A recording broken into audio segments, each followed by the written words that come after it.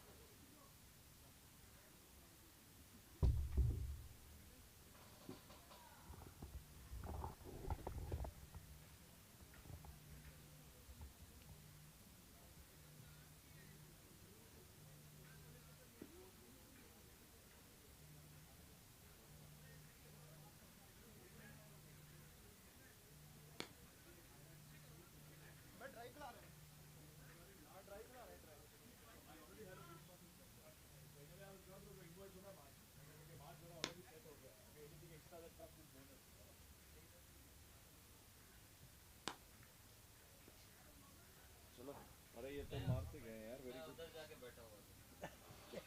वो प्रिविलेज गया भाई। सुना तो मैंने बोल रहा हूँ माइक तो ला दो, माइक तो मंगवा दो। कहते नहीं नहीं आपका उधर है, मैंने कहा भाई अभी समझ में नहीं आएगा, रात को ठंड लगेगी ना। नहीं लाया मैं तो अपना सामान, कुछ भी नहीं फर्क पड़ता। ये तो अच्छा ठीक है, एटलीस्ट ये तो है। पहला टूर्नामेंट ये भी नहीं था, बाहर बैठे थे, फट गई थी भाई। कैसा चल रहा है आपका काम काज? All okay, all is well. चलो मैं निकलता हूँ, मेरा काम खत्म। I came only for this, on Mr. Rashid's request. He asked me, can you do, because others are not sure of coming on time. तो मैंने कहा ठीक है, मैं एरिया में होऊंगा, मैं कर लूँगा करके।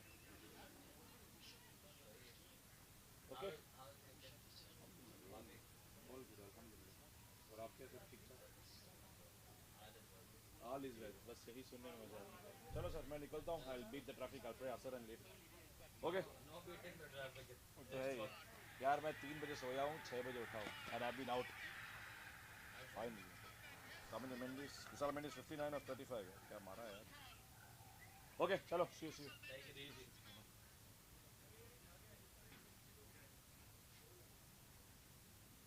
मारूफ है, ऊपर जा ऊपर।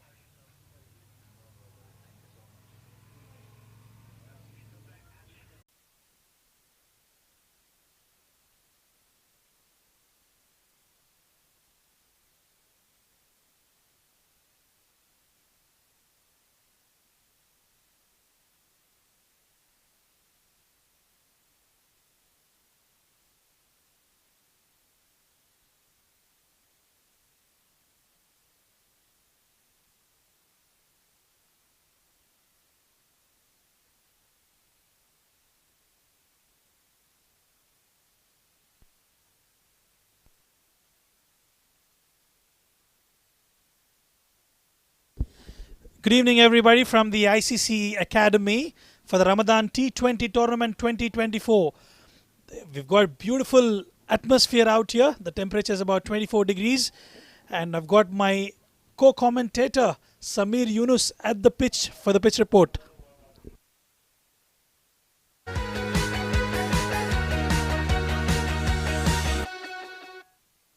Some very different conditions here in Dubai as we prepare for yet another tournament, the ICC Academy Ramadan 2024 Cup. We've got a green top as we always do at the ICC Academy, but the talking point is not so much the pitch, but more about the weather. Very gloomy. There's a threat of rain later on, and therefore, I'm sure with all that moisture around, the faster bowlers are going to enjoy themselves. Generally, they do find assistance on this green top that the Academy offers. However, today, even further assistance with a gentle breeze also blowing across, chilly weather, threat of rain. So everything telling you that it's best that you try and take advantage of this green top by bowling first. Get your seamers to pitch it up front, get the batter driving on the front. Yes, it will come on nicely as the day goes on. However, given the conditions, given the weather, it's always best to take advantage of this track, bowling first. So my advice, win the toss, bowl first, and then know what you're chasing with the threat of the rain.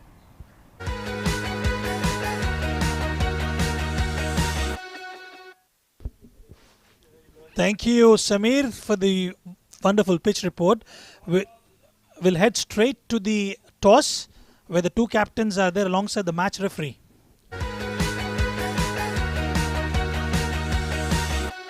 Brand new tournament here at the ICC Academy. Ramadan hasn't begun yet, but the games have begun. This is the ICC Academy Ramadan Tournament 2024.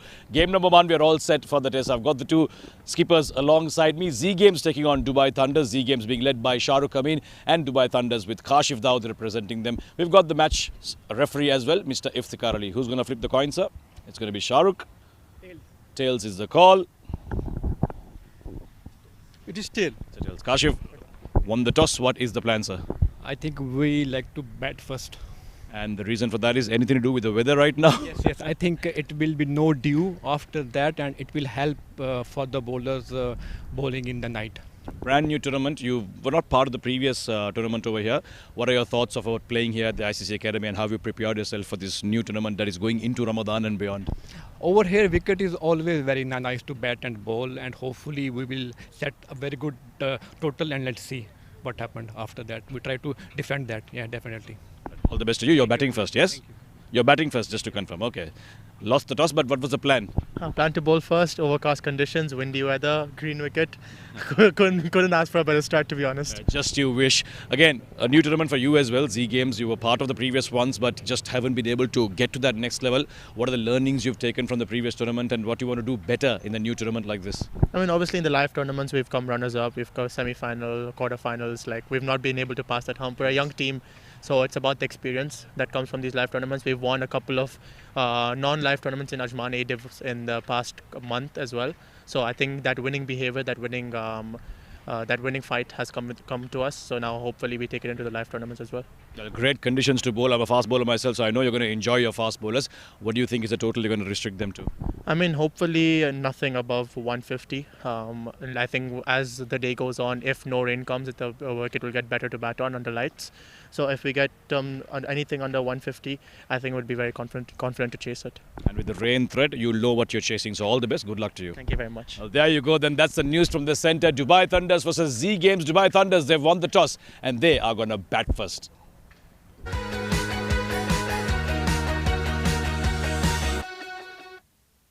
Thank you, Samir, for the news out there. Dubai Thunders, they've elected to bat first. Let's have a look at the squads for both the teams.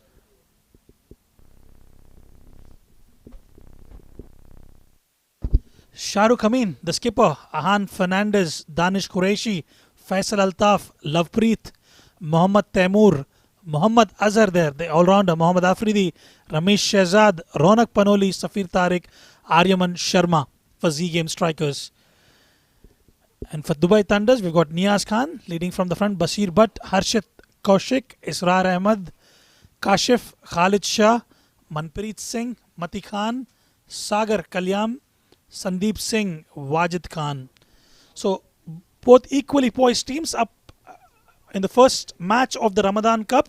And joining me in the comm box is my dear friend, ever smiling Atiq Nizam. Atiq, welcome.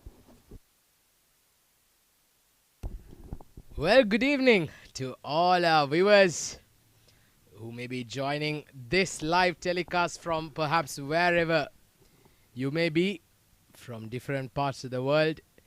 And here we are, just on the verge of the start of a long season, the Ramadan Cup. And the first ball, they've been bowled by the Z Games.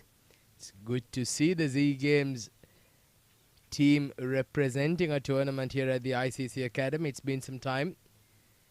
The Dubai Thunders and the Z Games going head to head.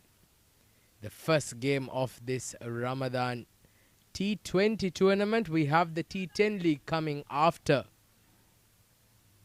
the round of the T20 format that comes to a conclusion next week, and this tournament will be going very well in towards the first week of the month of April. So we have a lot of action lined up. Good delivery there. Nicely bowled there by Danish Qureshi. Khalid Shah and Israr Ahmed, the two new batters. And, well, Rizwan, all pumped for the new season, my friend. Absolutely, and the way it started, we've got beautiful weather conditions out here at the ICC Academy. The excitement levels are high, and we've got wonderful teams participating in this tournament. So it's going to be an interesting tournament all throughout the Ramadan.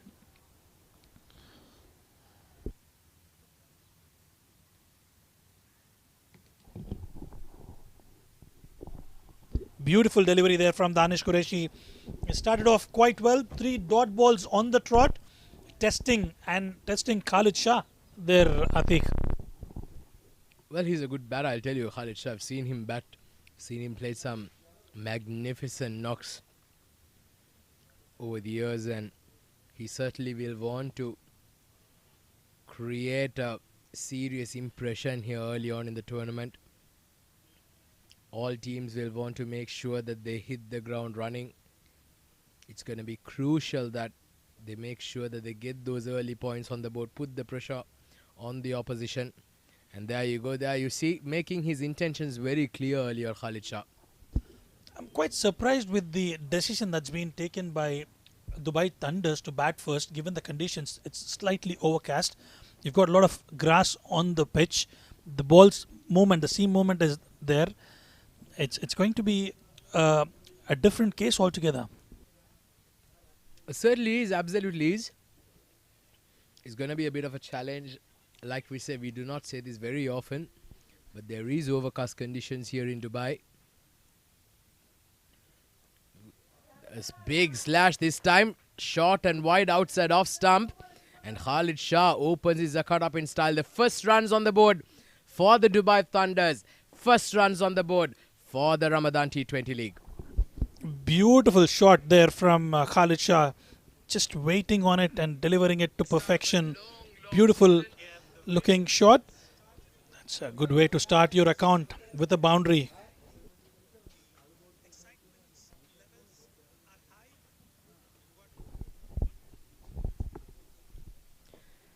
Well, he bowled 4 very good balls, Danish Qureshi. The 5th ball slightly fuller, slightly outside off stump, but if you bowl that line to a batter like Khalid Shah, he certainly will keep hitting you all day. Oh, losing his balance there. Lucky no damage is done, but nevertheless a good over. Just one boundary of that so far. In fact, the last ball of the over. First over done and dusted, Thunders. 4 for no loss at the end of the first over.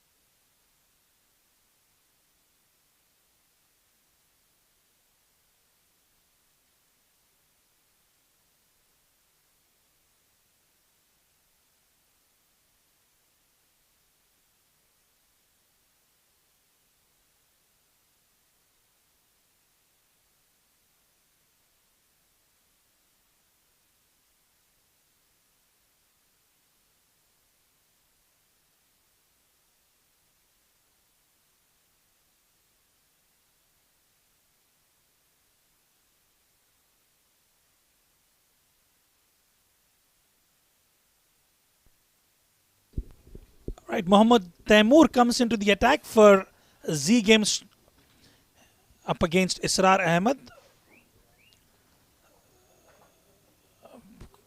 On the pads, guided down towards the leg side for a single. Israr Ahmed off the mark straight away. And I'll tell you what, Atiq, you'll have to watch this bowler out. He's absolutely brilliant with his variations. Yeah, he's a very exciting prospect. I'll tell you, Mohammad Taimur, he can certainly bend his back and get that bit of extra bit of bounce, some nip off the wicket. And when he does that, he can be very, very threatening, to say the least. So he's got to make sure that he starts his proceedings and make sure that he hits the ground running, hits those right lines and lengths, and pick up some early wickets for his team. With his height and the bonds that this pitch can generate for you, he could be dangerous. Watch out for those first couple of overs in the power play. He can produce those quick wickets for the team. Oh, look at that delivery. Beautifully bowled. And Mohammad Taimur, this is what he can do. He can set that tempo early on for his team.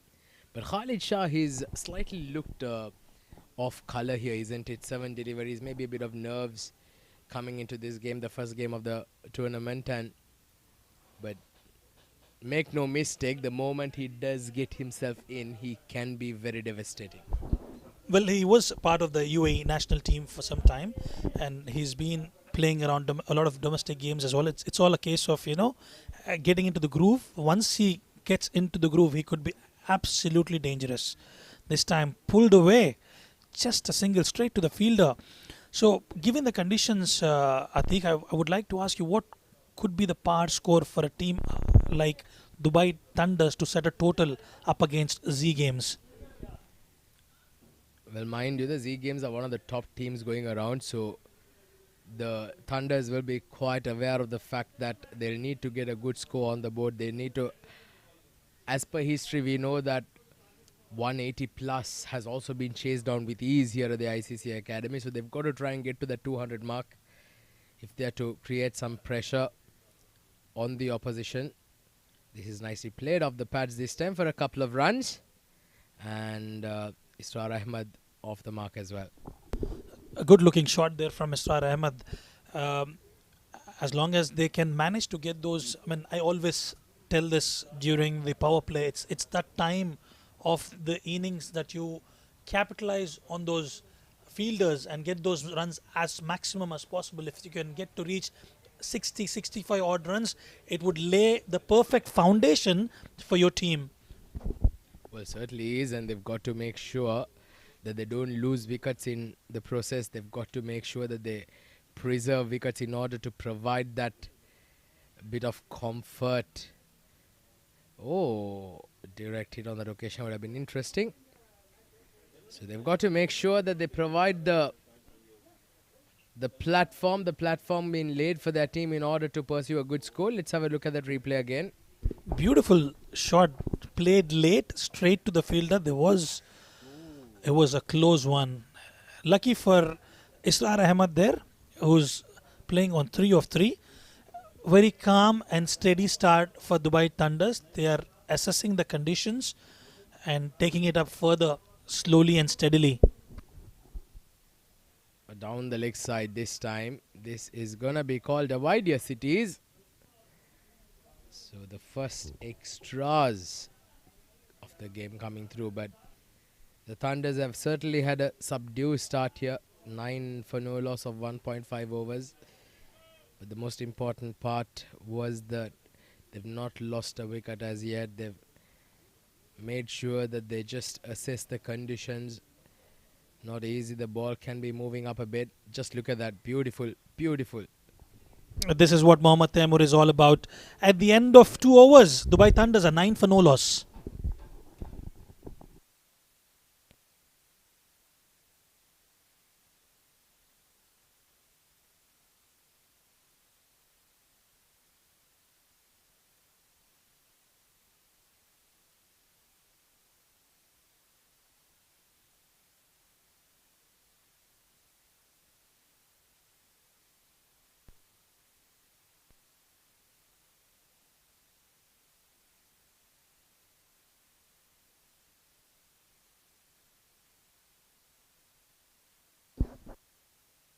Danish Qureshi, after that wonderful first over, just giving away those 4 runs, comes back into the attack. And if you notice that those 4 runs were just a boundary scored of Khalid Shah, the remaining 5 deliveries were dot balls. So it'll be an interesting contest. Khalid Shah is on 5 of 8 deliveries. See what we have in the store in this over.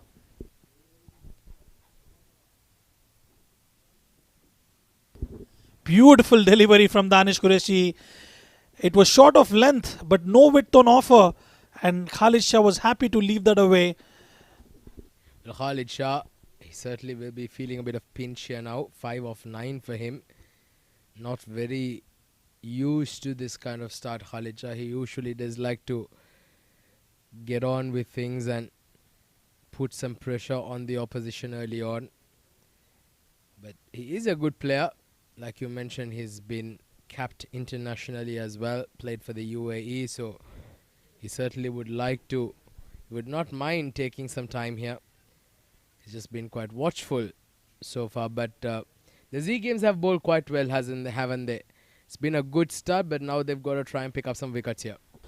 Absolutely, and I think Khalid Shah, with his international exposure, he brings a lot of experience to the team, and he's a bit under pressure given the circumstances. But I think, as we discussed earlier, Atiq, if he gets into the groove, once he's settled, he could be an absolute danger man. Well, the Z Games will be hoping not. They'll want to get his breakthrough as early as possible. But the Thunders, they'll know that they'll want Khalid Shah to fire here. That is hit hard. That was grilled, but straight to the fielder mid-off. Unfortunate on this occasion, straight to the fielder. But you'll have to watch out for his shots towards the mid-wicket and the cow corner. He's absolutely brilliant with those shots. His footwork towards the leg side is impeccable. Yeah, look forward to him having a good knock here tonight and setting this tournament alight early on. We'd always like to see that tempo being laid early on, isn't it? If you remember that innings from Brendan McCullum in the first game of the IPL back in 2008. Just like that, just look at that magnificent hit. This is what Khalid Shah can do, and this is what I've been talking about. That 150 that McCullum scored in the IPL that set things off for the next 20 years was absolutely unforgettable, wasn't it? And Khalid Shah will need to do that here tonight. Look at that. Giving himself a bit of room for himself, and then it deposits it towards that long on region for a boundary. He should be pleased, and it should give a lot of confidence for Khalid Shah. He's just checking if it's a boundary or a maximum. It's a boundary signal by the umpire. Well, Khalid Shah breaking loose there on that occasion. Yes, that was a very, very good shot. He just made sure that he cleared his front foot, gave himself that bit of room to swing his arms through. And goodness gracious, didn't he get some piece of willow there? Certainly out of the middle of the bat. And just falling short of the boundary line. So much a boundary, the second one for Khalid Shah. And there you go. This one was off the middle of the willow. And once again, just a couple of bounces and over the boundary line. A safe shot. And now Khalid Shah has got to move on. Khalid Shah getting into his elements. Perfect shot there, right in the slot for the taking for him. And he just cleared that inner circle with ease for a boundary. Terrific hit. Absolutely terrific hit. Now this over suddenly has become a bit expensive from Danish Qureshi. 8 runs have come off it so far of the 5 balls. 17 runs on the board for the Dubai Thunders. Khalid Shah run a ball 13. Started off slow. Now he's caught up with the number of balls he's bowled. Oh, trying to be a little cute there. Plate laid down towards deep third. Missing that.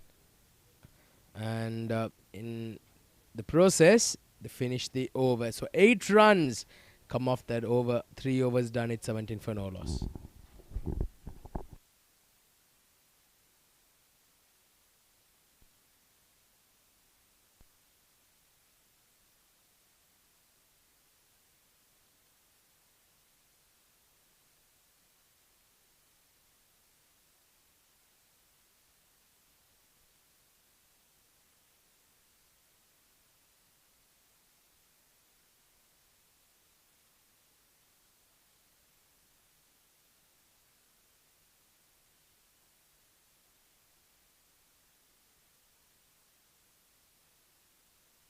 That was hit really, really well. Israr Ahmad this time joins the party. First boundary for Israr. He got to the pitch of the ball and hit it over mid-on with ease. That was a terrific hit. Beautiful looking shot there from Israr Ahmad. They are creating those thunders at the ICC. It was a slow start given the overcast conditions. They are creating those thunders. Watch out for those fireworks. Well, you've got the clouds. Here are the thunders, isn't it? 21 for no loss now. Israr Ahmad, 7 of 5. Down the leg side. This time it's going to be called a wide. Taimur missing the line in length on that occasion. Slightly drifting towards the leg side. But I tell you what, if they can get going and get their team to a good total in the power play, it'll be perfect foundation for the team. Well, certainly do. They'll need to make sure that they push on. Another wide down the leg side. Mohammad Taimur slightly looking off colour here today. Usually is a very, very good bowler. He'll need to make sure that he gets his radar right and pick up a wicket or 2 here for his team.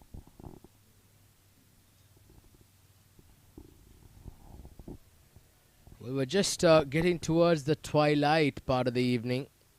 The lights taking effect, the floodlights. Oh, that was slightly uppish there by Israr Ahmed. This time, good delivery from Taimur on this occasion. They're quickly having a chat as to how to go by getting those runs in the power play. 180, 185 should be a par score, I reckon, I think, on this particular wicket.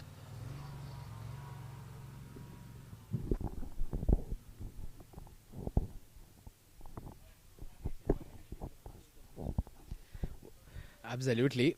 They've got to make sure that they get to that at least 180 mark. Oh, that was not the right shot there. Israr Ahmed trying to play against the swing. That can be a very risky ploy. Can easily get a top edge and balloon to a fielder inside the 30-yard circle. So he's got to make sure that he plays it when the ball's swinging away. He's got to try and target that point to the extra cover region. He'll have a better chance of success. Absolutely spot on with that observation. Bit wavery on that occasion, Mohammad Taimur. This time, short ball on the offer. Gets away with it. Lucky for Israr Ahmed. 1 for the over. Straight away signal by the umpire.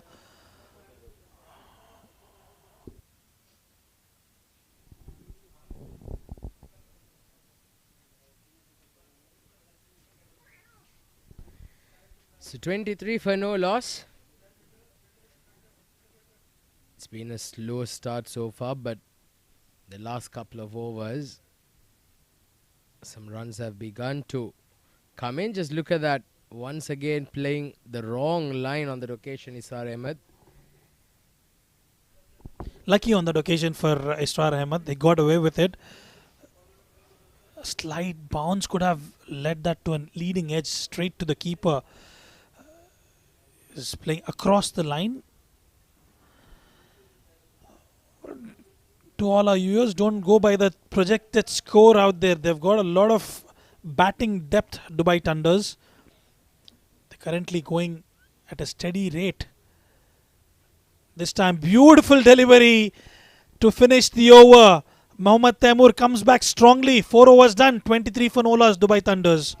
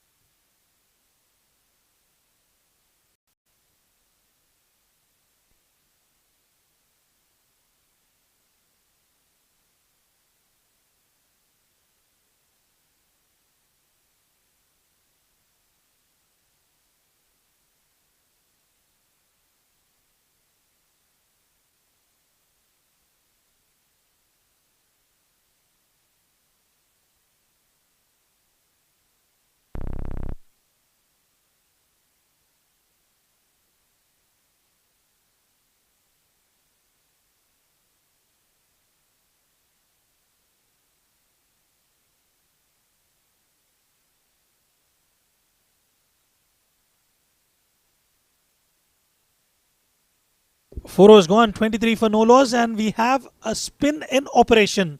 Muhammad comes in from the academy end. Left arm spinner this time. Khalid Shah trying to give himself a bit of room. Lucky on that occasion.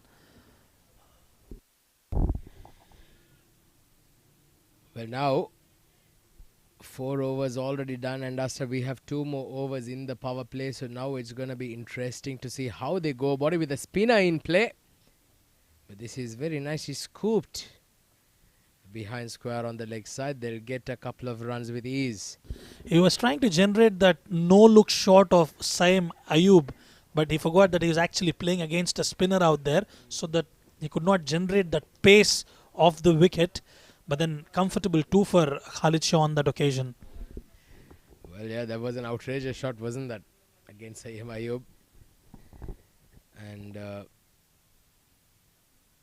we certainly have seen a lot of innovation come into the game over the last few years. This has been miscued. The ball is in the air. The fielder setting himself up. and makes absolutely no mistake whatsoever. The first wicket falls and Khalid Shah has to depart. Well, this time around he was trying to heave it over that extra cover region and straight into the safe hands of Lovepreet Singh. He never drops any. He took his time, came right under the ball, watched it till the last second and takes a comfortable catch. Khalid Shah departs.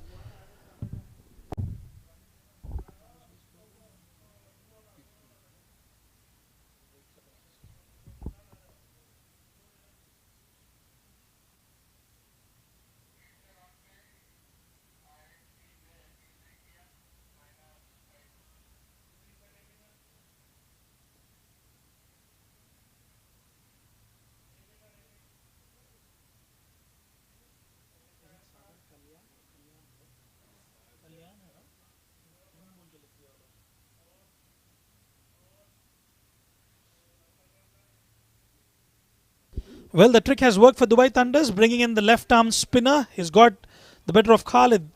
Khalid walks back to the dugout, and Sagar Kalyan comes in.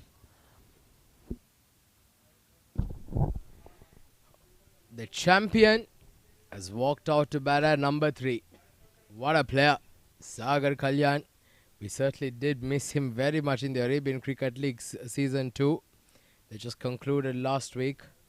But he was absolutely in devastating form in that Season 1, which was played between October and November. Sagar Kalyan played for the Ajman Heroes.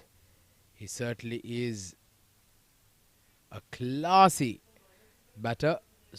Was also judged the best batter of the tournament in the tournament that concluded in November. So he certainly is going to be a crucial cog in the wheel for the Dubai Thunders going into this tournament. Playing for the Dubai Thunders is going to be an interesting move. Well, Israr Ahmed will have to shift his gears now. He's been going on that steady automatic mode. He'll have to shift gears, get his team to a decent total in that power play. This time cut away, straight to the fielder. But was there an opportunity? Very close. Lucky for Israr Ahmed on that occasion. Well, that was, I think, slightly sloppy by the bowler on that occasion, because had he been right next to the stumps, I'll tell you, Rizwan, that would have been very, very close. Look where he's standing. He was way away from the stumps, and that would have been an easy chance. Unfortunately, an opportunity goes a begging. Dot ball on this occasion. At the end of 5, Dubai Thunders are 27 for 1.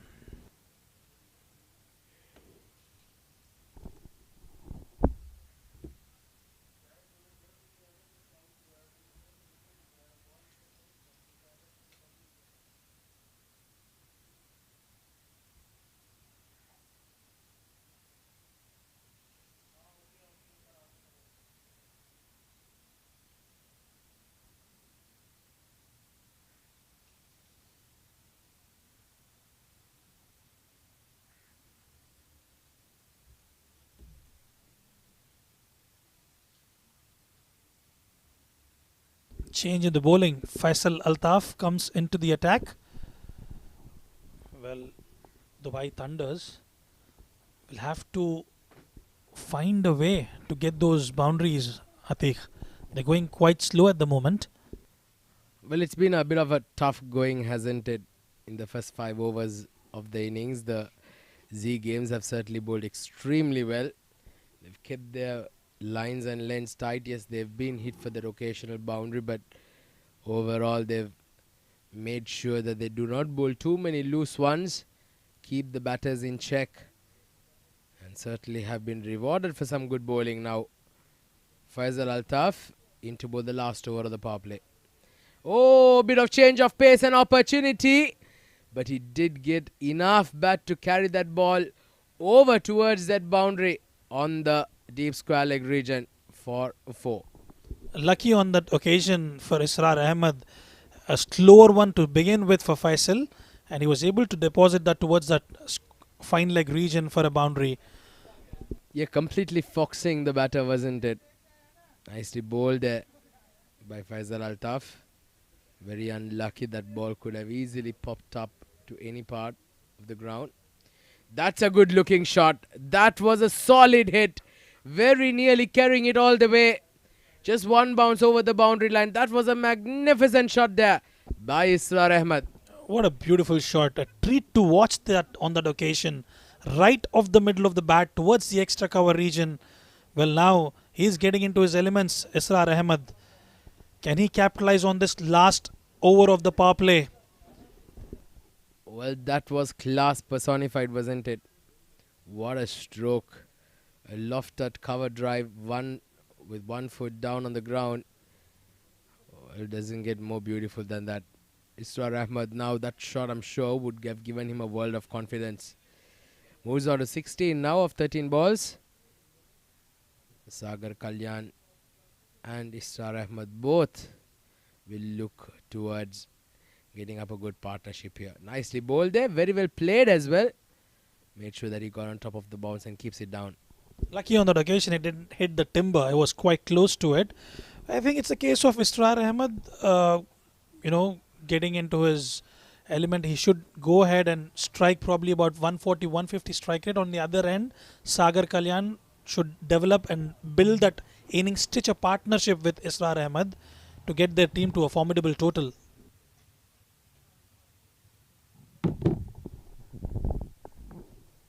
Certainly. Once again trying to go for that glory shot over covers. Well, I'm not sure why this is required here, because he's already got 8 runs of this over, Rizwan.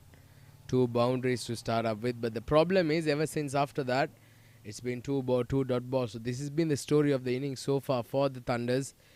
They've got to make sure that they capitalize by just getting singles after every boundary that they hit, and try and make that 8 runs maybe a 13 to 14 run and over mark. 2 more balls to go in the over. This time, leading edge, straight to the fielder. A wonderful catch yet again, exactly to what you were mentioning, Atiq. Faisal Altaf deceiving the batter on that occasion completely. Once again, very, very well bowled. Hitting the right lens, the right lines, and moving the ball ever so slightly, getting a leading edge. Israr Ahmed trying to play the ball on the leg side. All he manages to do is get that thick part of the bat and balloon it straight towards the covers fielder. He has to depart. Another wicket falls, the second one down for the Thunders. Both opening batters back in the hut. The Dubai Thunders 35 for 2.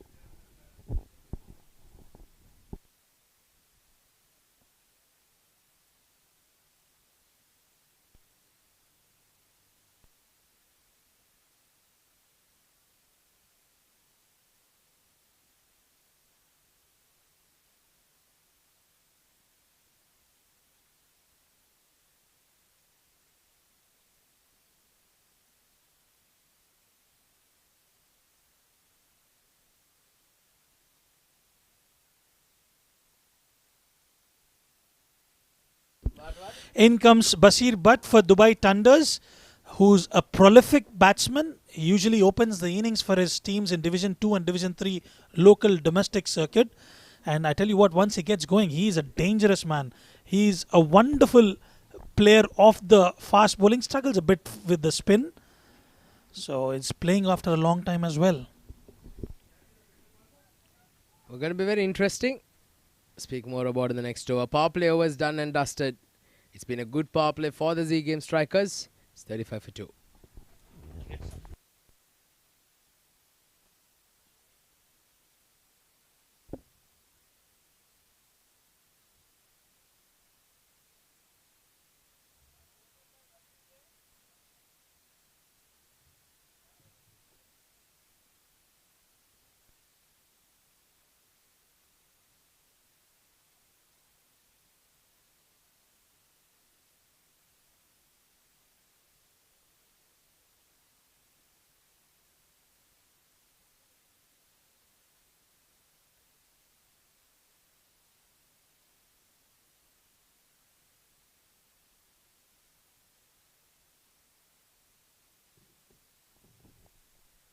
Nicely played off the legs this time.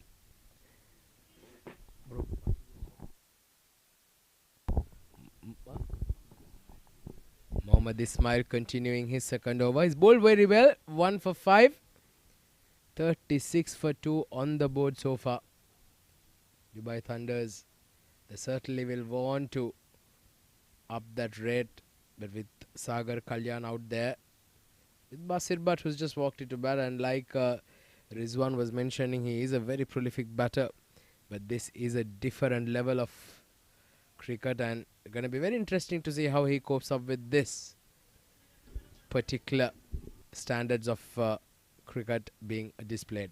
Absolutely. All he has to do is play the sheet anchor role out there and let Sagar Kalyan take the lead role and stick around, stitch a partnership to the next 5-6 overs and get going. Oh, good delivery. 37 for 2. Sagar Kalyan, 2 of 3, 4 more deliveries to go in the over.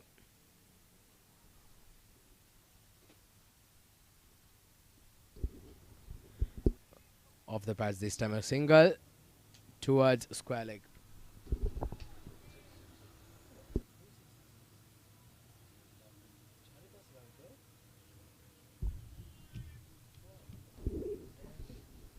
Mohammad living up to the expectations of Z-Game strikers, has bowled brilliantly in the first over. This time short ball on the offer straight to the fielder. Couple of meters here and there could have got him a boundary on that occasion, Basir Bhatt. Mohammad bowling to his field, knows his strength. This time on the pads, played towards the fine leg region just for a single. At the end of 7, Dubai Thunders are 40 for 2.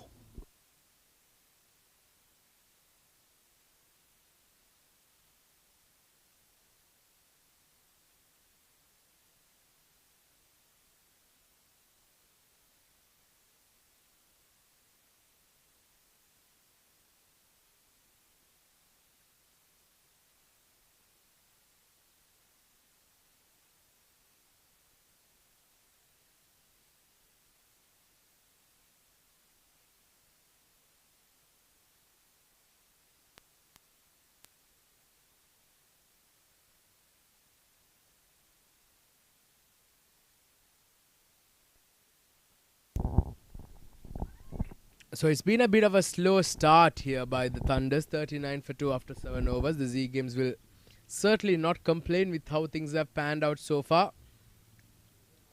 But they will certainly be aware of the danger that the two batters out there possess. Sagar Kalyan especially. It can be an absolute devastating batter when he gets going. And talk about a devastating effect, we've certainly got one here in the com box.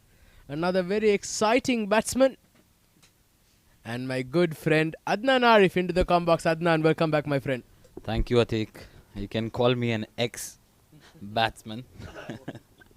But yeah, thank you for the welcome. Yeah, indeed, it's been a long time since I have been on this seat. So it's good to be back. And the Dubai Thunders struggling a bit here. Steps down the track. What a beautiful shot that was from Sagar Kalyan. Beauty at its best. That's class for you. That is this man Sagar Kalyan. What he can do. And just look at that. Getting to the pitch of the ball and very nearly carrying it all the way. One of the best batters I've seen in the domestic circuit. Certainly making a very strong case for himself to represent the UAE national team. I think he's still on the verge of completing the 3-year criteria. But when he does that, he certainly will be someone to reckon with and will be knocking on the doors of UAE national cricket. Yeah, absolutely. He's a talent to watch out for. Certainly has developed the skills over the few years that he has played in UAE. And now seems to be a really prolific batter out there. He accumulates a lot of runs in tournaments. Unfortunate to miss out on the ICC Arabian part 2 or season 2. But he's back here in the ICC Ramadan T20 2024 and is here to make a statement. So Dubai Thunders 45 for 2. What do you reckon? How and where are they heading? Well, so far, I'd say yet the Z Games strikers will certainly be very happy with how things have panned out, because right now the Thunders are going at just above 6 runs and over. But well, make no mistake, with Sagar Kalyan out there, that rate can change or perhaps even double in the next 7 to 8 overs. Yeah, he loves that area towards that cover. And as a left arm spinner,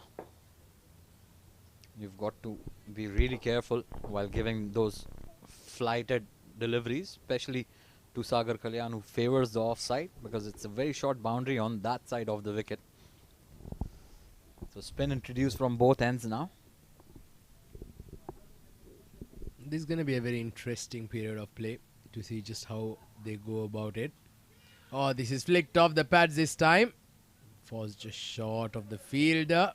A bit of a fumble enables them to get a couple. This is something that the Z Games can ill afford to do. They've got the opposition on the back foot. They've got to tighten the screws now. Yeah, that's smart batting from Sagar. He realized that he got the boundary in that over. Just chips it in that big empty acres of land on the leg side for a single. And the misfield allows them to come back to a brilliant delivery once again. He's a champion bowler as well, Mohammad Azhar. While we were talking about Sagar Kalyan from the other end, we have to give credit to the way he has bowled over the years. Mohammad Azhar, brilliant bowler, mixes up his deliveries, paces pretty well, lengths. He's got a very sharp arm ball. Every right-hander should watch out for. And he's up against Basir Bhatt for the first time. This is going to be a very interesting battle. UAE does have some very good left-arm spinners, starting off with Haider Ali, who represented the 7 districts and played for the Dubai Capitals. We have Wahab Hassan as well, Mohammad Awais Papi, and Mohammad Azhar along with that. Some very, very good talent coming through. Speak more about it in the next over. 8 overs done, 49 for 2.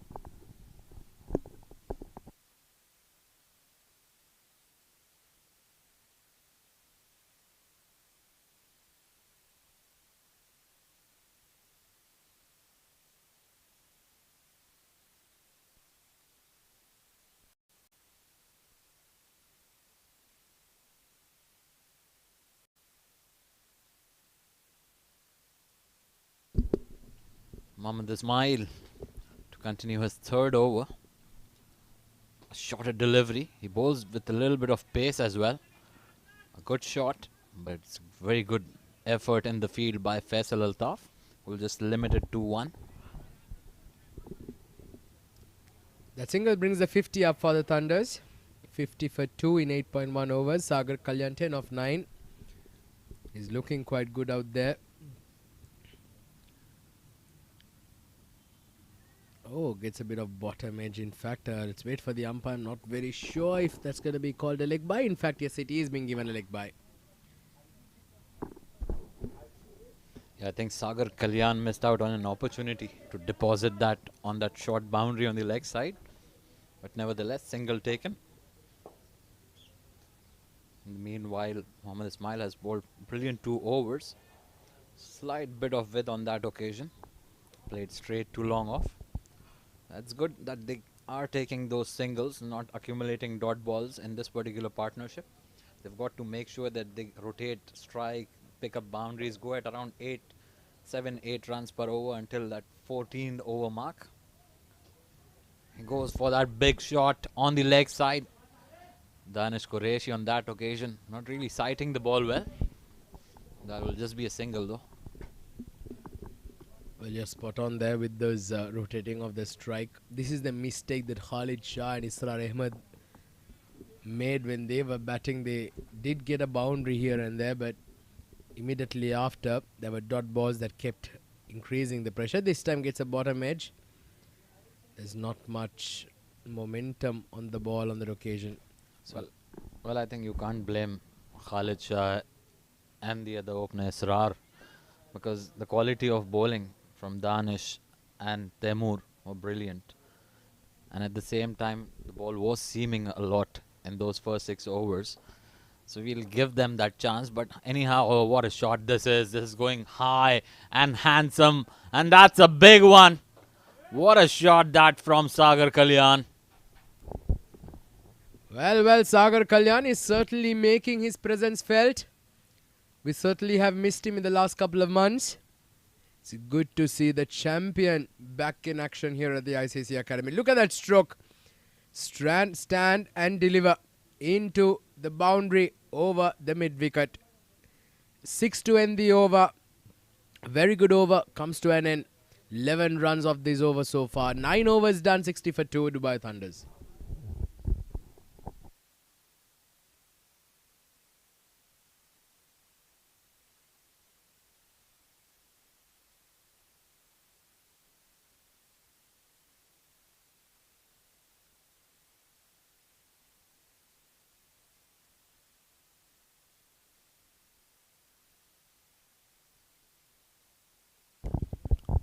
Down the leg side on the location. Mohammad Azhar continues. Going to be crucial that these two carry on now. 25-run partnership between these two so far. They've got the start, and that's a good shot again. Basir Bad this time joins the party, but does not time it enough. Yeah, I think Z Games are missing a trick here. Mohammad Azhar is really lethal from around the wicket. But because of that short boundary on the offside, he's been forced to bowl from over the wicket, use that leg side off the ground more. But I think he's got to understand his potential and his armory here.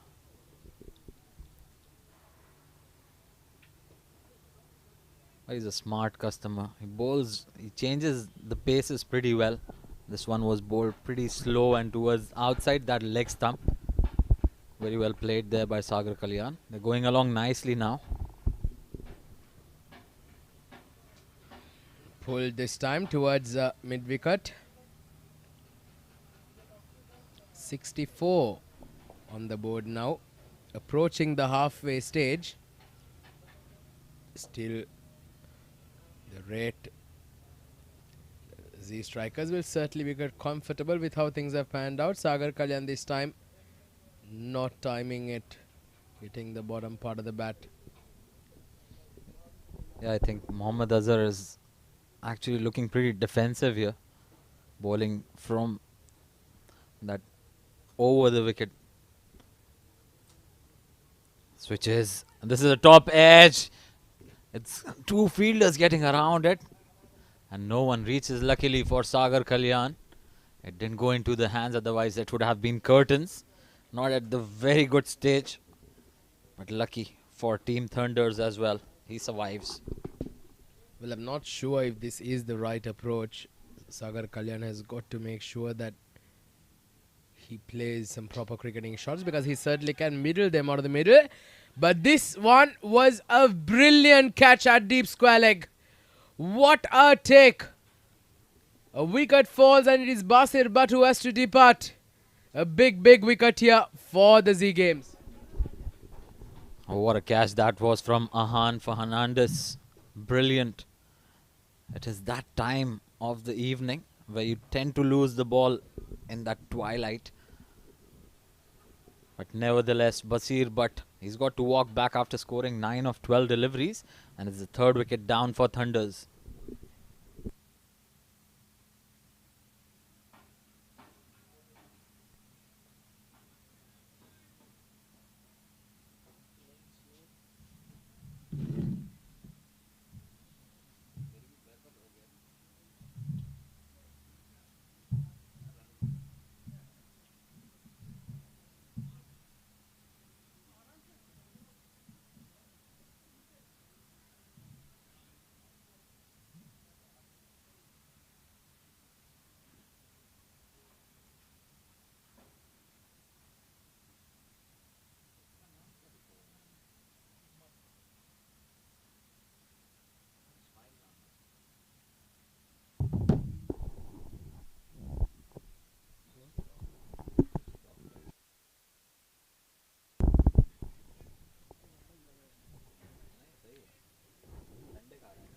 So at the halfway stage, 65 for 3, the Dubai Thunders. Sagar Kalyan on 19, a wicket just falling. That's a very, very good shot there by Sagar Kalyan. A bit of a chase by the fielder at deep. They keep it down to a couple of runs. Yeah, that's a very high scoring area for Sagar Kalyan. As a left-arm spinner, you've got to make sure that you don't pitch the ball anything outside the off stump, under the bat especially, because that's an easy shot for him. Very well played. Picks up a couple of runs. Oh, that was an arm ball. Again, he was looking to go over that long off, probably inside edged.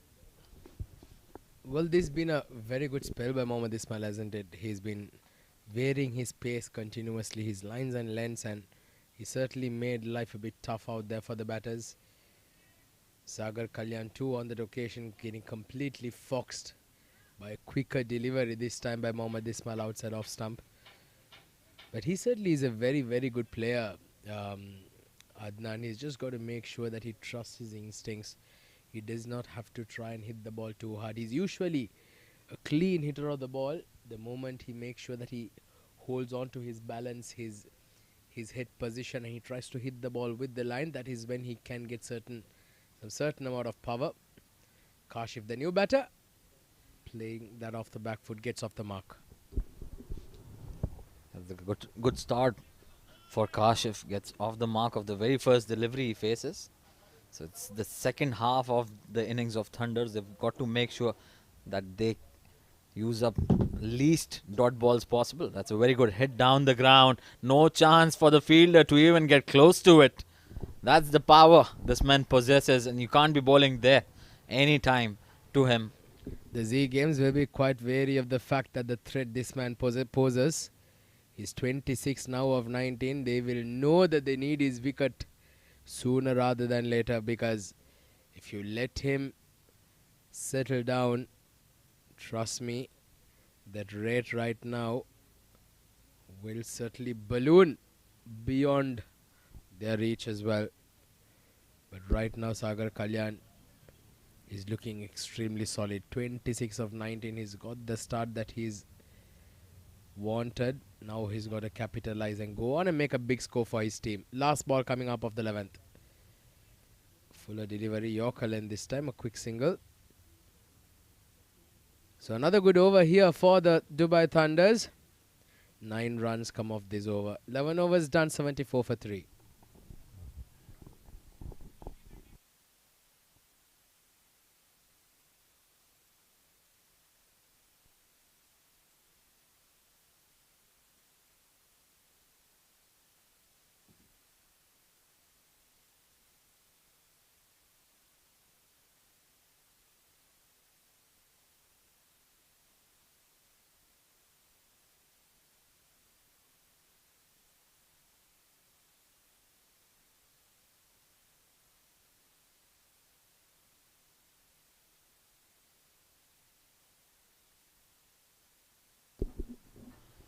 Mohammad Azhar to continue his third over, finding success in the last one, picking up that wicket. Sagar Kalyan makes some width. It looks like Shahrukh Amin has done some damage to himself there. Just got to wait and confirm. Has it hit him on his head? Is he alright? Well, that does look a bit nasty, isn't it? Because that ball did come in a very awkward position. Very nice to see Sagar Kalyan also walking in towards the fielder just to check if he's alright, because that came at a very, very awkward position. Trying to go with that reverse cup style with the fingers pointing up and completely missing it. That hit him lush on the face, and that, I'm sure, will warn the umpires to get involved and just make sure that they do those concussion tests. They will certainly be asking him a couple of questions, Adnan, just to check if he's alright. Names like, what is your name? How old are you?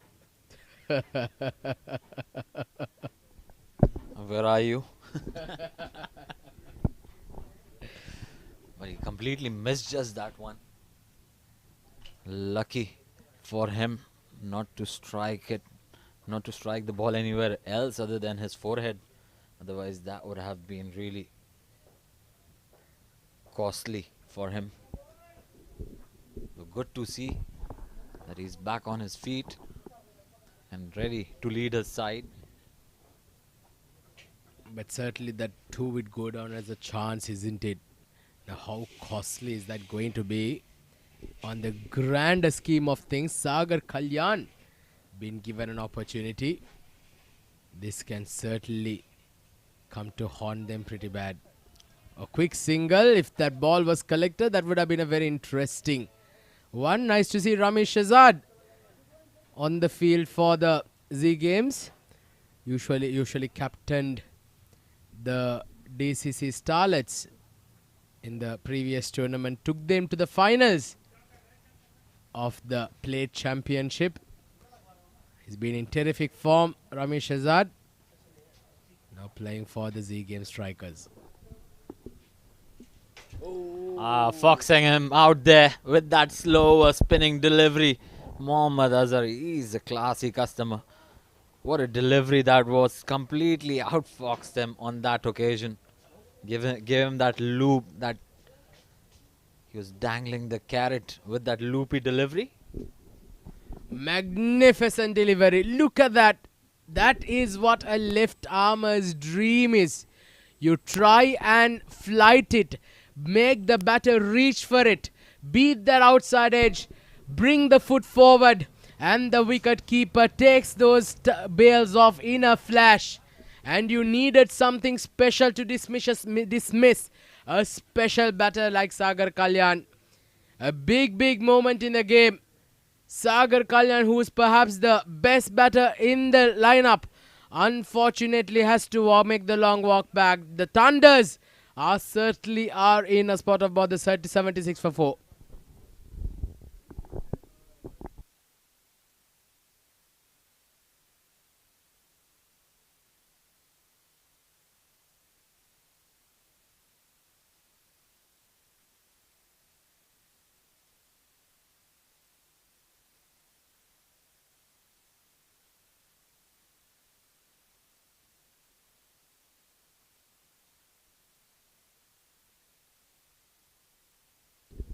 So Mohammad Azhar picking up that important wicket of Sagar Kalyan. In walks Harshit Kaushik, another dangerous left-hander.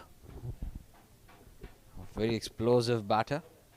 It looks like Azhar is going to bowling medium pace against him. Harshit Kaushik, another very good batter once again, having represented the Ajman Heroes. Good to see him in the playing 11. He was the player of the tournament.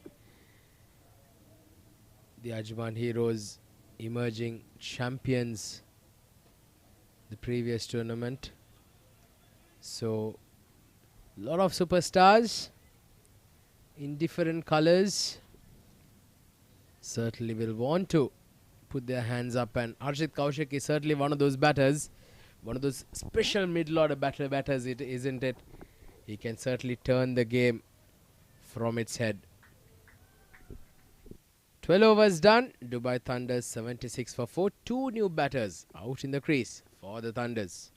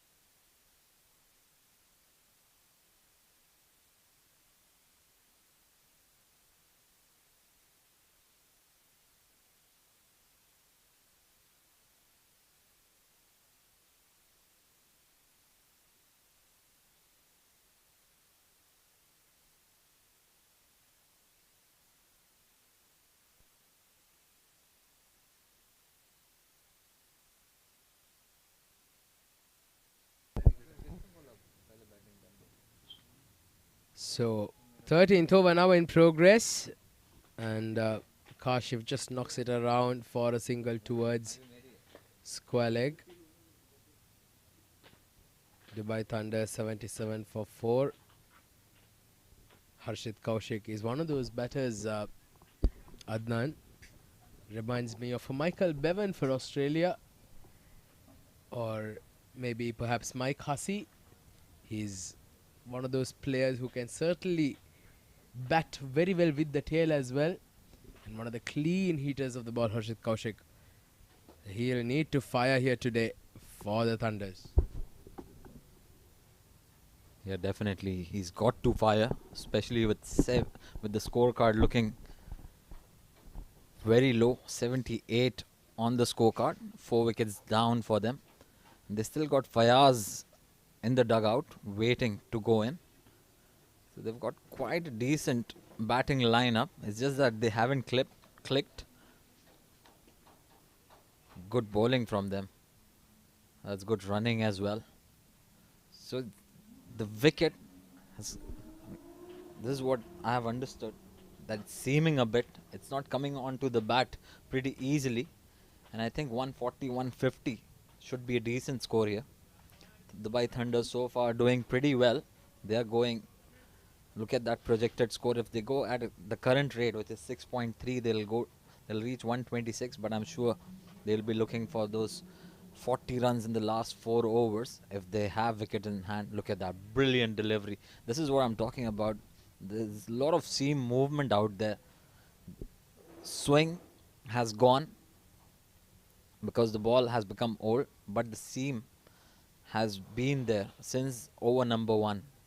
And it's going to be very difficult, especially with Mohammad Taimur having 2 overs up his sleeve, as well as Mohammad Danish Qureshi, beg your pardon.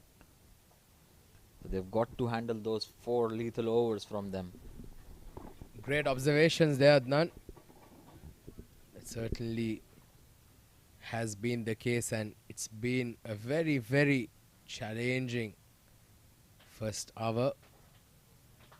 And certainly, like you said, some runs on the board would certainly do them some good going into the second half, and at least a 150 would give their bowlers something to bowl at.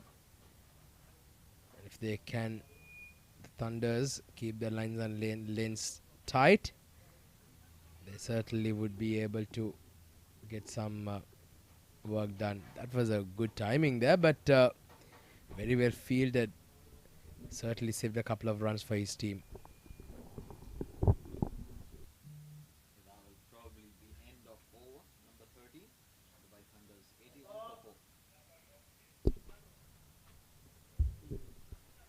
That will be end of over number 13. Dubai Thunders 81 for 4.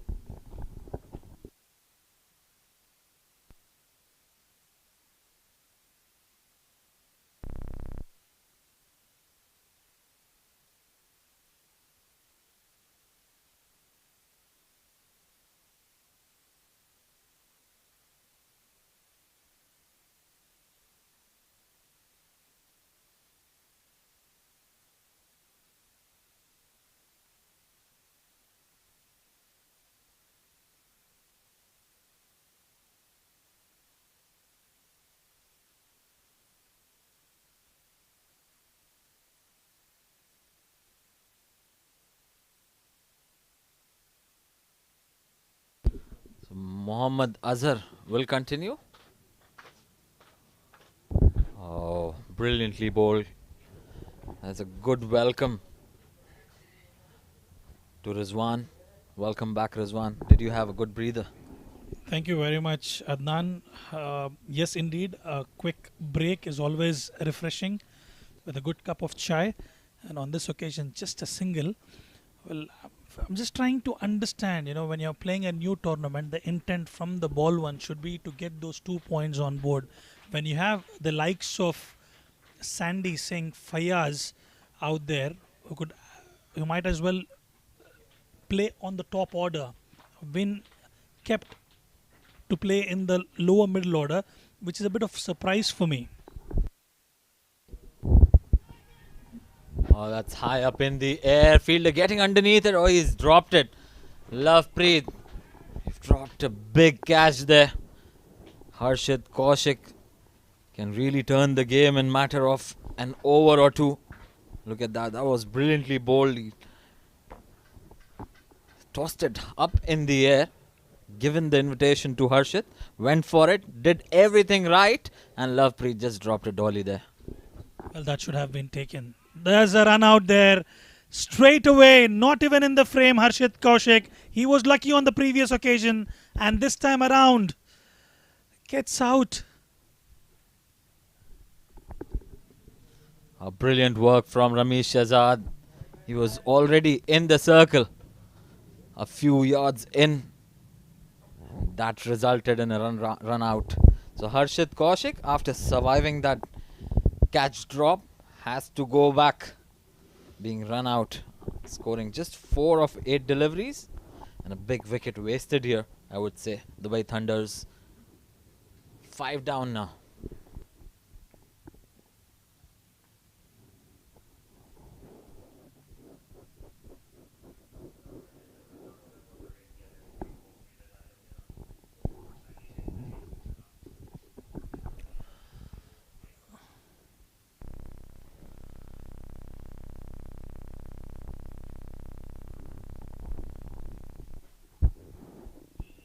Well, that brings out Sandeep Singh Sandy out to the centre, known for his ballistic hitting.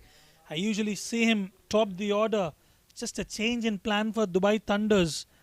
Fayaz and Sandeep Singh coming down the order, and he's got a responsibility on his shoulders. Well, they are playing a lot of openers. That's a quicker one-arm delivery. Down the leg side, Safir Tariq does well to contain it to just a single. Get some pad on it. That'll be extra 2 runs. I'm just having a chat there, out there. A friendly chat. Azhar and Sandeep. Very old friendship between them. Once again, brilliantly bowled. Tossing up in the air. Taking the pace off. Inviting the batter. And he can do so with half their side back in the dugout. So just at the brink of 14 overs, the Dubai Thunders are struggling here down the track. He has just toe-ended it. Lucky for him not to carry all the way to Danish Qureshi. Otherwise, it would have been 6 down. A lucky escape for Kashif. End of over number 14. The Dubai Thunders 86 for 5.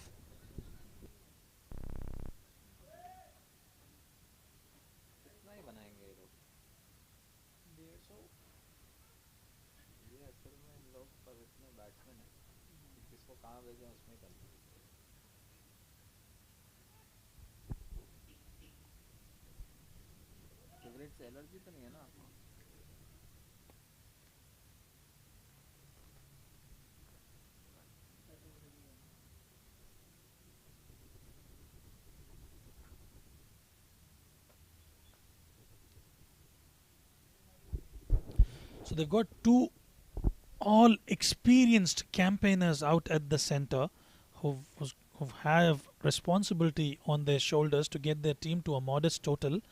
And Kashif and Sandeep have played a lot of cricket together in the recently concluded I-10 and I-20 the tournaments recently, even in the Arabian Cricket League. So they've got 6 overs in hand, Adnan. If they can manage to get about 150, 160, looks like a slow track on this occasion, rightly mentioned by Samir Yunus.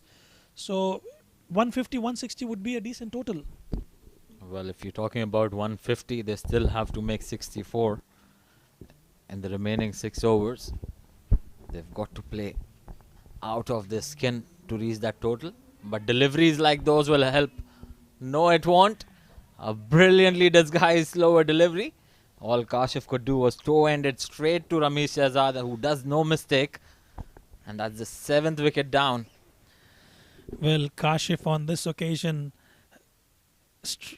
playing it straight towards Ramesh Shahzad, and you know how good of a player he is in all the 3 departments, and takes a comfortable catch, ending the innings of Kashif Dawood, who's completely disappointed with himself, heads back to the dugout after scoring 6 of 10 deliveries.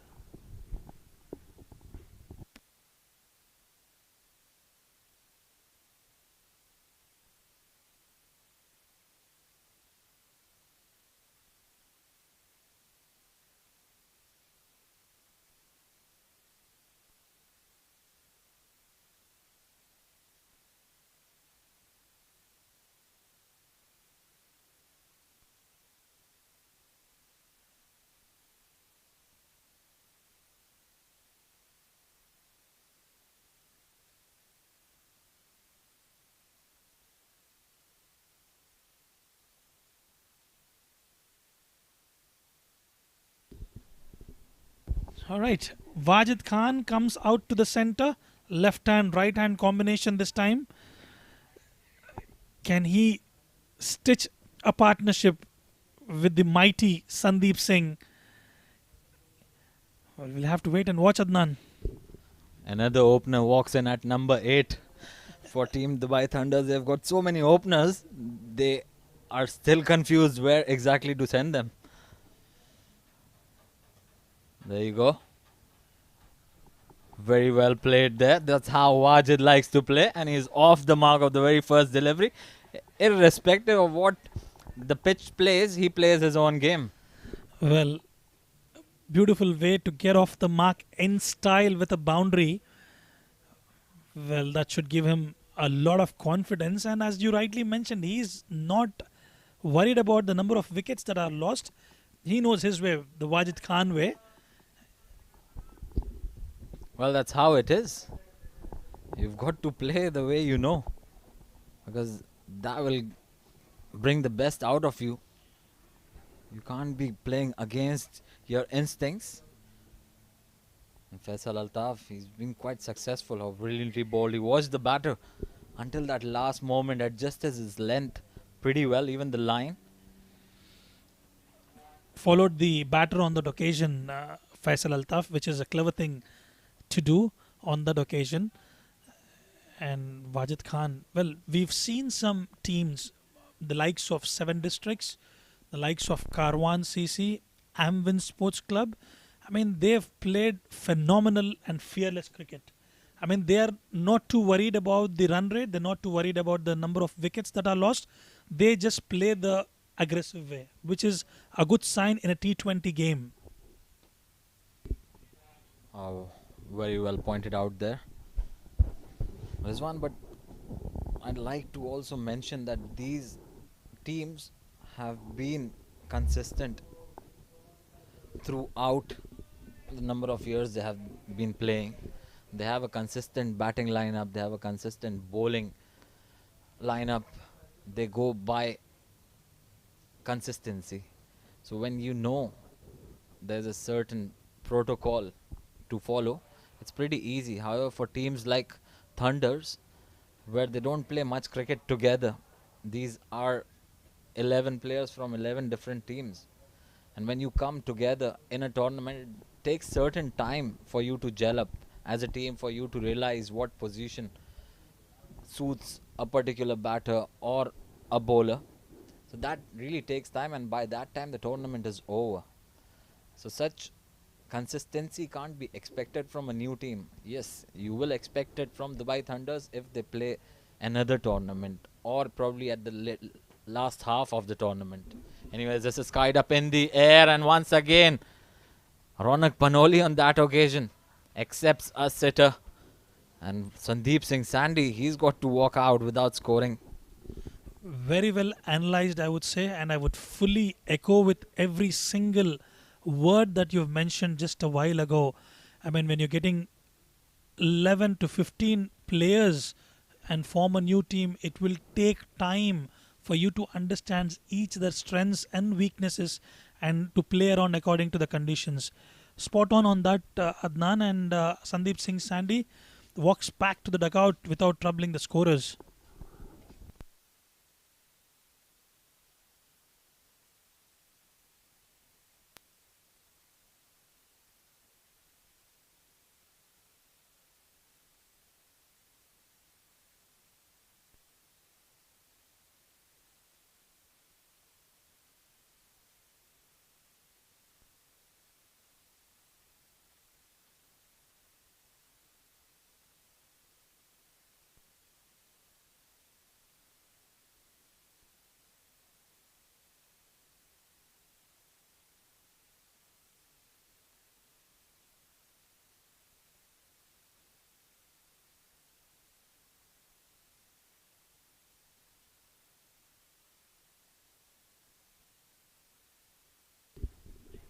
Faisal Altaf picking up his third wicket of the last delivery of the previous over.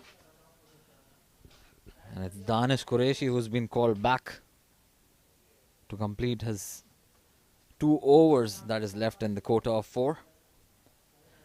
91 for 7 after 15 overs. I think Dubai Thunders have got to play. Make sure that they play those 30 deliveries left. Probably get those 30 runs. Reach that 120 target. And probably have a psychological effect of that 6 runs per over mark. Absolutely. Now, whatever the best that you could do from your side, get your team to a decent total, which would give that confidence for the bowlers to defend those runs, pick those wickets, hit the right lengths. Just exactly what Dubai Thunders have done tonight. I would say brilliant captaincy. The way he rotated his bowlers. Not a great delivery from Danish Qureshi. He's usually known for his line and lengths. He's very, very accurate normally. I was a bit perplexed with the decision that was taken by Kashif Dawood to bat first, given the conditions, the overcast conditions. There's a lot of grass on offer for you, and in the end, they are struggling at 93 for 7. Oh, that's a top edge. Almost carried to the third fielder there. So single will take Manpreet Singh off the mark. And Dubai Thunders are nearing that 100 mark, the 3-figure score. Wajid Khan on the other side, he knows only one way. And he will be backing his shots, especially with a short boundary on the leg side. He's a very dangerous player on the leg side. So be mindful. Danish Qureshi, you can't be bowling anything on the body line, especially to this man, Wajid Khan. Lucky on that occasion, Wajid Khan inside it could have easily gone on to the stumps. Lucky he survived on that occasion. Yes, Wajid Khan, if he can produce a cameo and rescue his team, do the damage control, and as you rightly mentioned, get to that over 6-figure mark, probably 6.757 overs, and give something for the bowlers of Dubai Thunders.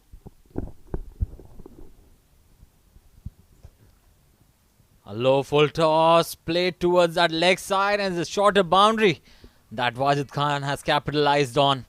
A brilliantly picked up shot. He picked up the length so early, got down on that shot. Look at that.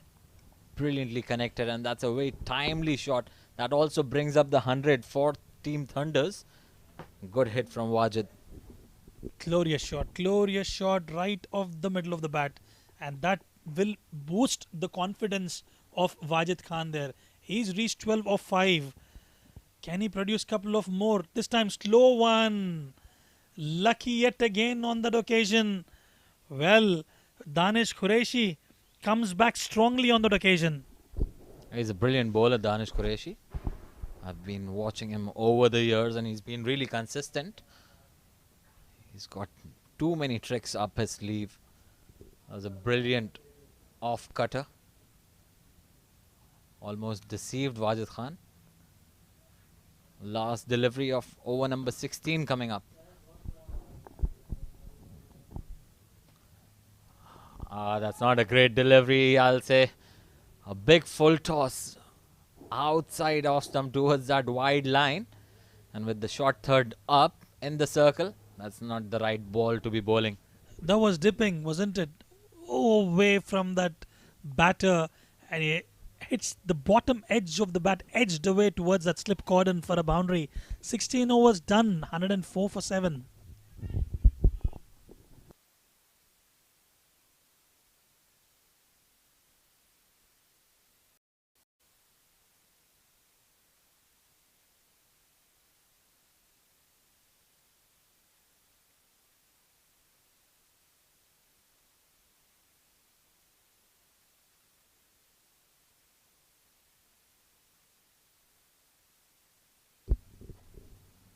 Dubai Thunders picking up 13 runs off the last over of Danish Qureshi. That brings Faisal Altaf back in the attack once again. The most successful bowler for Dubai Thunders, picking up 3 wickets for just 13 runs in his 2 overs. And he'll be looking to pick up another here. 4 more overs to go. A fuller delivery played well by Manpreet. And that brings Wajid Khan on strike. And I think he's doing the right thing. Just getting off strike, giving the opportunity for Wajid Khan to free his arms, who's looked quite impressive out there. Scored 16 of 7 deliveries so far. And if he can get those fireworks going for his team, it'll be an interesting contest. They've got likes of Shahrukh Amin, Lovepreet, Ramesh Shehzad in their team. Yeah, you'll be seeing a lot of slower bouncers from Faisal Altaf to use that long boundary on the leg side. And Wajid Khan wanted to use the offside on that occasion, gave himself space and room towards that, move towards that leg side to open up the offside boundary. But very well bowled in the end. Good cricket all round. This is where your skill is put to test, isn't it? When you have wickets like that, where the ball does not come onto the bat, that's where you showcase your batting skills. Oh, very well disguised there once again. Faisal Altaf, he's brilliant at doing this. Takes the pace off, bowls really short off good length and bouncer deliveries off pace that really deceives the batter. He's been brilliant. I mean, look at the variations that have earned him those wickets as well. Like, some of them fast one, slow through the air. He's making it count for Z game strikers. I'm expecting a slower bouncer once again. Or this time he's deceived me at least. Well played in the end by Wajid Khan. He'll pick up a single rotate strike. They've got 4 and 4. And no dot deliveries in this over so far. They've got to make sure that they don't consume dot balls here, especially towards the back end of the innings. 20 more deliveries to go. If they can pick up another 20 runs, that would be brilliant. Indeed, yes. 108 for 7. This time Manpreet tries to heave it towards that mid-wicket region, unable to understand the pace of the delivery on that occasion. A slow one from Faisal Altaf. He is getting those variations work for him. Yeah, that's once again brilliantly deceived Manpreet Singh quite early on that shot. So last delivery of over number 17.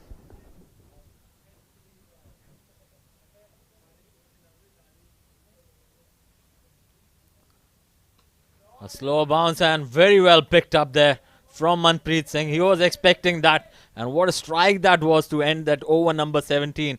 A statement and a half from Manpreet. Look at that.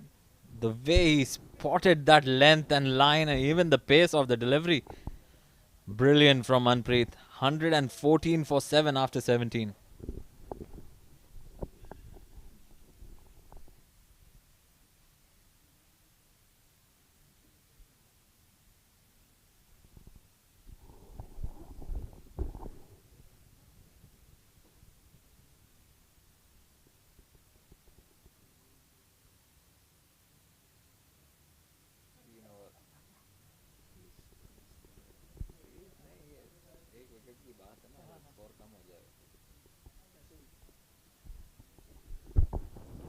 That was a good shot from Manpreet Singh. He was watching Wajid Khan from the other end. This time he joins the party. And what a wonderful piece of camera work there by our production team. Thanks to Shahid and Maruf, who are doing a fabulous job out there. Danish Qureshi. Oh, a low full toss. Wajid Khan would be gutted with himself. He missed out on that opportunity to hit towards that leg side, shorter boundary towards that leg side. But nevertheless, a dot ball there. But I don't understand that tactic from Danish Qureshi. He can probably create an angle from going over the wicket to the left-hander. However, brilliantly bowled on that occasion, straight to the fielder. A misfield. Would they go for the second one? No is the call, and rightfully so. That would have been curtains. Good decision on that occasion from Manpreet Singh, just sticking to a single. Have they gone for a second one, could have been a disaster. They should take whatever they get in those death overs, as rightly mentioned by you, and get their team to a decent total to fight back.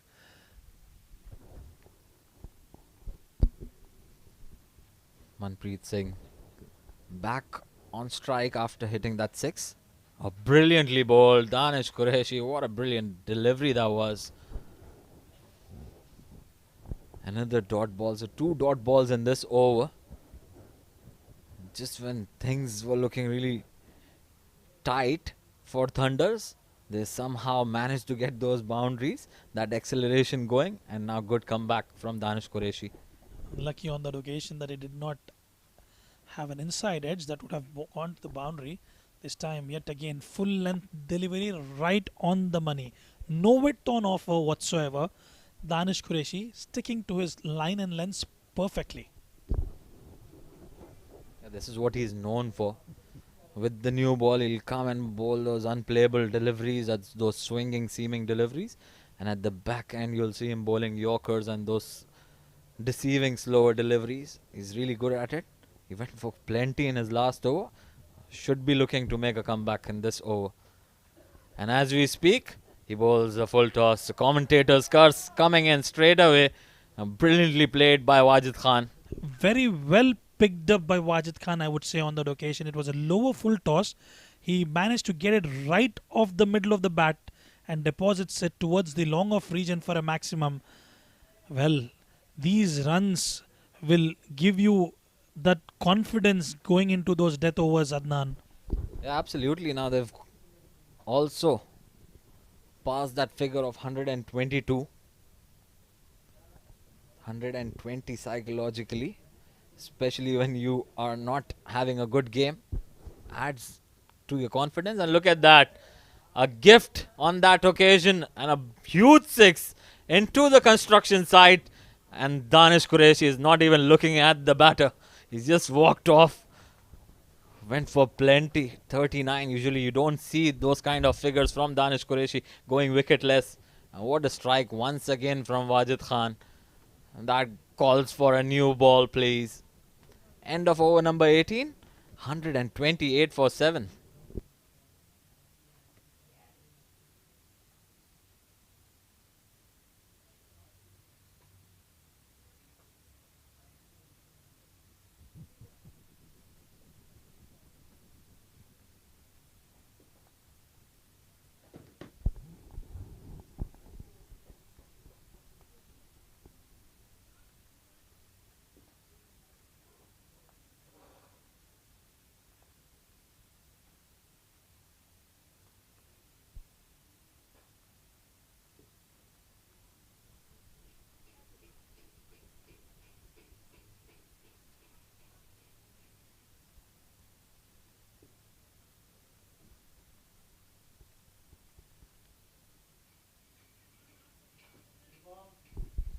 Danish Qureshi, unlucky on that occasion, has gone wicketless tonight.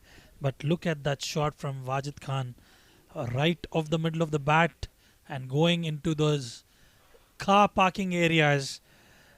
That was a good one to watch out. And the end of 1,828 for 7. They've got 2 overs left. Can they get close to 150? Well, 150 is definitely in sight now, especially after those big hits from Wajid Khan. He's playing a cameo there.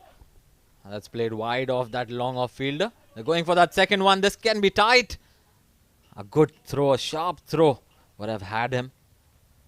But another couple of runs added to the total. A very good cameo there from Wajid Khan. 31 of just 14 deliveries. And Manpreet Singh giving him great support from the other end as well. A good little partnership for Dubai Thunders. Absolutely. And Manpreet Singh, the ones in the slot, he has deposited that for a maximum and let Wajid Khan do the honors for the rest of them. This time full length on offer. A quick single yet again stolen. Straight to Shahrukh Amin. Yeah, we can see that the umpire is looking at the sky. We have a bit of a drizzle here. 10 more deliveries to go in this innings. And Wajid Khan, he'll be looking to capitalize. But he's got a very big boundary on the leg side to clear. I'm sure Faisal Altaf would be looking to bowl short pitch deliveries. Can't be going full. Look at that. That's played pretty well. Wide off that fine leg fielder. He's bisected that deep fielder pretty well as well to pick up another boundary. So 6 runs of the first 3 deliveries there. Well, it was on the patch for the taking for Wajid Khan. A batter like Wajid Khan, he will never miss out on that occasion.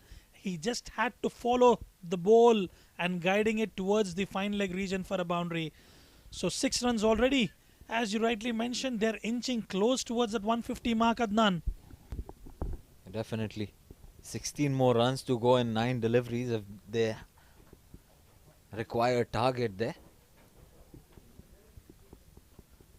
Faisal Altaf, he's got to bowl smartly here. Off pace delivery, that's very well connected. That's going.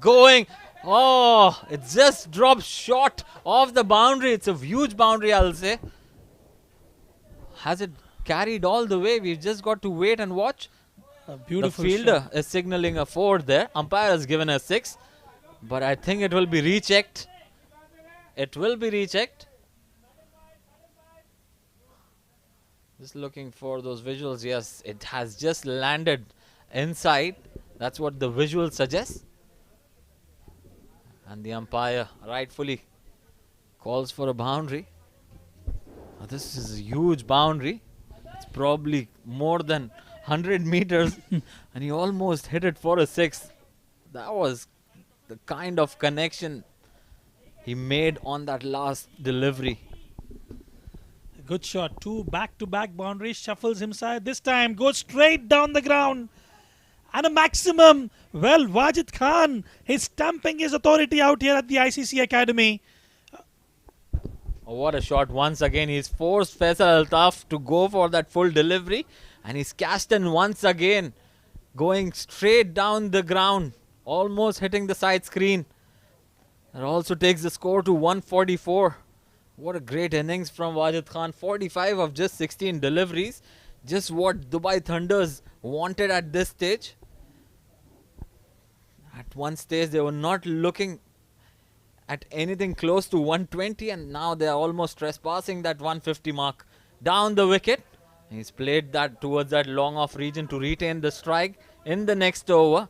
End of over number 19. 145 for 7. And Faisal Altaf, all of a sudden, his figures looking pretty ordinary now. 3 for 39. 1 more over to go.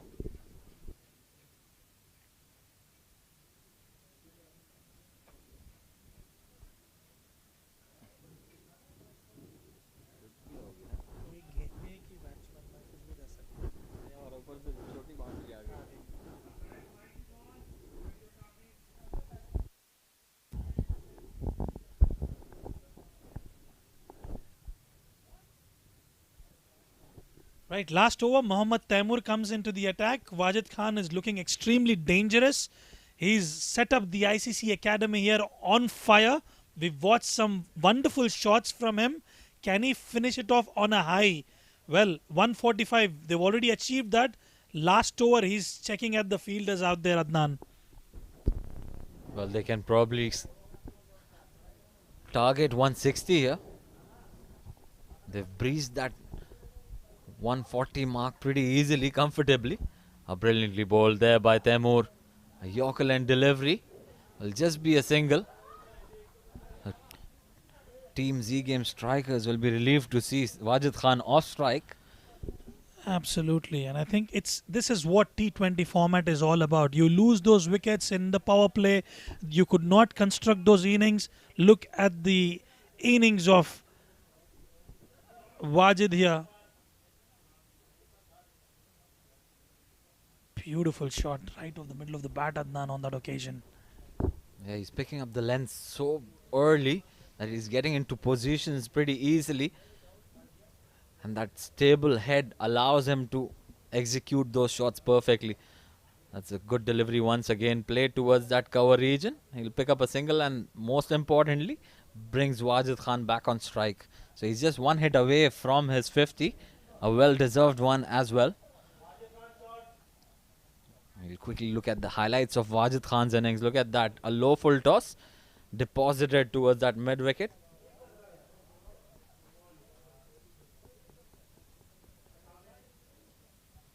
Back live now once again. Wajid Khan shuffling across to make use of that short boundary on the leg side. They're looking for that second one, which is not available on offer, and rightfully so.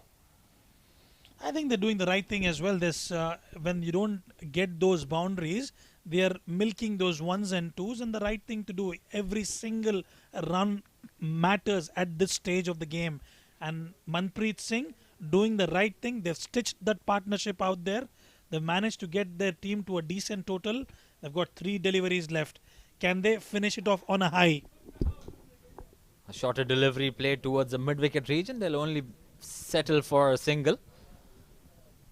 Last 2 deliveries. And it looks like Wajid Khan will be turning down any single now. He'll be looking to hit big ones. 2 more deliveries and they are at 149. Just when things were looking really blurry for them, Wajid Khan stepped in for Dubai Thunders and changed the complexion of the game. A short delivery that skied up in the air. The bowler had to make a valiant effort there. And just a single. So Wajid Khan would probably have to settle for 49 of just 20 deliveries.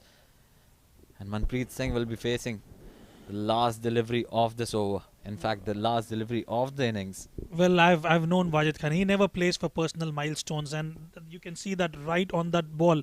He's not too worried about his half century. What matters to him is, can they get to that good total?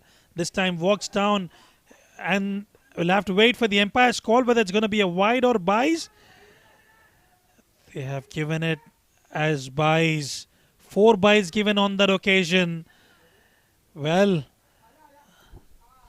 you wouldn't have seen any batter as disappointed as these batters out there on a boundary, just because they were looking for that wide signal, but right call in the end. The keeper missing it. No chance for Safir Tariq on that occasion, but a very important boundary conceded off the last delivery of the 20th. 154 for 7 is all Dubai Thunders could manage, and Z-Game strikers, when they chase, they've got to chase down that 155, which looks a different total altogether. well, thanks to Wajid Khan on that occasion, managed to get this team to a decent total. Let's have a look at the batting scorecard. Khalid Shah and Israr Ahmed started off slow and steady for Dubai Thunders. Khalid managed to get 15 of 17. Israr Ahmed was looking dangerous initially, but he was caught out by Ismail Afridi. Sagar Kalyan played a short cameo there, played 28 of 22 deliveries. Basir Bhatt 9 of 10. But in the end, it was Wajid Khan who made the difference for his team, Dubai Thunders, stamping his authority in style, comfortably supported by Manpreet Singh on that occasion. An important partnership in the end for Dubai Thunders, taking them across that 150 total. Quickly look at the bowling summary as well. Danish Qureshi went for plenty, wicketless. Mohammad Taimur bowled pretty well, 4 overs 21. Mohammad Ismail bowled pretty well as well, 4 overs, just 27 runs, picked up a wicket. Faisal Altaf was the pick of the bowlers, picking up 3 wickets, but conceded quite a lot of score in the last 2 overs. Mohammad Azhar went for just 22 in his 4 overs, picking up 2 important wickets.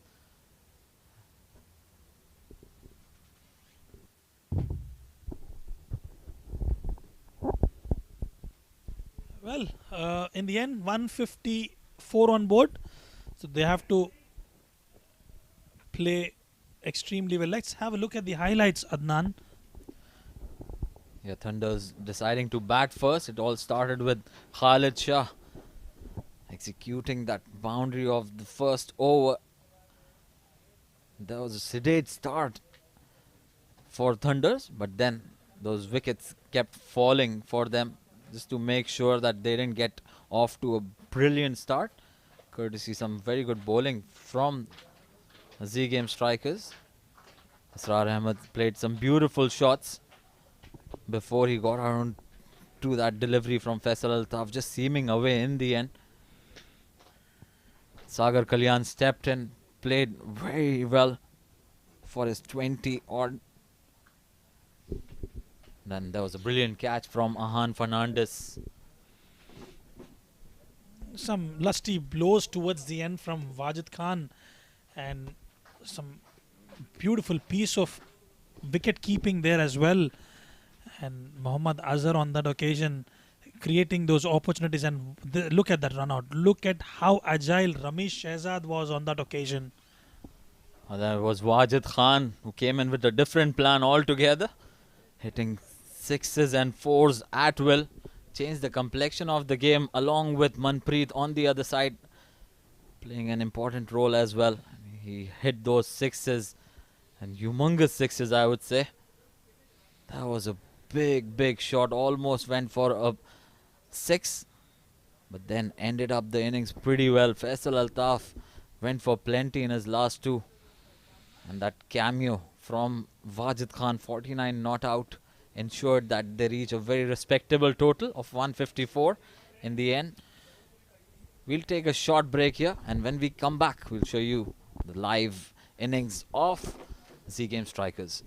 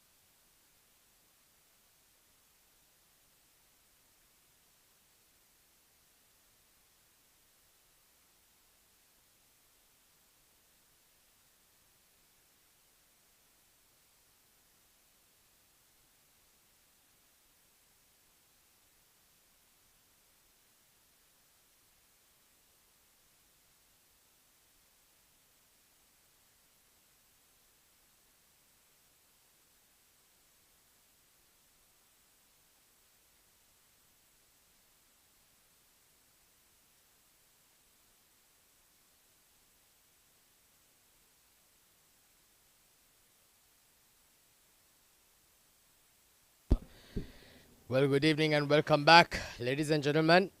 It's been a very, very entertaining first half that we witnessed from the Thunders. They certainly did row with Thunder towards right at the end of the innings. What a terrific comeback. They were at one stage 7 wickets down for not many runs. But right there towards the end, they managed to propel the score to 154. With now the Z Games require 155 for victory. It's going to be a very interesting period of play. The Thunders will certainly want to get some early wickets and make sure that they can certainly provide a good start here. So here we go. First ball of the second innings underway and a huge hit. First ball of the second innings. And it has been smashed out of the park by Ronak Panoli. What a way to open up your innings. Well, making the statement absolutely clear on that occasion, Ronak Panoli, Kashif Daud giving him in the slot, and Ronak Panoli pounced on it for a maximum. A glorious shot from the blade of Ronak Panoli, stamping his authority in style. What a start. What a brilliant start from Ronak Panoli. Goodness gracious, that was an outrageous shot of the middle of the bat. And that ball went a many a miles. First ball of the game, in fact the second innings. And you will need to find a new ball. Well, how lucky for whoever may pick that ball up, Rizwan. They get a brand new cherry in their hand.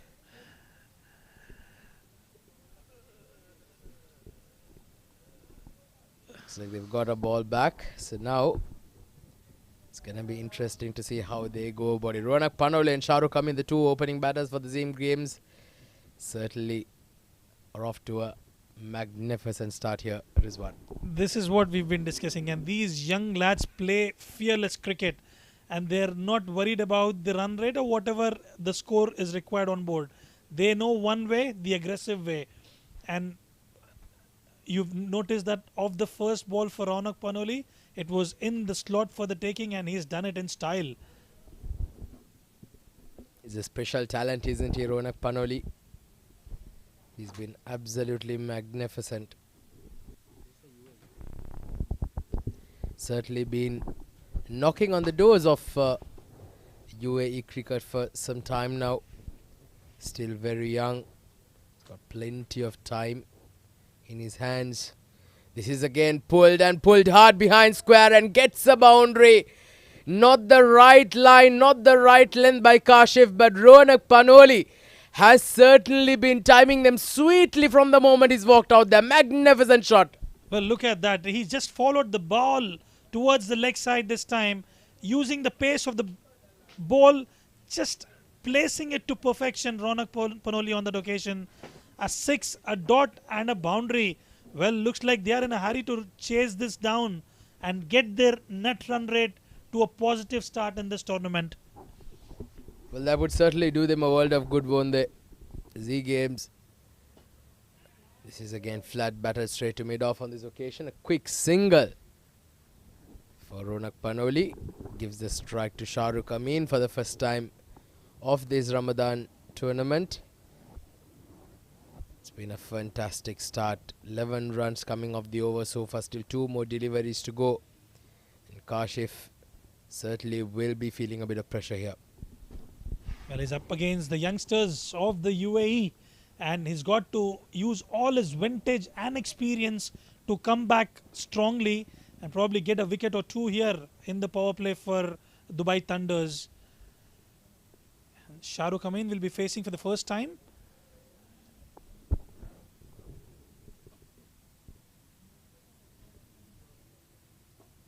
So a bit of left hand, right hand combination here for the Z Games. Shahrukh Khan and Ronak Panoli, two very, very good batters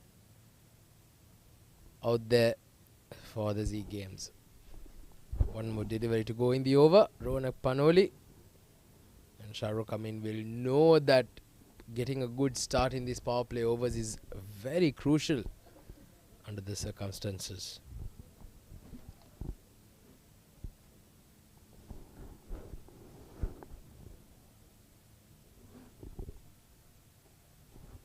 Good delivery there. Just around that off stump line, that is where he's got to keep persisting on.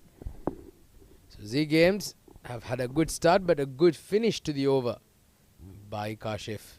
2 dot balls. First over done and dusted. Z Games 11 for no loss.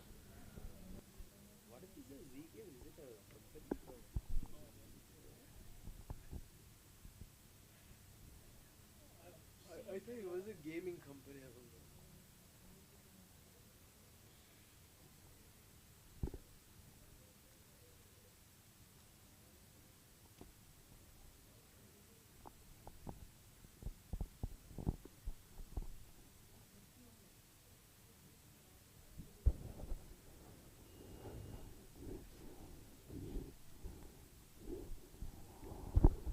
Mati Khan comes into the attack for Dubai Thunders from the school end.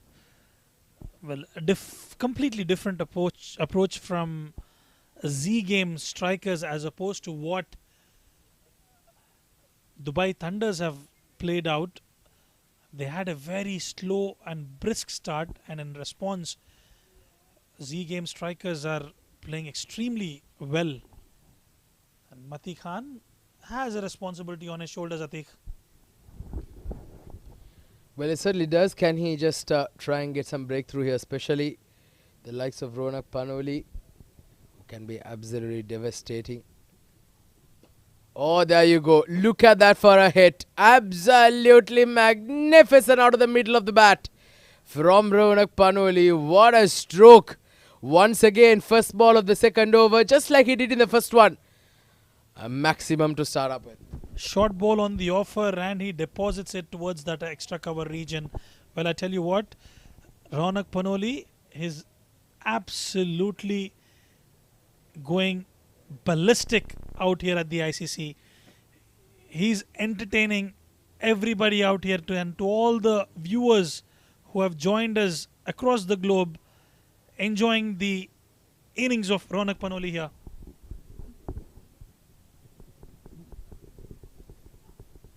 Oh, good delivery. Very good delivery. Ronak Panoli once again trying to hit that ball into orbit. Slightly losing his shape there on that occasion. Good delivery there by Mati Khan. Lucky on that occasion, I would say, Atiq. Probably inch here and there would have had that outside edge straight to the keeper. Lucky for Ronak Panoli on that occasion. Well, 6 and dot. Can Mateen produce something of this wicket?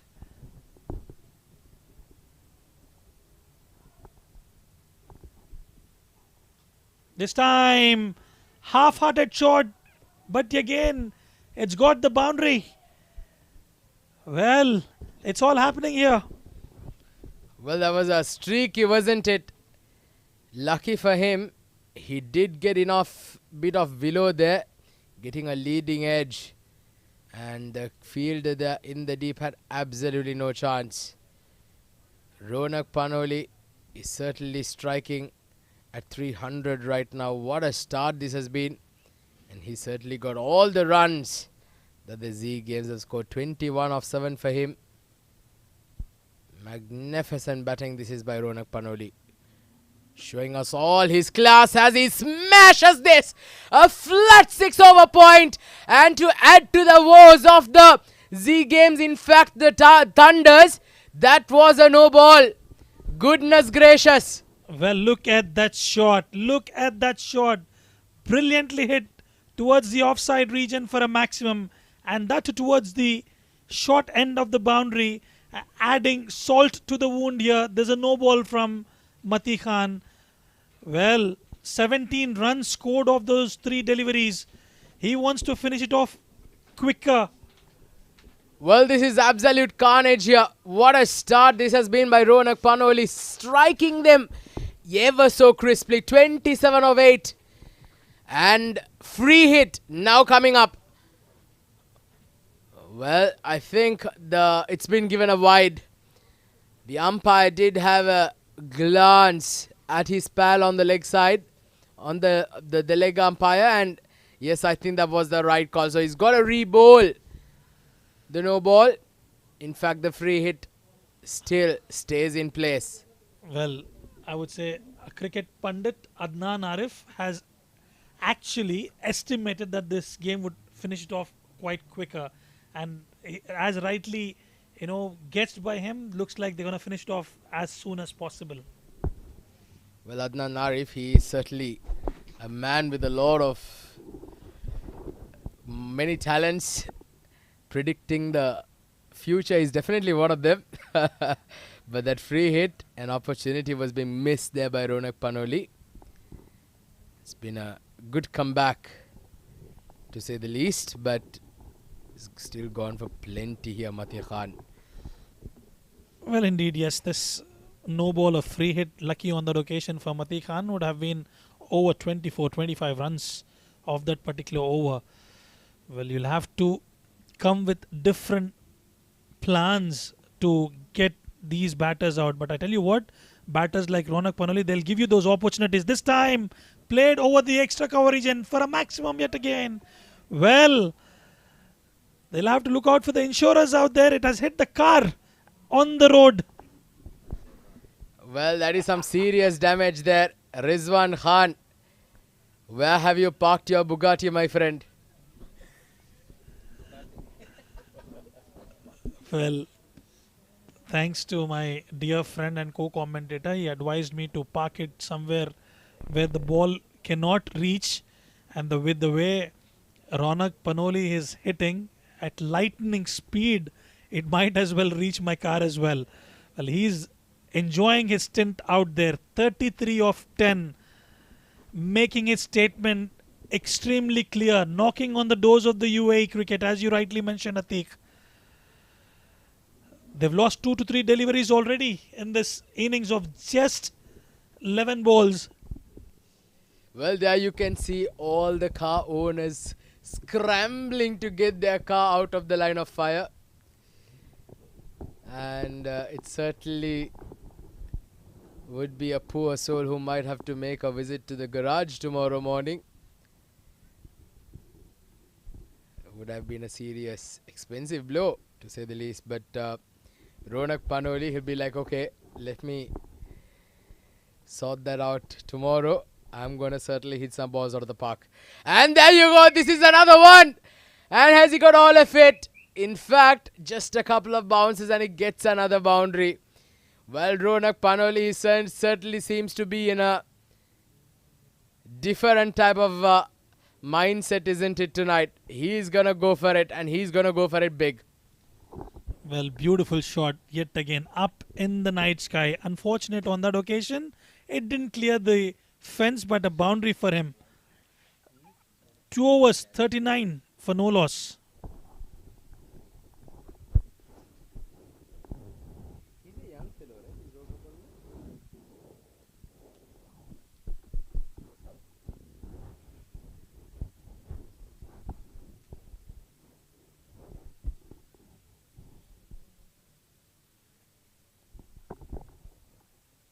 Tell you what, Ronak Panoli has moved on to 37 of 11 deliveries and Shahrukh is yet to score. I think how often do you get to see that?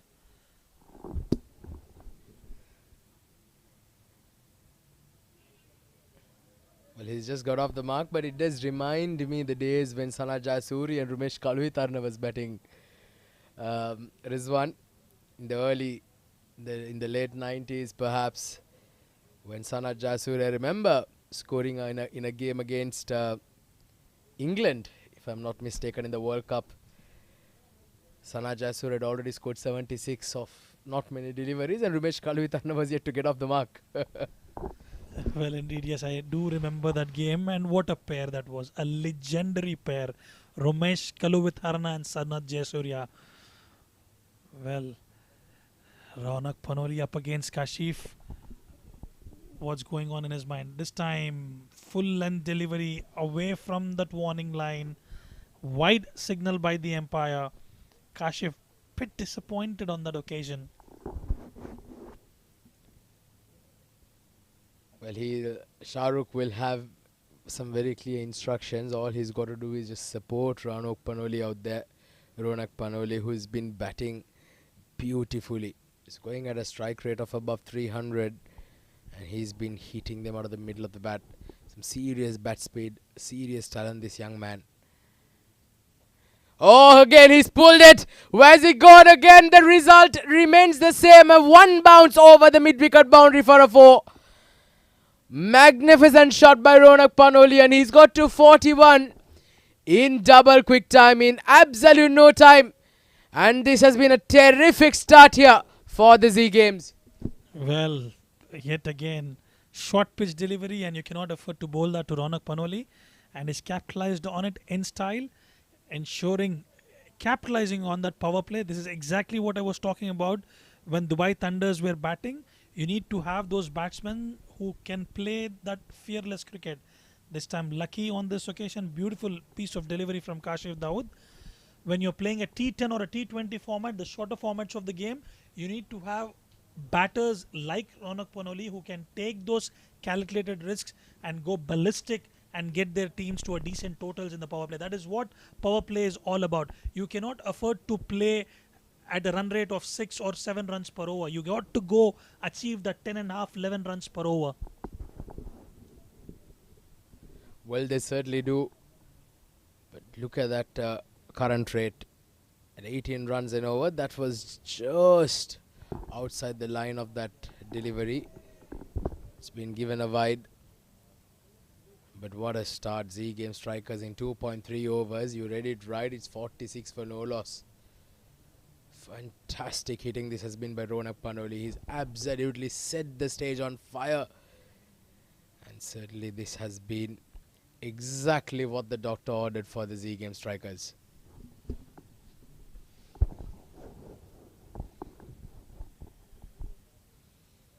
Swing and a miss this time. Lucky on that occasion for Kashif Dawood that he could not connect his blade on that occasion. Well, 2.4, 46 for no loss. They are looking for those valuable 2 points to start the tournament off in style. And those games initially would matter a lot, Atik, when you're playing such a big tournament. Well, they say that, you got to make sure that you create that tempo up and early on. Ronak Panoli has certainly done that from the first ball he's faced, as this time he goes down the ground. Has he got all of it? Yes, he has. On to the ICC panels. And another 6 to bring up the 50 up for the Z Game strikers. It's come up inside the third over. And it has been a magnificent start by the Z Game strikers. And certainly by Ronak Panoli. That is a shot of an emperor. Look at that. Look at that back lift and the way he's timed it to perfection. Well, Ronak Panoli is having a ball of a time here up against Dubai Thunders. He's raced towards his 50 out there. Well, he's on 47. In fact, he's just 3 more runs, babe. 1 hit away. Can he get it this ball? And he's been bowled him. Goodness gracious, talk about the commentator's curse. Rizwan Bhai, what have you done?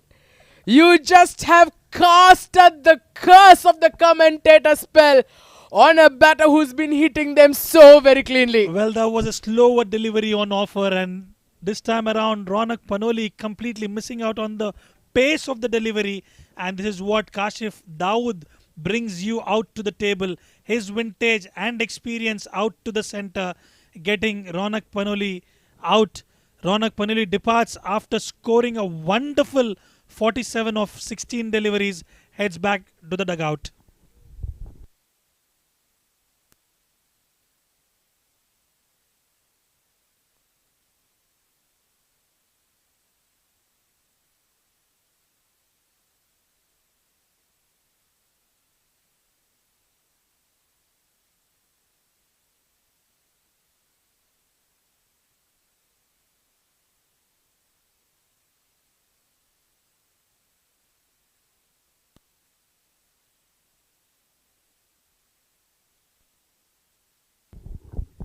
Well, that brings out Lovepreet out to the center, who's a wonderful batter, was recently nominated to play for UAE, and he's been playing across different formats in the UAE as well. Played alongside as well in Dhaid and in Ajman ovals. A brilliant prospect to watch out for. Manpreet Singh this time starts from the school end. Shahrukh Amin has witnessed those fireworks from the other end, and it's his time now to join the party.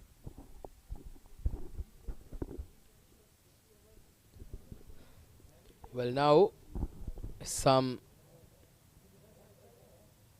all the chaos out there will certainly calm down a bit. It's about time now that the Dubai Thunders can certainly get things back in shape, but looks like that's not been the case as Manpreet Goni puts out an absolute shocker.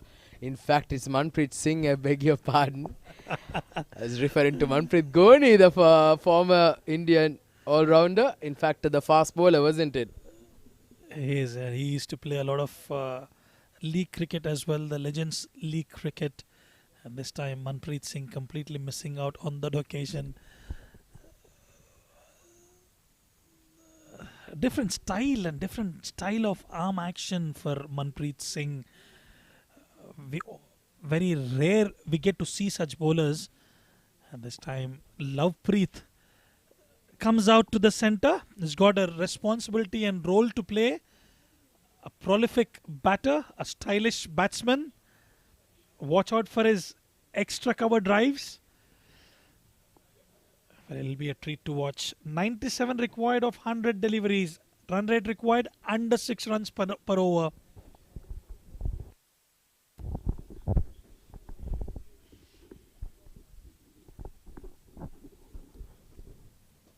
Oh, caught and ball and what a catch! What a brilliant take there by Manpreet Singh. One-handed take, a soft dismissal, and Lovepreet Singh has to depart. Well, unfortunate, unlucky on that occasion. Lovepreet was just trying to open the face of the bat and straight towards the fielder. A simple catch for taking, and in the end, Manpreet dismisses Lovepreet, who has to depart without troubling the scorers out there. Well, 2 wickets in quick succession. Can there be a twist in the tail? Well, he's set the foundation though for Z game strikers Ronak Panoli. Well, the others have to play around and get his team over the line. 58 for 2 after 3.3 overs.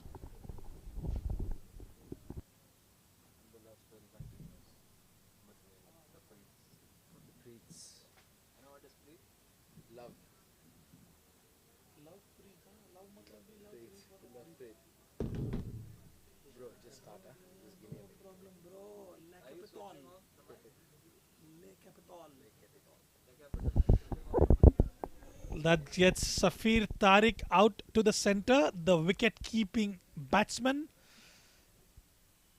Well, they have already achieved 16.57. They just have to get 5.88 runs per over. Well, looks like a walk in the park for them, but they've lost those 2 quick wickets in succession. As we all know, it's a funny game. Anything could happen. Couple of more wickets. Dubai Thunders will be right back into the game. Manpreet Singh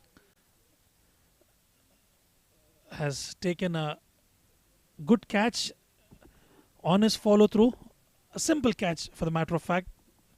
Gets Safir Tariq on strike. This time straight right on the money. A dot ball.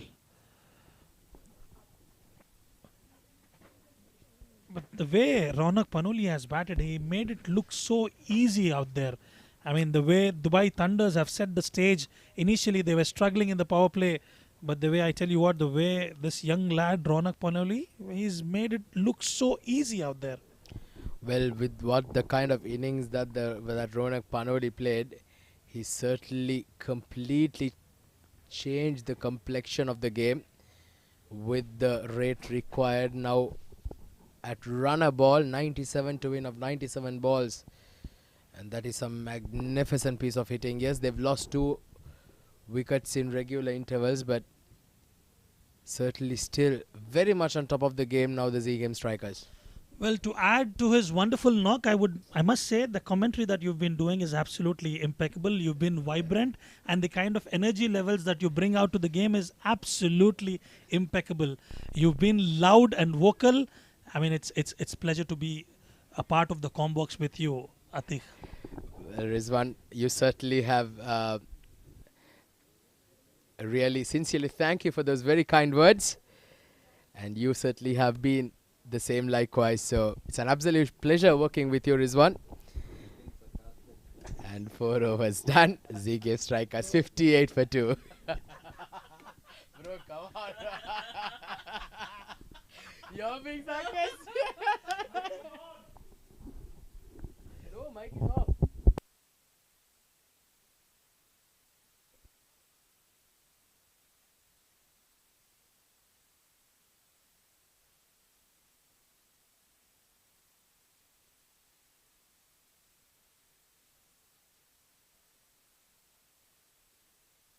Well, Kashif comes back into the attack. He's been expensive. 1 for 24 off his 2 overs.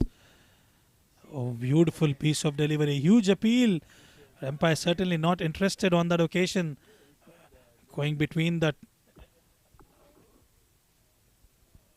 thigh and the batter. Beautiful delivery from Kashif Dawood on that occasion. Well, he did have a expensive start when Ronak Panoli was certainly taking him to the cleaners. But now he can perhaps maybe breathe a sigh of relief after picking up that wicket.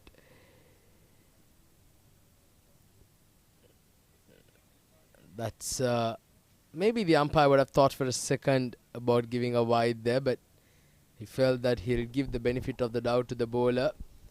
Safir Tariq and Shahrukh Amin, the two batters out there, they certainly will have a job to do a bit of rebuilding from here onwards. Absolutely, and I think on that occasion it kept a bit low. And this slight breeze out there. And how often do we get to wear hoodies in Dubai, given the conditions right now, Atik?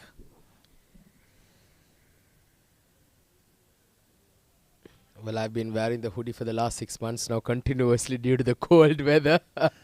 But yeah, well, we're just stepping in towards the start of, I wouldn't say it's not summer yet. Maybe it's more like spring, to say the least. We do not have spring or autumn in these parts of the world. But it is that part of the season where the temperatures do begin to climb. But it's still quite chilly here. But maybe when we go towards the latter part of the tournament, the temperatures will start to rise. And he's got an edge! Just evades the grasp of the wicket keeper. An opportunity goes down. And Shahrukh Amin survives. When he tried to walk down the wicket and charge Kashif Dawood on this occasion, lucky on this occasion, was slightly short of that keeper there. Just a single conceded. Well, Shahrukh Amin is feeling a bit of pressure, which is not required at this stage. They've got the foundation set already. He just have to play around Safir Tariq and get his team over the line. That's all it matters the most at this stage. They don't have to worry about the required run rate, as it is just over 6. And you don't need to take those risks or the calculated risk, whatever you would want to call it. Just stay around there, spend some time, milk those ones and twos. That should be the right way forward. Well, once again, looks like he's not going to listen to you, Rizwan. He's got there out of the middle of the bat. And Safir Tariq has opened his account off in style with a maximum. That's a very, very good hit there by Safir Tariq. I would want to understand what have they discussed in the team huddle. Are you going to is everybody going to start off with the maximum? That's exactly what Ronak Panoli has done. And this time around, Safir Tariq opening his account with a maximum. It was in the slot for the taking, and he's deposited that in style. Well, Kashif had certainly bowled 4 very good deliveries just till that very last ball. Just bowling it in the slot. Safir Tariq, all he had to do was get some bat out of the middle, and that ball did travel a long way. So 6s and 4s, it certainly has been raining here at the ICC Academy with some maximums. Safir Tariq now joining the party. The rate required once again comes below runner ball. 91 required for victory. In fact, 90 required for victory of 91 balls.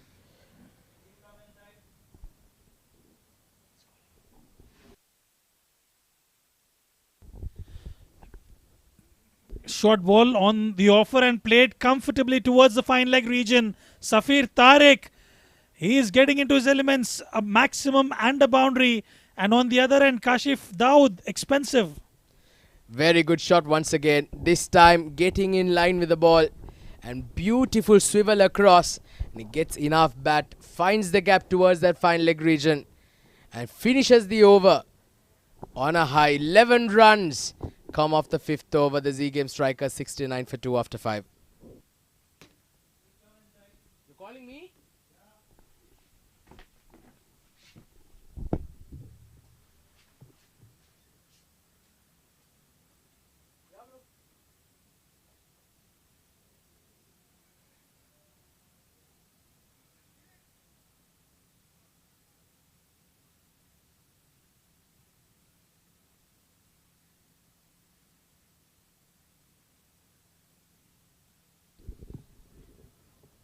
Manpreet Singh continues.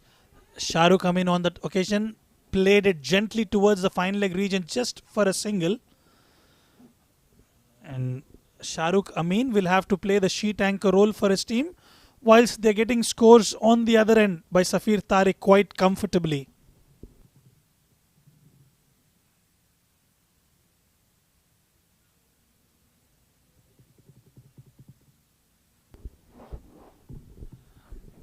Beautiful weather, slight bit of breeze around the ICC Academy here at Dubai.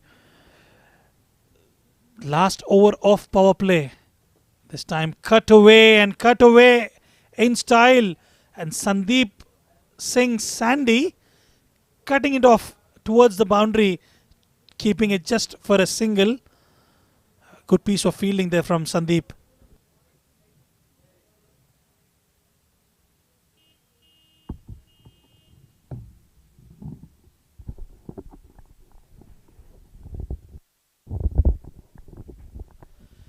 Manpreet Singh. This time short ball on offer. Play towards the leg side. Just a single.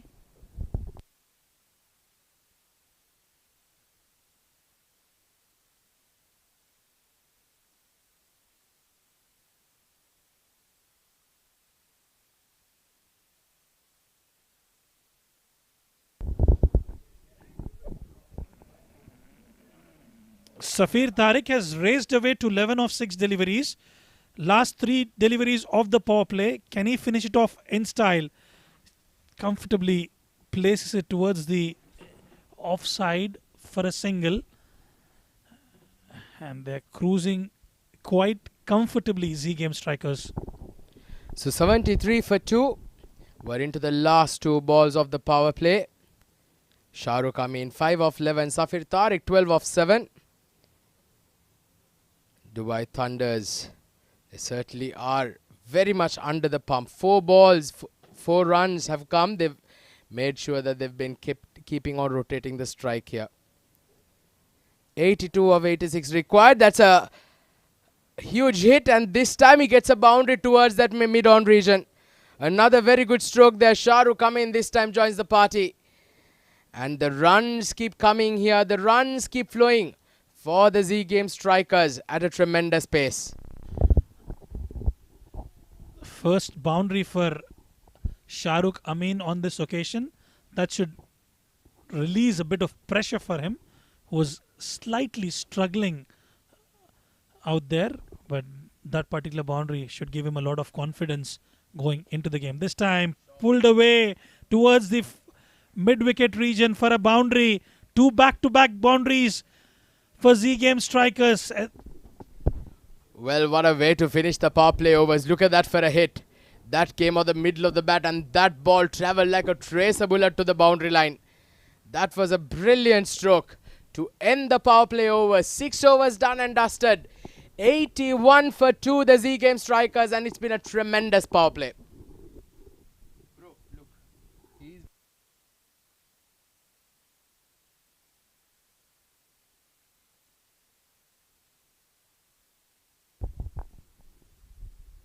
Can you hear us? Mic is off. Can you hear us? Mic is off.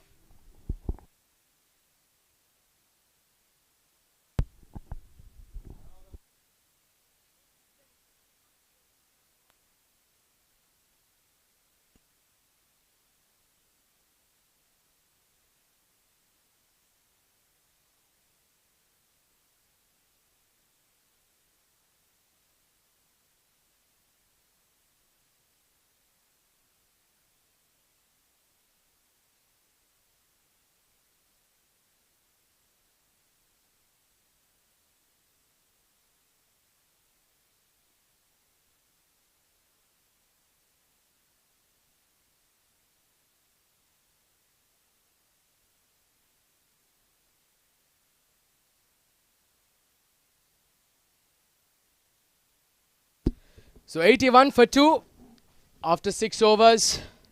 Safir Tariq 12 of 7. Shahrukh 13 of 13. 28 runs have come off Mati Khan's first over. Well, they've certainly been running away with the game, haven't they, Rizwan? Well, certainly cruising at a decent altitude, I would say. And the kind of foundation Raunak Panoli has set them, it has been brilliant. This time, Safir Tariq cuts it and a misfield. Well, you can't afford to do that when you have such a small total on board. 72 of 83 now with the rate required 5.2. You'd say that it's just a walk in the park now, isn't it, Rizwan? But you never know in this format sometimes things can get really, really tricky.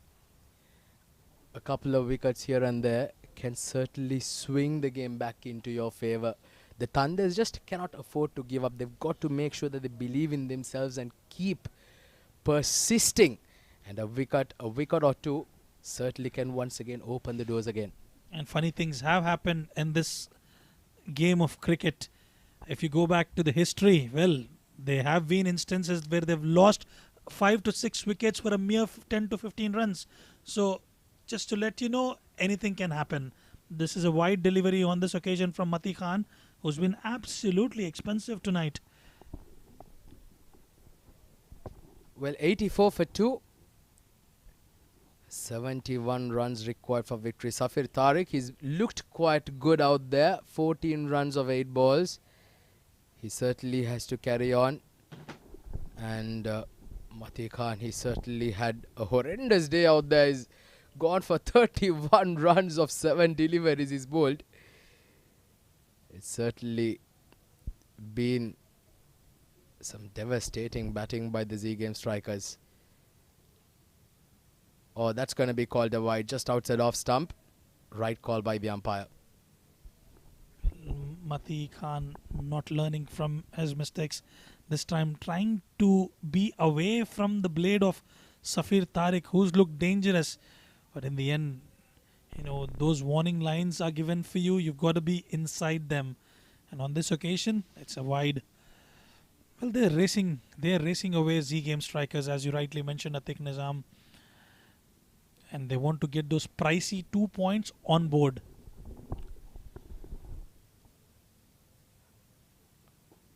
That's a good shot. Very, very good shot. Has he found the gap? No, in fact, very well fielded by the fielder at deep point.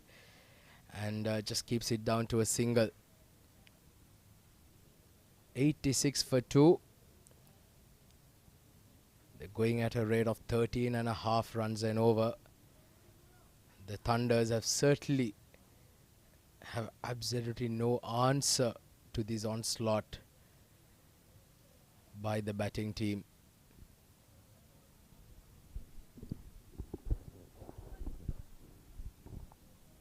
You know, when you have such wonderful power play, the morale, you can see the body language of Dubai Thunders dropping down.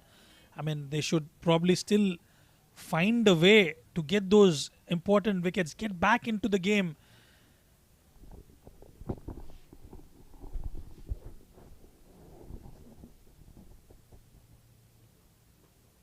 Nicely bowled there, just back off a length this time, but played with soft hands.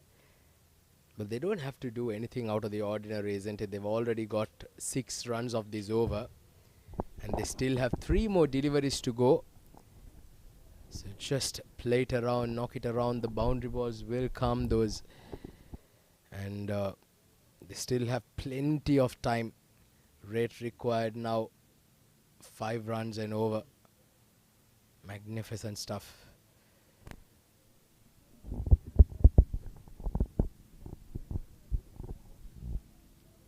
The swing and miss slightly way on the location. Lucky for Safir Tariq, he didn't nick it. Probably the pace of the delivery a bit slower on the occasion from Mati Khan. Safir Tariq, can he make sure that he sees the team through? They're just perhaps a partnership away now, isn't it, from getting over the line? Just 68 more runs required. That's hit hard. There is cover there in the deep. Now with the power play overs done and dusted, field restrictions being lifted, there is a deep point. There is also a sweeper cover in position mid-on. A deep mid-on, a deep square leg, and also a deep fine on the boundary line. Last ball coming up of the 7th, 88 for 2 on the board. Left-hander on strike. Just glanced down towards that fine leg region. After 7, Z Game strikers are 89 for 2.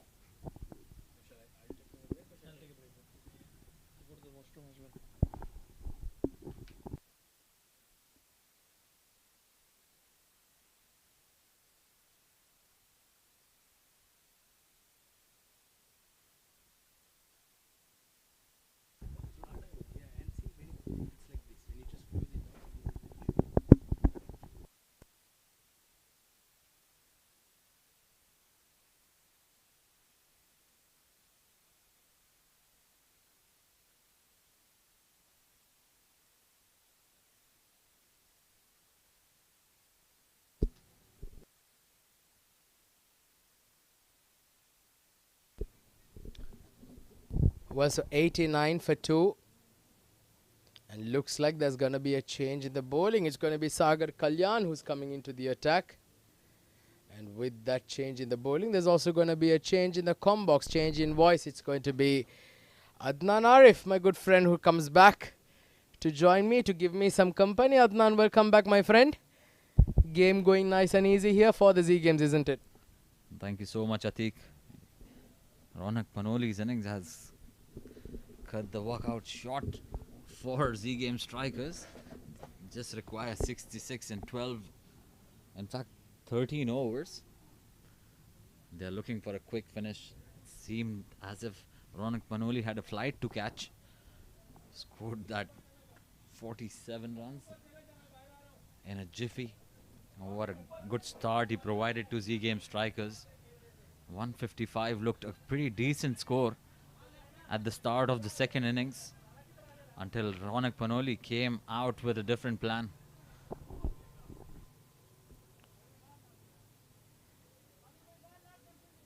Certainly has been a brilliant chase by the Z Games. They did lose 2 wickets in regular intervals, but since then they've once again steadied the ship. A nice little partnership been building between these two. 31 run stand between Safir Tariq and Shahrukh Amin. Quick single on the occasion.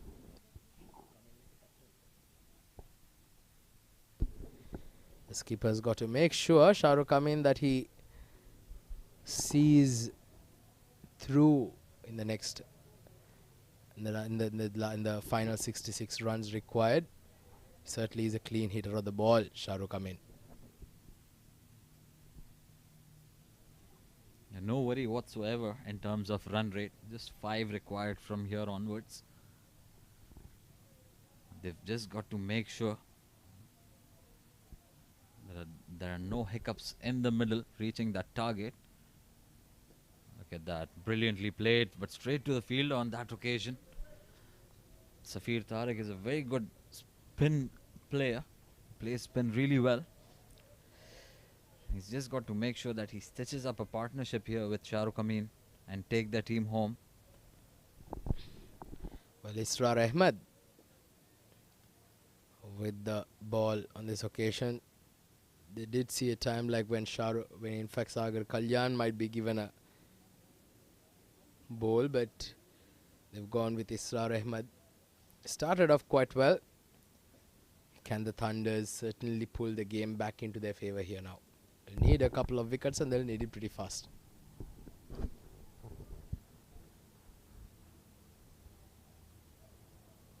A good delivery, played well towards that square leg region. He'll pick up a single. There's 63 more required now of 74 deliveries.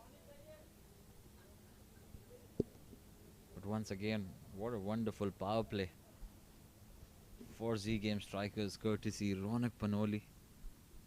And few lusty blows from Safir Tariq as well. A short delivery helped on its way with the fine leg up. This will always go for 4. Well played. He spotted the length so early, got into that position to execute that shot, and what a brilliant placement as well. Yeah, that was a very good shot once again, getting inside the line of the ball and beautifully playing it into the gap behind square towards that fine leg region. Safir Tariq, he's moved on to 21 now of 14 balls. 59 now required for victory. And now the rate required has gone below the 5 run per over mark. Is 4.85. Oh, this is nicely glanced, but I think just perhaps maybe sliding down the leg side. 8 overs done, 96 for 2.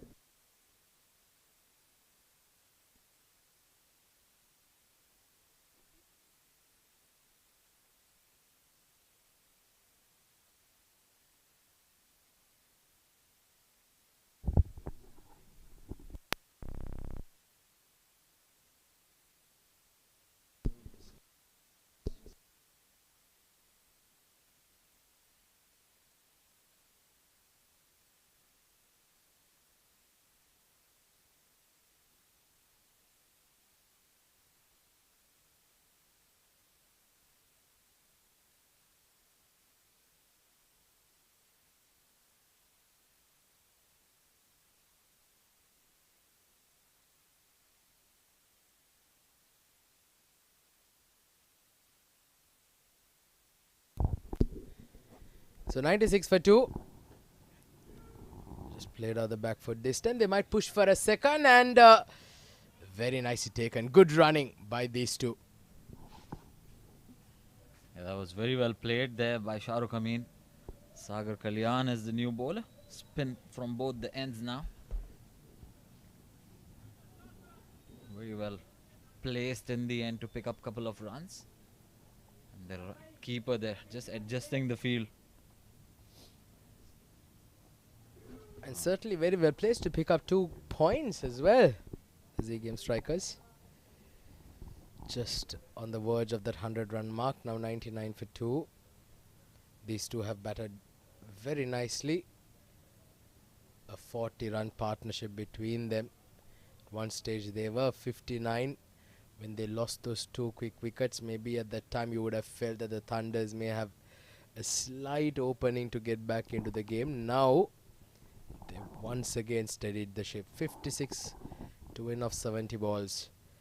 Quicker delivery, short and wide, played straight to the sweeper cover to bring the 100 up for the Z Game strikers, and it's come in 8.4 overs.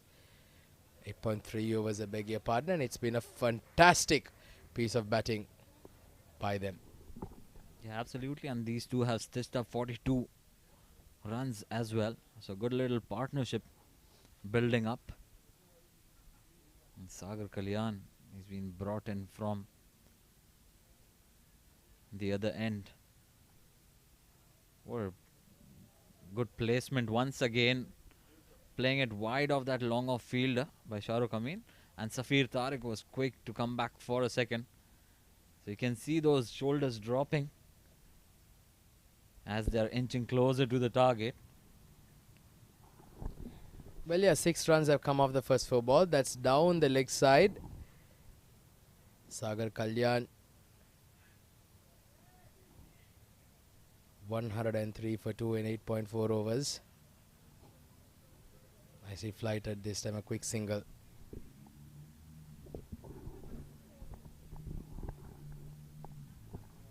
Another smart batting. They know they've taken the runs they wanted in that over.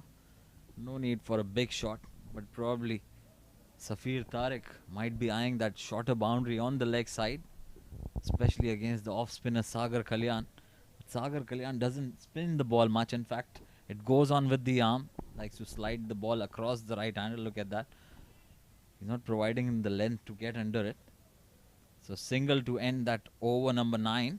Z Game strikers going along nicely. 105 for 2.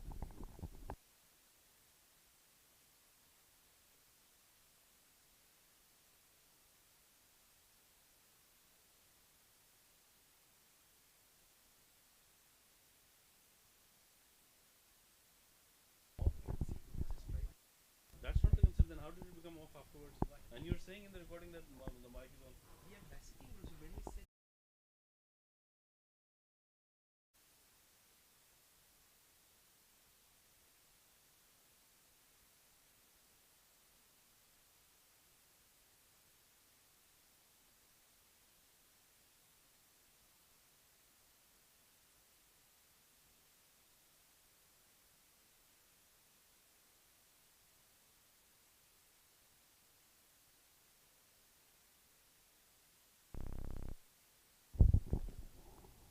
So Israr Ahmed continuing. Just 4.6 runs per over required. Steps down the track, Safir Tariq. Wanted to take the bowler on, but very well bowled in the end. Pushed it fuller, not allowing Safir Tariq to get underneath it. Could only manage a single to deep long off. Score was moving along nicely. They're all set to pick up those 2 points, Z Game strikers, with a healthy net run rate as well. 106 for 2, and he's been bowled him. Playing across the line. And Shahrukh, I mean, this time the captain, who's played extremely well up to that point, unfortunately does not make contact, and another wicket falls, and the partnership's been finally broken. A handy partnership of 48 just comes to an end courtesy that wild slog sweep from Shahrukh Amin. Was actually enticed to go towards that shorter boundary on the leg side. Nevertheless, a good contribution from the captain. 23 of 22 deliveries, and it's the 3rd wicket down for Z Game strikers on 106.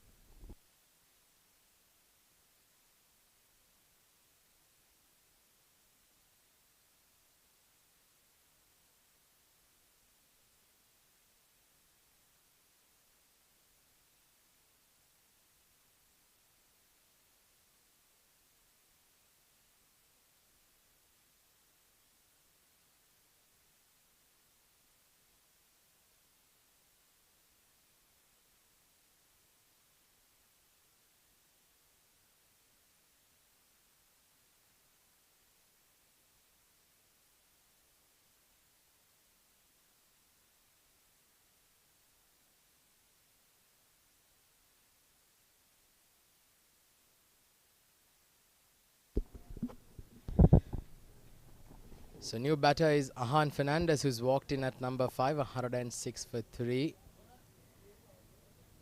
Safir Tariq 24 of 19. Israr Ahmed getting that breakthrough, the much needed breakthrough for the Thunders. Can they get another wicket here?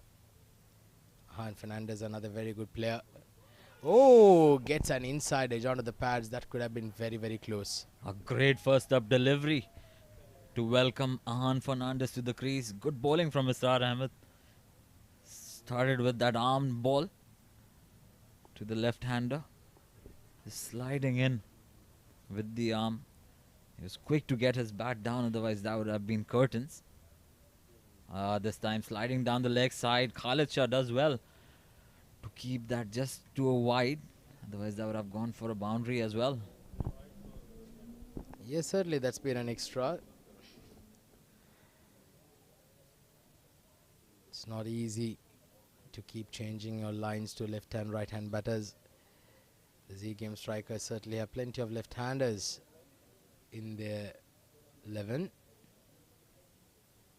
So another single. Han Fernandez off the mark. So a successful over coming to a close now for the Dubai Thunders. They were looking for a wicket for quite some time. And they've got to pick up wickets in clusters now if they are to make a game out of this. Because if they play out another 6 or 7 overs, they'll get over the line, Z game strikers. Meanwhile, it's just a single to end the over number 10 at halfway stage. Z game strikers doing really well. 109 for 3.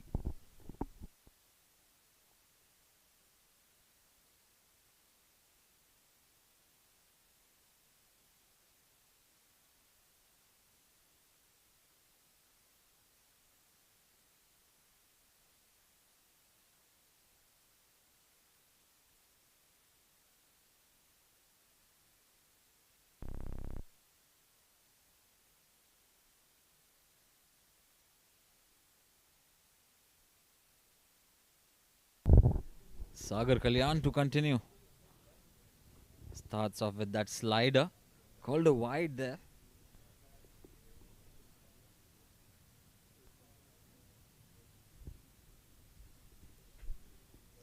Goes a little fuller. Safir Tariq very quick to pick that up and swipe it across towards the leg side. That was very well picked up from the off stump. In fact, outside the off stump. And the cars were once again in danger.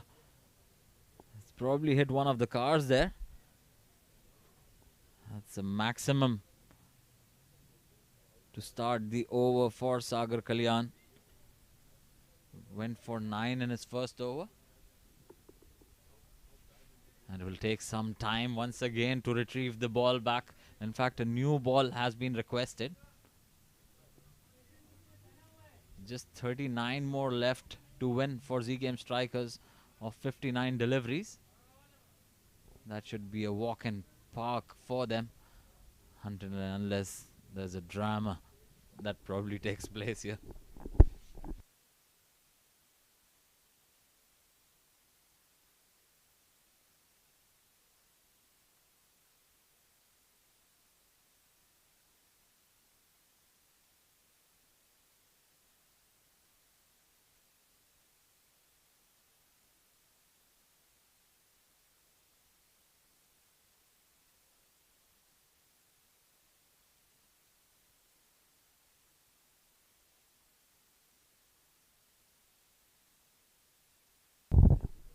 So the ball has been retrieved. And everyone's back in their positions to commence play. A shorter delivery on that occasion, just adjusting his length. Sagar Kalyan giving enough width to Safir Tariq to pounce on that delivery. Hits a boundary after that 6, so he's doing well, pretty good in the center. Picks up 11 runs of the first 2 deliveries that Sagar Kalyan has bowled. So the pressure has been turned on to Sagar Kalyan. Especially with a shorter boundary on the leg side. He's got to adjust his line. Oh, that's under edged almost onto the stumps. He's gone on to hit the wicket keeper on his boot. On the toe, probably doesn't have much cushioning on that part of the shoes. Look at that. Oh yes, that would hurt. Probably after the match once everything cools down. Short and wide once again, played towards that deep fielder. They're looking for that second. The fielder does well to contain it to just a single. Was the 34 runs required now for victory? Seems like it's going to be a walk in the park. The rate required is just about 3.5 runs and over.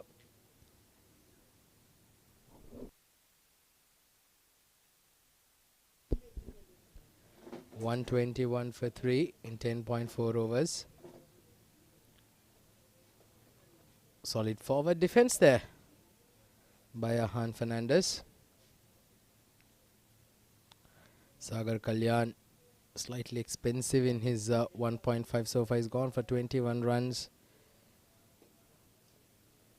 Oh, just tried to stop that, just couldn't do it. Just a single down towards mid-on to end the 11th, 122 for 3.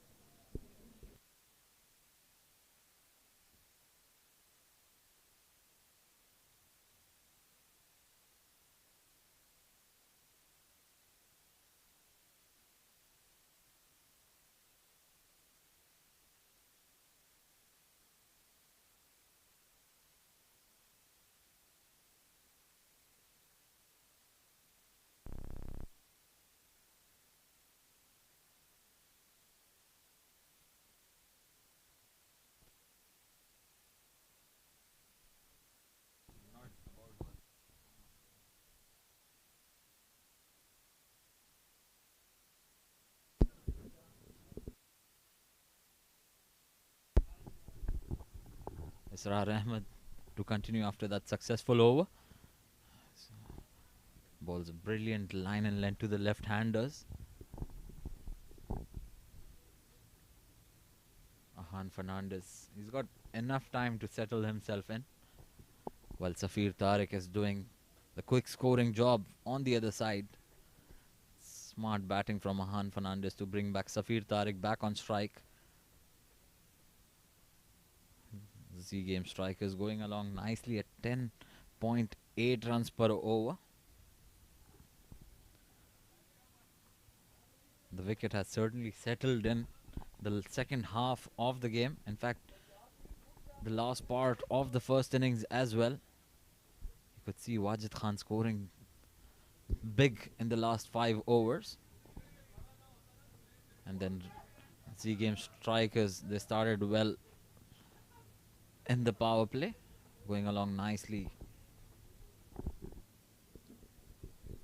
You're going through nicely now, 123 for 3. And not trying anything out of the ordinary, just playing each ball and its merit. They certainly can afford to do with the rate required now, below 4 runs and over. Safir Tariq has batted beautifully since the fall of those first 2 wickets. He's just come back and made sure that he steadied the ship and just taken them right now towards striking distance. This is hit hard towards the square leg region and he gets a boundary. No fielders there in the deep. There you see the bowler not very amused with that. Where was the square leg fielder? Where exactly was he placed? Because I can't see him in the screen. Probably couldn't side the ball. And the keeper, I can see it on your screen, not really happy with his positioning. He was way squarer. In fact, behind square towards that fine leg region. And now the bowler is asking him to move towards the squarer region. I think he must have not picked it there from the boundary line. I think that was Sagar Kalyan who did not pick that ball up. So 6 runs coming off the 13th, 128 for 3.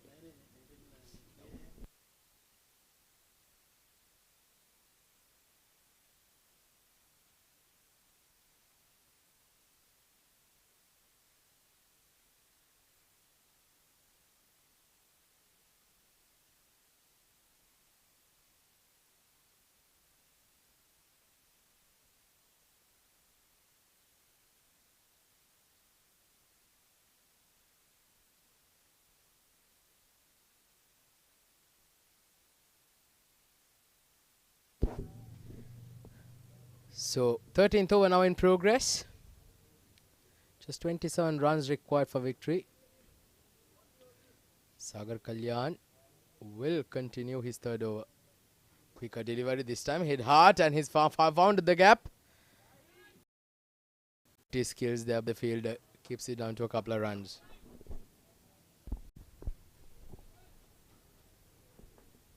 He's really made up for that mistake that he conceded a boundary in the last over. Had to bring out his football skills to save 2 runs for his team. Short and wide once again. That's again pierced very well. Bisected those 2 fielders pretty well. The sweeper and the cover fielder to perfection to pick up another boundary for himself. Safir Tariq is looking good and nearing his landmark of 50 runs. Another very good placement by Safir Tariq.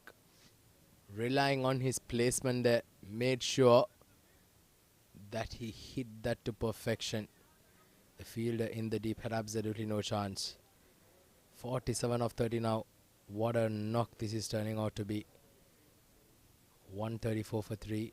21 runs required for victory now of 46 balls. 6 runs coming out the first 2 balls here.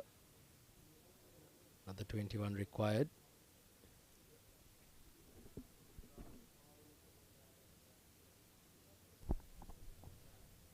So that has brought a change in field. That last shot from Safir Tariq. The cover fielder has been pushed back. Square leg brought in. And he brings out that helicopter to place it right where the fielder was brought in. Picks up a 50. Acknowledges his teammates in the dugout. What a brilliant innings this is from Safir Tariq. 51 of just 31 deliveries. And look at that adjustment and that helicopter shot of the day. Well, it has been a great improvisation there by Safir Tariq. Made sure that he got down on one knee and placed it to perfection. It's been a fantastic knock. 51 of 31. And he's put the Z Game strikers now on the verge of victory. Just 32. In fact, 17 runs required for victory. 138 on the board. What a knock it has been. Brilliant stuff.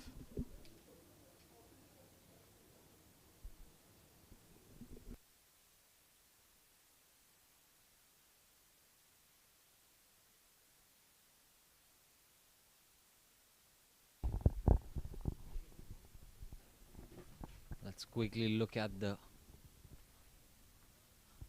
highlights of Safir Tariq's innings. It started with that 6 towards the square leg region.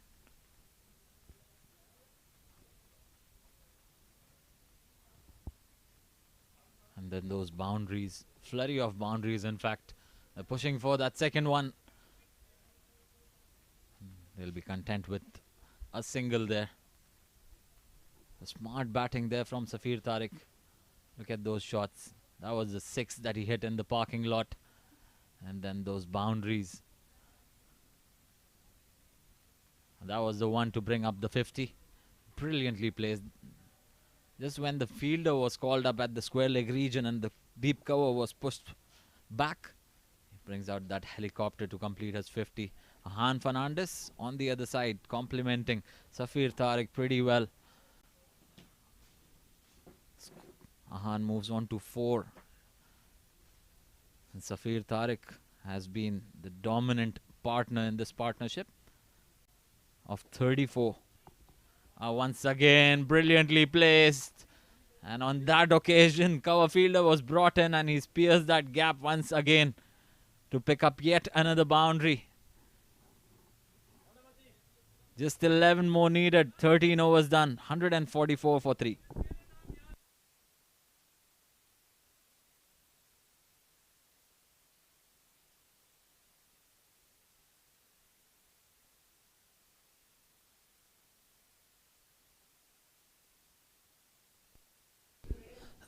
There's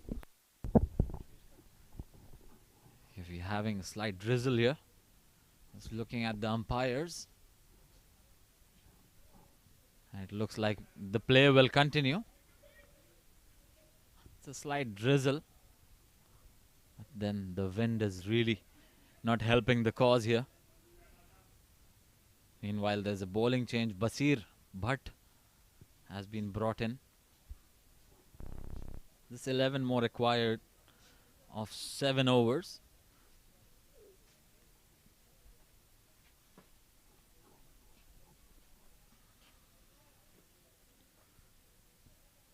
Short delivery, a quicker one on that occasion. Han Fernandez just missing the line.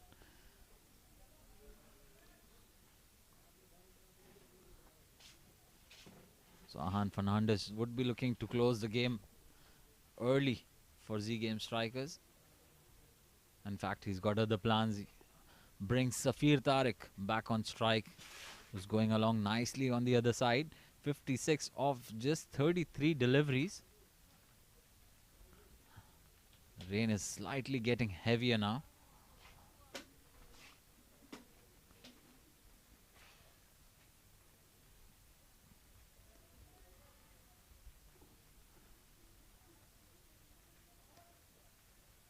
Played back to the bowler. A rare dot delivery from Safir Tariq. Steps down the wicket. Unable to get under it, but it'll just be a single.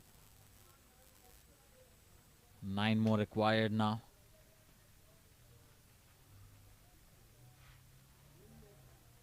So the right hand and left hand combination not really helping the cause of the fielding side.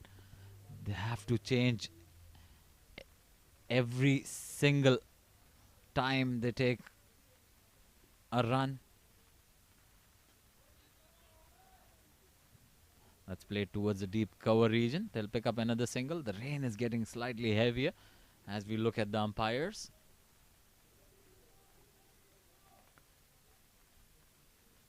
So the last ball of over number 14 coming up. Safir Tariq, can he hit a maximum here? He wanted to go for a big one. Places it pretty well, but not enough to find a boundary. He'll pick up a single to end that over. End of over number 14. Z Game strikers 148 for 3.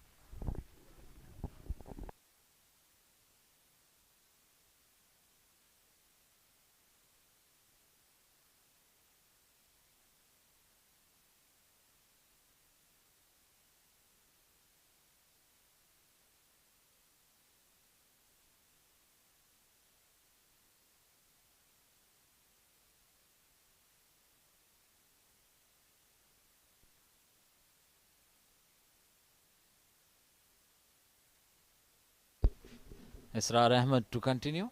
Short delivery. Play towards that vacant square leg region. He'll pick up another boundary for himself, Safir Tariq. Look at that. It was short and asking to be hit. And Safir Tariq is in great form to let that go. Just 2 more required. In fact, 3. 35 more deliveries left in this innings. A fuller delivery, and that's stonked down the ground and completes that target of 155 in style. Safir Tariq, what an innings this has been from him. A rare full delivery from Israr Tariq, and he got the punishment. That brings an early close to the game. Just 14 overs and 2 balls required to breeze that target of 155 as Safir Tariq rushes back to the dugout to avoid that rain. And Z Game strikers win by 7 wickets.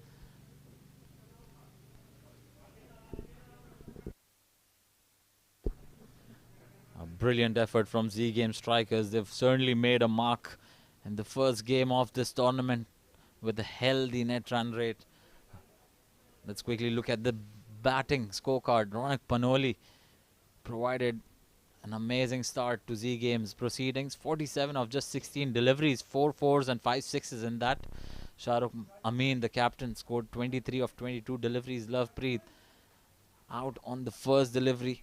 Brilliant catch from Manpreet Singh on his follow through. Safir Tariq ensured that he finishes off the game and in style. 68 of 38 deliveries, 8 fours and 3 maximums. And they've reached the target in just 14 overs and 2 deliveries with 34 balls to spare. That's the bowling summary for you. Kashif went for plenty in his first 3 overs. 35, he picked up an important wicket of Ronak Panoli. Mati Khan was very expensive. 2 overs for 36. Manpreet Singh picked up a wicket, went for 18 in his 2 overs. Sagar Kalyan went for 38. Didn't pick up the wicket. Israr Ahmed went for 27 in 3.2 overs. Picked up a wicket. Basir Bhatt, just a solitary over from him. Wicketless, went for 4.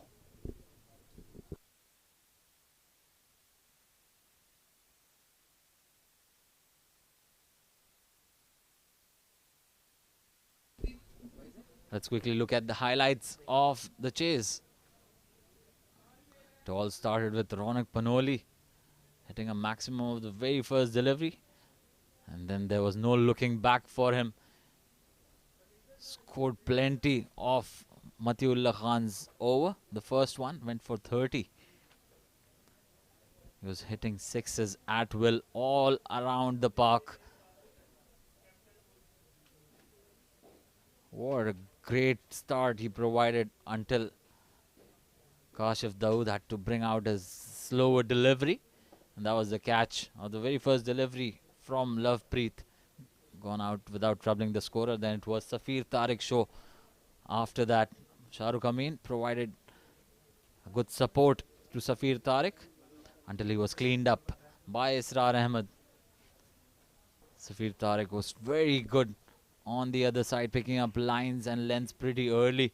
That was the shot that brought up his 50 and sealed the game for team with a 6. That was the shot that sealed it all. A massive 6 onto the glass panels of the ICC Cricket Academy.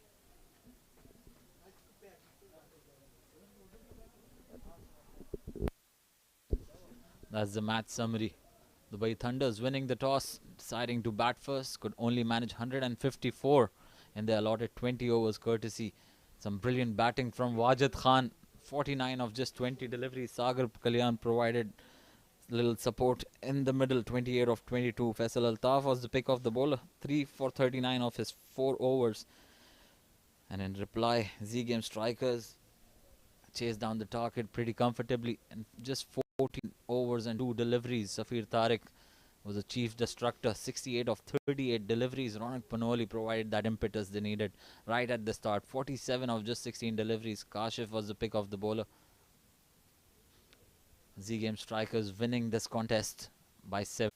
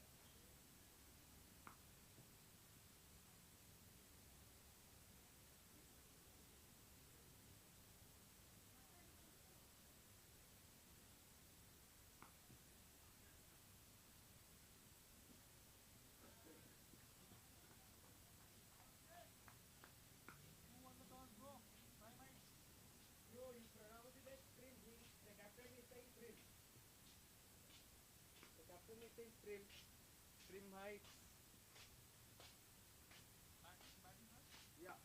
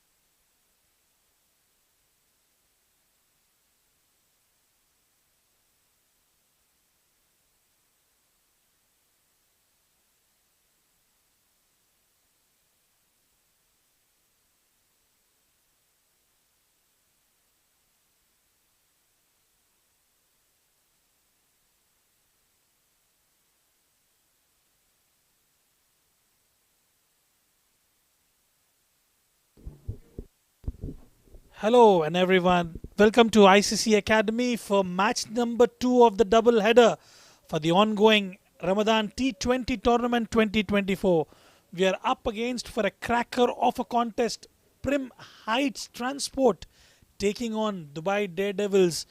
Wonderful atmosphere out here. There was a bit of shower. We'll head straight to my co-commentator Atiq Nizam for the toss.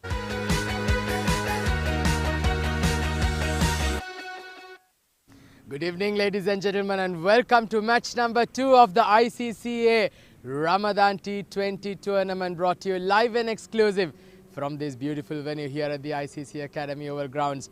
And it's going to be the Daredevils taking on the Prim Heights group in this match number 2 of the Ramadan T20. To my left, I've got the two captains, Mr. Mohit Raghav, captain of the Daredevils, and I've also got Mr. Rafiq, skipper of Prim Heights, and I've also got the match referee, Mr. Iftikhar Ali. It's going to be Mr. Mohit Raghav who will be flipping the coin. Heads is the call. Had it is Rafiq, you've won the toss. What have you decided to do? Bismillah Rahman Rahim. We will do betting first, inshallah. Any particular reason? Because the wicket is best suitable for the bowling, so the second innings should be our bowling, so we can easily win the match, inshallah. What do you think is a good score here? 160 to 170 is the good score, but we will try to 180, inshallah. So we've seen the Prim Heights group come and represent here in the ICC Academy. Maybe a new experience. How's the mood in the dressing room? Dressing room mood is very nice, and this is our first experience in ICC. We are playing there in Sharjah Cricket Stadium. Our combination is well, and all the players are too much polite, and they are struggling very well. And now we do some changes, some of the new players. We will see them. Brilliant. Anyways, all the very best and go well in the tournament. Thank you. Mohit bhai, you've lost the toss. How does it feel coming into this tournament? New game. You had a brilliant Arabian Cricket League. What's the mood in the dressing room? The mood is positive, and I was expecting, because of the weather condition, he's going to bowl first, but I wanted to bowl first, so I'm glad. I mean, it doesn't impact from the toss point of view as a strategy. I think this is what we wanted to do. We wanted to bowl first, and we're happy with that. Well, once again, you've changed the fortunes of your team. Over the last couple of months, you guys got into you have been in very good form, winning a lot of games lately. What's the plan going into this tournament? So yeah, that's unfortunate that we've been winning constantly, and all of a sudden one important game at the knockout, and we just didn't show up pretty well. So the idea is to start the tournament as we have done in the past, and this time we'll make sure that we reach to the. I mean, we'll go by the game, and we know how things happen in ICC. It's a good windy condition for the bowlers, so it's going to help us if we bowl at the right place. So yeah, so the idea is to do the same what we have done in the past. How's the playing 11 today? So we have few of the players back, like Ali Gohar, one of our oldest and legends for Dubai Daredevils, and Harun Ghosh is back, and Sony is with us. So we are looking very good batting unit as well as the bowling unit as well. So we got Charit as well. So we are looking good today. Yeah. Brilliant. All the very best and go well. Well, so there you have it. The Prim Heights have won the toss and they've elected to bat first in this match number 2 of the Ramadan T20.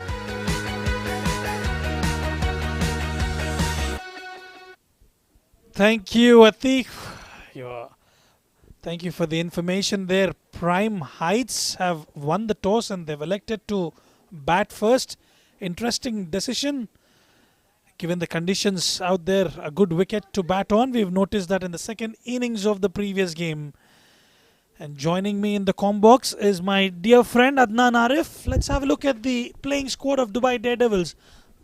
Mohit Raghav to start the skipper leading from the front. Ali Gohar, a wonderful batting all-rounder. Aryan Sharma, you know how dangerous he could be. He's won the game single-handedly for Dubai Daredevils. Aziz Ansari, Charit Nirmal, a brilliant batting prospect. Hari Prashant, the destructive opener for Dubai Daredevils. Harjinder Singh, the left-arm seamer, typical arm action like Zahir Khan. Harun Ghaus, a new entry to Dubai Daredevils. Mayank Chaudhary, Rahul Mukesh Soni, and the left-arm wayward bowler Shakir Aziz Afridi and Adib Usmani for Dubai Daredevils. For Prim Heights Transport, it's going to be Rafiq Zaman leading the side followed by Amjad Gul, Amjad Khan, Fahad Khan, Muhammad Dawood, Muhammad Arshad, Nasir Aziz, Riaz Kaku, Saqib Khan, Shoaib Khan, Umar Farooq, and Krishnan Paul.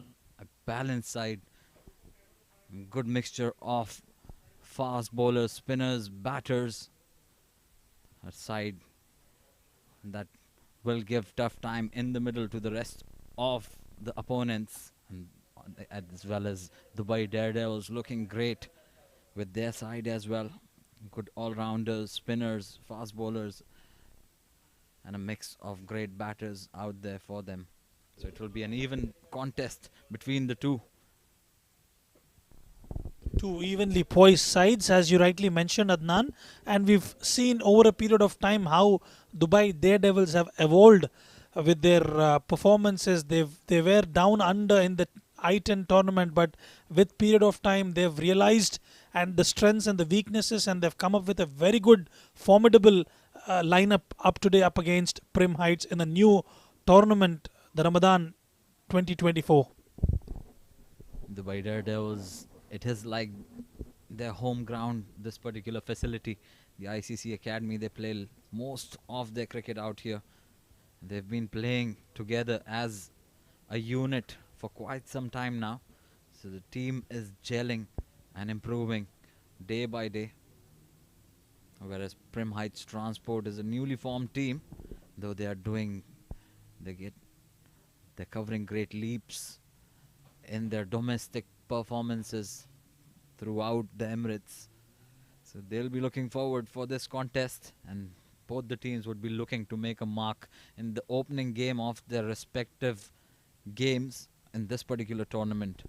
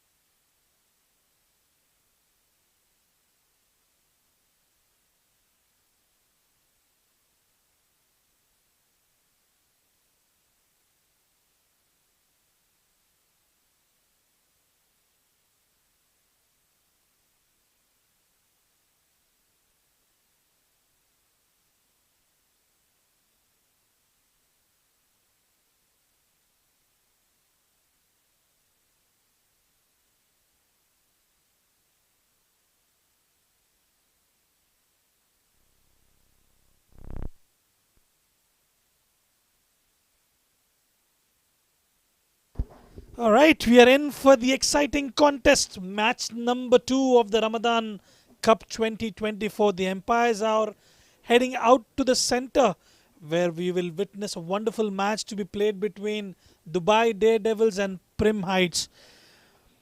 Having won the toss, Prim Heights have decided to bat first. And it's going to be a cracker of a contest. Two openers for Prim Heights walking out to the center. As the umpire has just walked out, the fielders are taking up their position. It's getting a little chilly out here at the ICC Cricket Academy. It's a picturesque ground. We have Charit Nirmal from Dubai Daredevils playing as an all-rounder. Aryansh, the wicketkeeper batter from UAE, representing Dubai Daredevils. And at the background, you can see Mayank, as well as the umpires, all in readiness. The batters taking guard. They're missing out few names out there, Dubai Daredevils. They're missing out on Shakir Haidru, the Bist brothers, Sanchit Sharma, who played the last tournament with them, probably there for some other duties. And usually it's Shakir Afridi and Mohit Raghav who starts the proceedings for Dubai Daredevils. And I think it's going to be Mohit Raghav on this occasion, starting from the academy end. We all are in for a cracker of a contest, Adnan.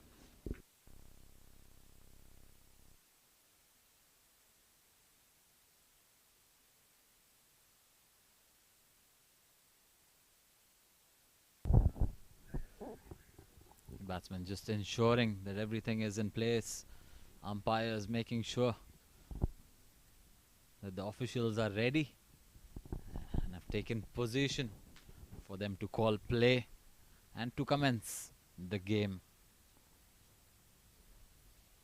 Just waiting for the umpire's signal to call play.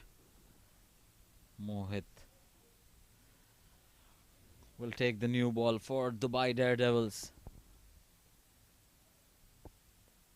Well, we've seen how Mohit Raghav bowls. Is not quick on pace, but then he's got those variations with which he can trouble those top order batters like Saqib Khan and Fahad Khan. And he's produced those wickets in the power play alongside Shakir Afridi, who's been brilliant, who was the bowler of the tournament in the I-10 league that was concluded recently, has performed extremely well in the previous tournament here at the ICC. Well, we will have a good contest here. Two evenly poised teams.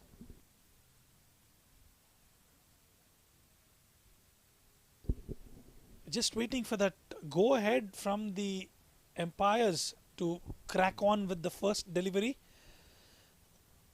Just a bit of confirmation from the technical team behind the scenes.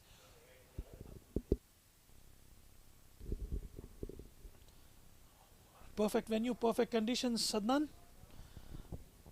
Well, for the players, yes, but for us sitting out here, it's getting a bit chilly. We need to take a run every now and then just to keep ourselves warm.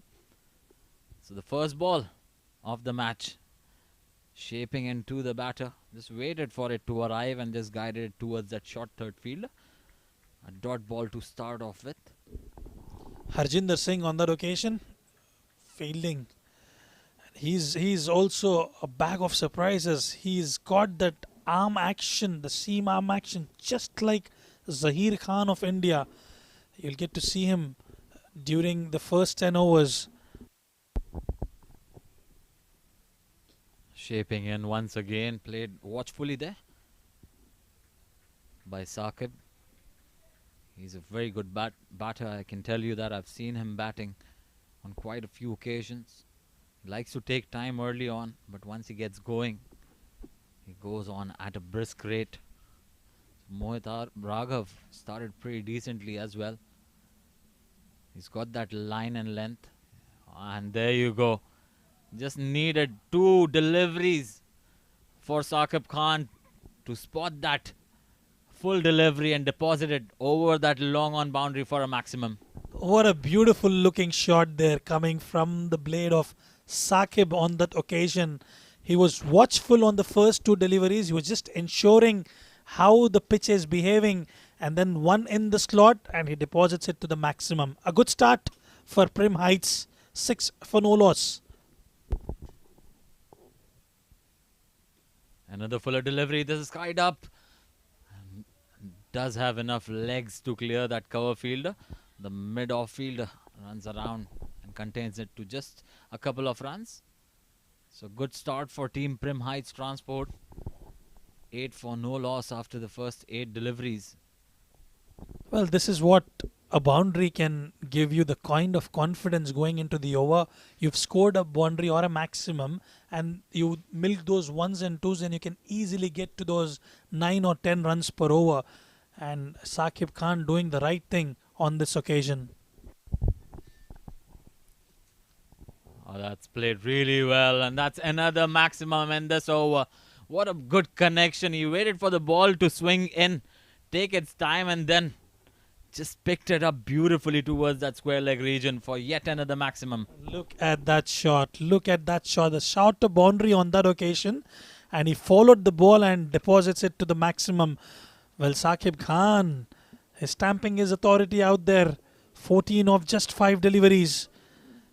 Yeah, that wind on towards the shorter boundary not really helping Mohit Raghav as well.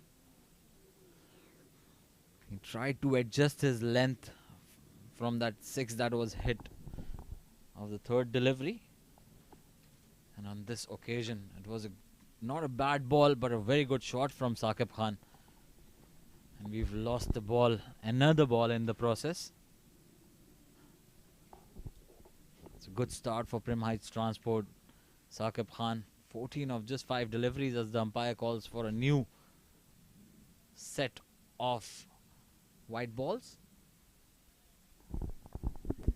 Well, if you actually look at it, this particular side, that's the leg side on this particular occasion, is a shorter boundary, probably about 50-55 meters, and the one on the offside for him is quite long. You've seen that shot, the second ball that he played, the couple of runs that he generated. So he's quite strong of the leg side of the wicket, the square of leg side of the wicket. So you probably might want to make him play those offside shots. He's a good player on the offside as well. I've seen him play beautiful cover drives. A fuller delivery, oh, well bowled. Another new ball has been handed over, and this time no swing. So Mohit Raghav probably has got that variation coming. That straight on delivery to bring end to the first over. Prim Heights Transport 14 for no loss.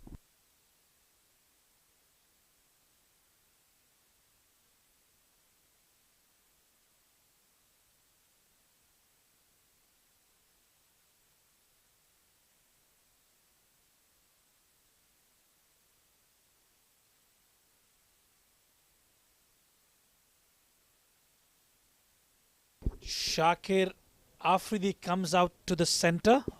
Left arm seamer. A brilliant bowler. One of the top. He's been performing extremely well in the domestic circuit, Adnan.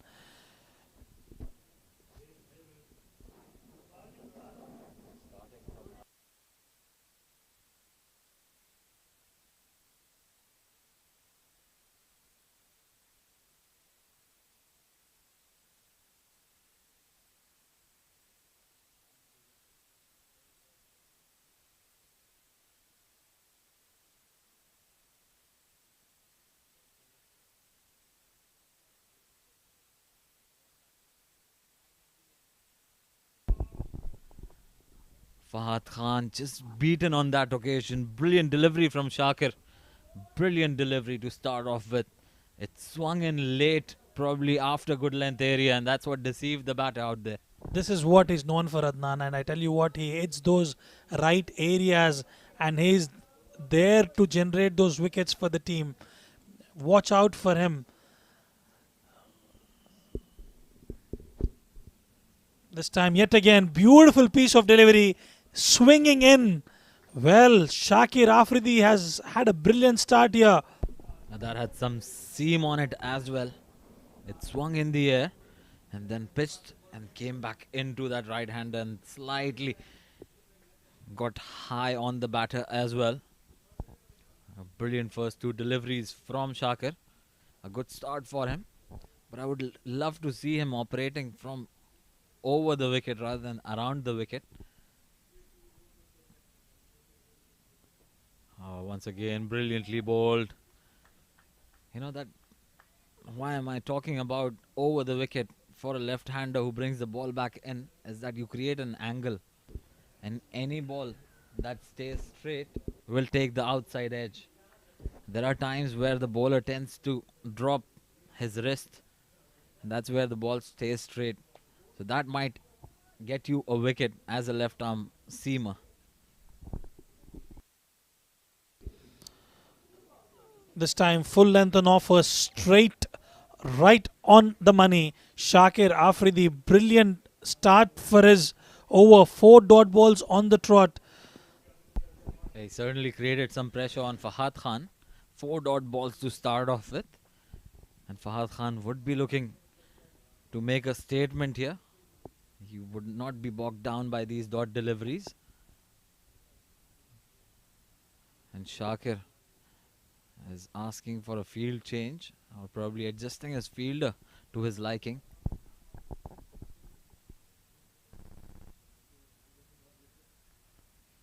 Oh, what a delivery once again, shaping in, just missing that leg stump, angling towards the 4th or 5th stump, but brilliantly bowled. Well, probably in order to negate that swing, you probably might want to take couple of, probably 1 or 2 steps ahead of the crease and try to negate that swing. That's what usually Matthew Hayden and Adam Gilchrist does. And the kind of bowling he's performing out there, Shakir Afridi, I think that's the best way to go forward. Yeah, you're absolutely right. If you've got to upset the line and length of the bowler, you've got to do that, especially with the wicket keeper standing way behind. A fuller delivery played wide off that cover fielder. There's a mix-up. This can be a run out. And looks like a direct hit. Fahad Khan desperate to get off strike. And that's the first wicket. Brilliantly done. That was Mayank Agarwal, I believe. Well, a complete mix-up. He was trying to get off strike. He struggled out there up against Shakir Afridi this time around, trying to take that single. And eventually a direct hit ends the short stay of Fahad Khan. Mayank Chaudhary doing great work in the field for his team, getting the first wicket in the shape of run out. Fahad Khan walks back without troubling the scorer.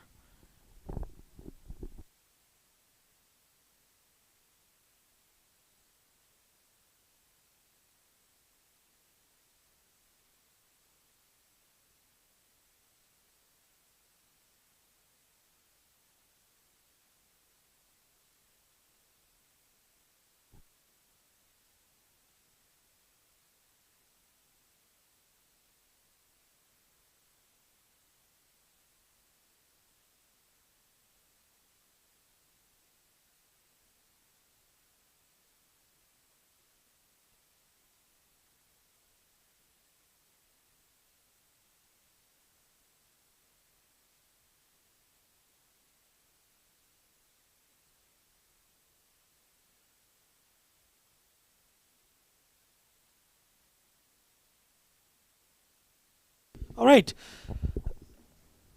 Mohit starts his second over this time. Full length on offer, straight to the fielder. Bit of mix-up on the last delivery, which was not required. I mean, I understand Shakir Afridi has bowled really well. You probably might take some time and get off the mark in the rush of getting things done, trying to get those things done quicker. It ended up in a run out. And Saqib Khan has played wonderfully. This time, short ball played towards the point region.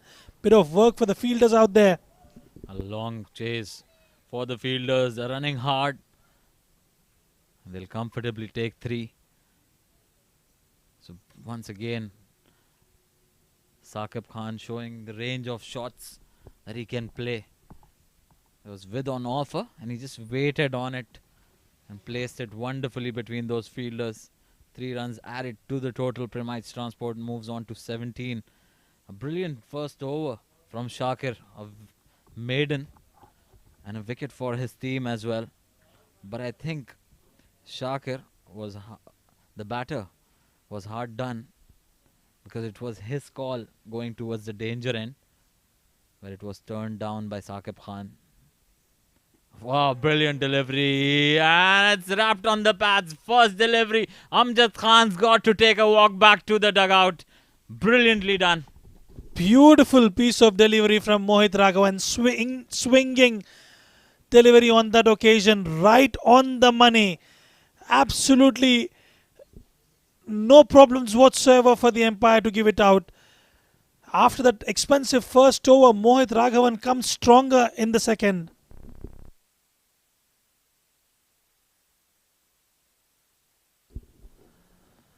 And Amjad Khan on this occasion heads back to the pavilion after a golden duck.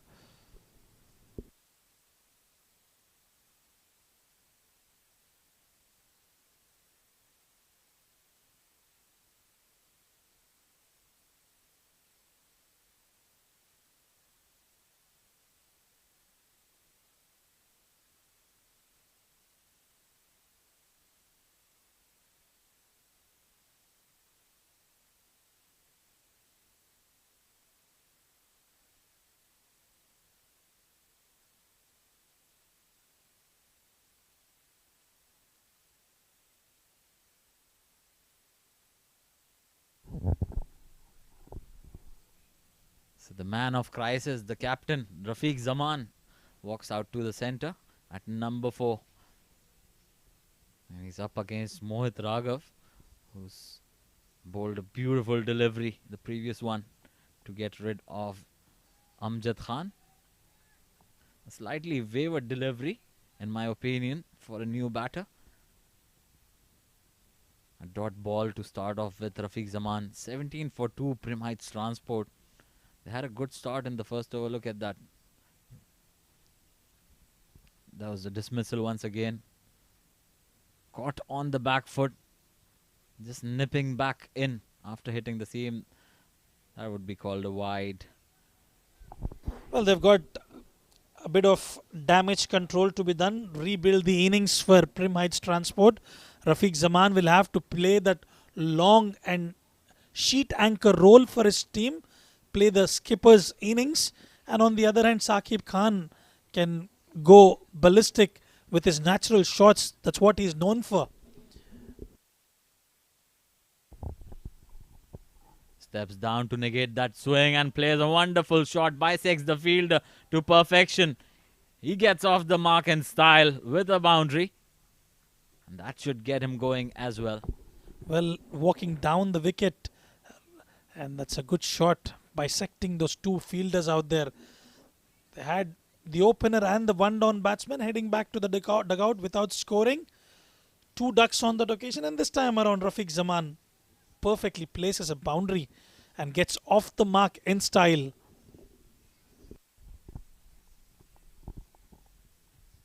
Oh, brilliant follow-up delivery from Mohit Raghav. Just missed that outside edge. And that's end of over number 3. 22 for 2. Prim Heights Transport.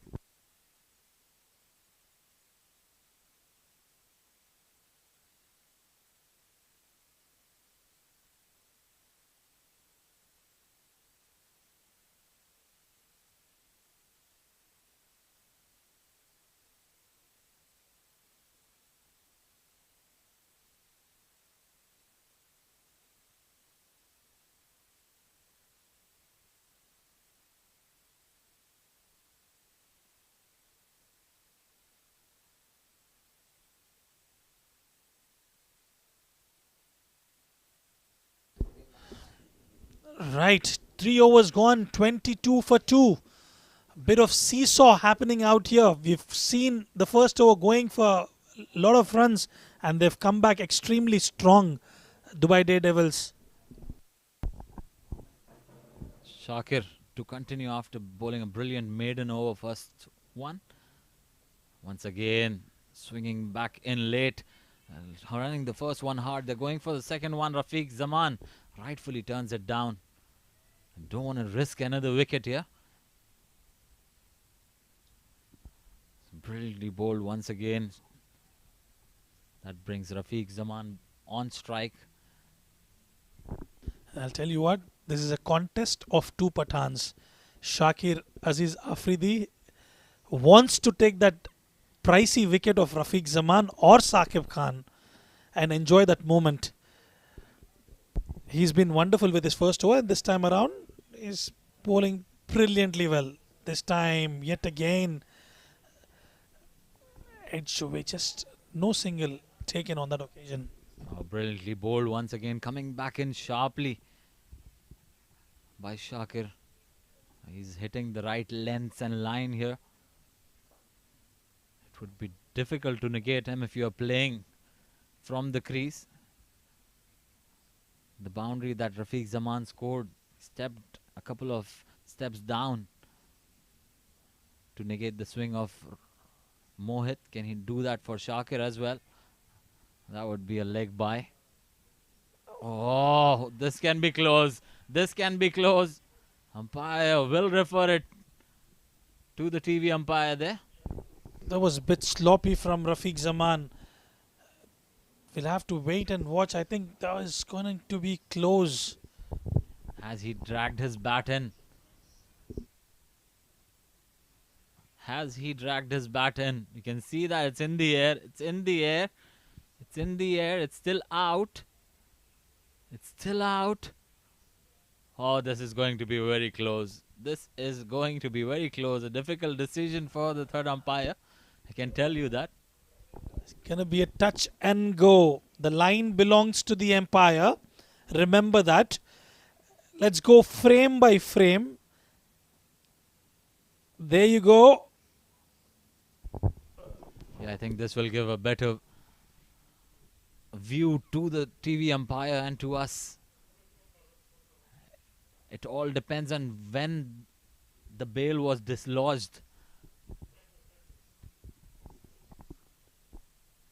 We've just got to probably change the angle. The last angle was perfect. I'll probably have a side-by-side frame. Looks like the umpire has given the decision. It's not out.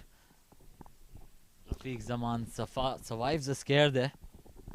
That was close and lucky for Rafiq Zaman to survive on that occasion. This time, this will be an interesting contest. There you go. Was there an inside edge? Probably a feather touch. Well, that was probably sliding just down the leg side because the impact was on the middle stump, but it had some distance to cover. Look at that, he was on front foot, impact on the leg stump, and with that swing it was always going to miss the stumps. So the right decision from the umpire. Brilliant piece of umpiring there from Mujahid Raza. And Shakir Afridi living his dream at the ICC. He enjoys playing cricket out here. He loves those cricketing conditions and the pitches that are on offer for a bowler like Shakir Afridi. This time short ball pulled away straight to the fielder. No run conceded. A rare short delivery from Shakir. He's really playing with the mind of the batter. I think it would be good to step down and negate that swing, especially with the keeper up. I've already told that in the second over. So the last ball of the fourth over coming up. A fuller delivery, inside edge. Yes, it was. That has saved Saqib on that occasion. Otherwise, this would have been very, very close. In fact, would have been plumb in my opinion.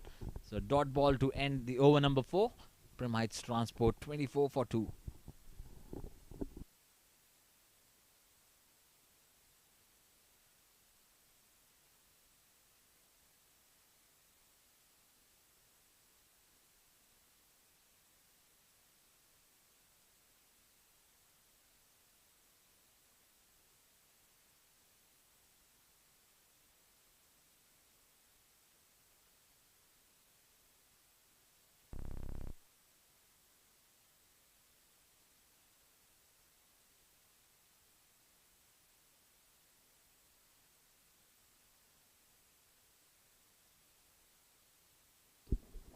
Right, a bowling change for Dubai Daredevils. Mohit Raghav takes a break and gives the opportunity to the youngster Harjinder Singh, who's impeccable with his left arm, high arm action. Watch out for his delivery stride. He would remind you of Zahir Khan. Yeah, I've seen him bowl. I've played against him. He does have a big jump right beside the umpire. He tends to bowl a few deliveries down the leg side or wide or too wide. He does have a natural outswinger to the right hander. Oh, this time he brings it back in off the seam. Oh, very well done by the wicket keeper, Rahul Soni, I believe. Brilliantly done. Good start for Harjinder Singh. And Rafiq Zaman on that occasion clearly struggling, and good piece of keeping there, saving that boundary which could be a by boundary. And Rafiq Zaman, I could see a bit struggling with the footwork on that occasion as well.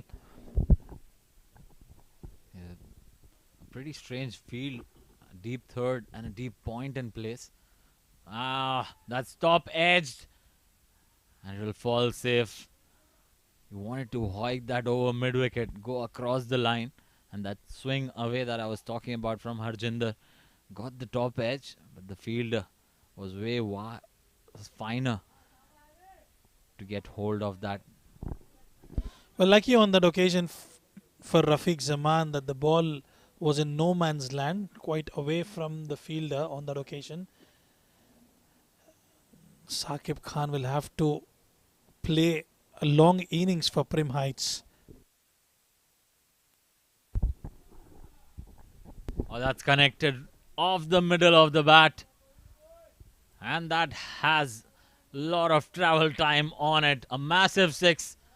And that calls for a new ball as well. It wasn't a bad delivery, but the execution from Saqib Khan, he read that length so early and went across, and look at that. Even the cameraman couldn't sight it. It's gone the distance, probably crossed that parking lot that we were talking about earlier. Another maximum for Saqib Khan, moves on to 24 of just 13 deliveries. Beautiful shot, beautiful shot. He's fabricated that shot. It was a good delivery, as you rightly mentioned, but Saqib Khan on that occasion got it right off the middle of the bat.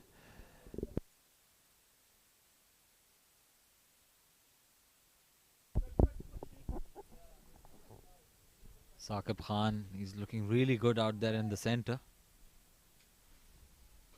Shakir did trouble him a bit, but the other bowlers, he's taken toll on them. There you go. On that occasion, played towards that vacant mid-wicket region. The two men deep are deep point and deep third. So it was always going to be a boundary as long as he cleared the infield. Harjinder Singh on this occasion not bowling to his field and easy pickings for a set batter like Saqib Khan. And I tell you what, he's playing the aggressive role, and there's no need for Rafiq Zaman to do that. He just had to stay around and give the company to Saqib Khan to get their team to a decent total. Yeah, absolutely right. And all that previous shot also brings a change in field. The deep point comes back in the circle, square leg pushed back. And a fuller delivery. Once again, a brilliant shot over the roof of the ICC Cricket Academy. What a start from Saqib Khan. He's turning the tables on now. Well, he's turning the heat on right in the slot for the taking. You cannot afford to bowl those lengths for a set batter like Saqib Khan. And he accepts it with ease and dispatches that for another maximum. Two maximums and a boundary of this over. An expensive one for Harjinder Singh. Well, that move to bring in Harjinder. A bouncer. Called a wide by the square leg umpire. And rightfully so. It was well over the head high. He's got to re-bowl that delivery. This is the last delivery. They've already gone for 18 in this over. Let's have a look at the replay there. There you go, above that helmet, quite high, and rightly so, wide call by the umpire. Well, look at the way they have changed and turned the tables around. 18 runs off this over. Previously, they were quite below par, under 7 runs an over. Now they've managed to climb to 8.69. This time, yet again, an opportunity slightly away from Mohit on that occasion.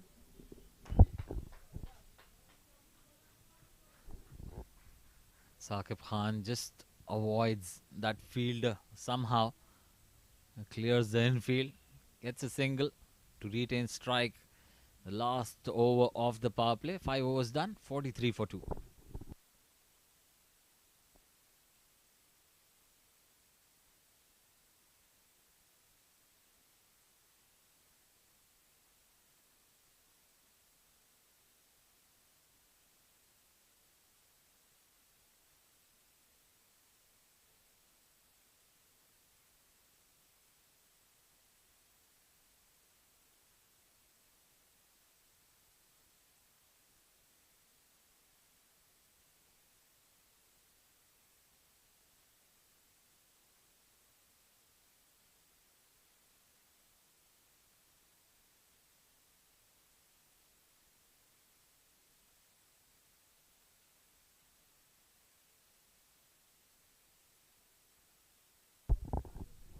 Well, right thing done by Mohit on this occasion, getting back his prime bowler Shakir Afridi, who wants to get hold of Saqib Khan, who's racing away. Yeah, absolutely. Right move. He's been struggling against Shakir, who's only gone for just a single of his 2 overs. He's been on the money.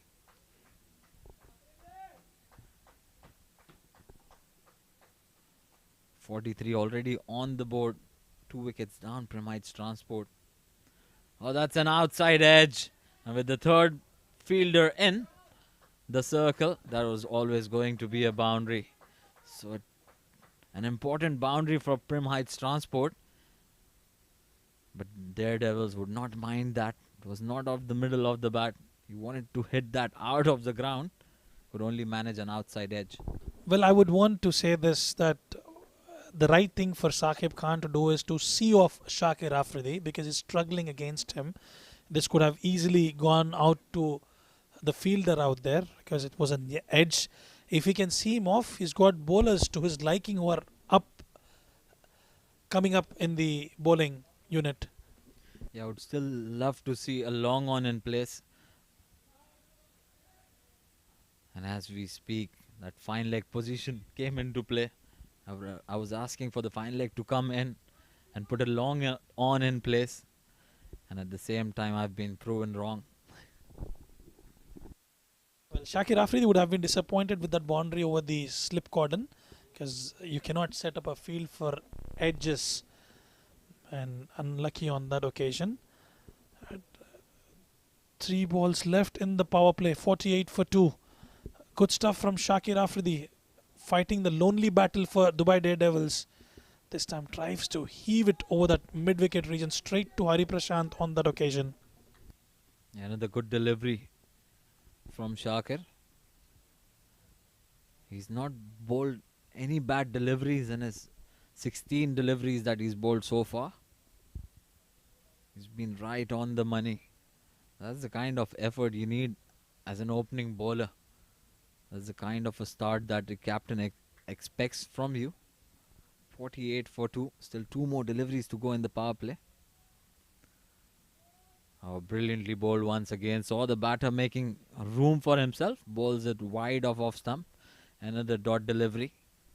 This is what I fail to understand at times, Adnan. You've got a brilliant batter on the other end who's reached 40 of 19 deliveries. It's the responsibility of the skipper to stay there and not throw his wicket. When he's settled there, he's already played 9 deliveries, it will be difficult for a new batter who comes out to stitch a partnership yet again.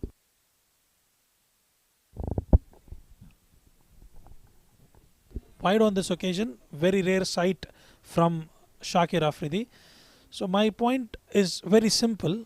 Well, you've got runs on board. You've managed to get about 49 runs in the power play. If Rafiq Zaman can play the sheet anchor role and let Saqib Khan do the honours, that's exactly what he's supposed to do there.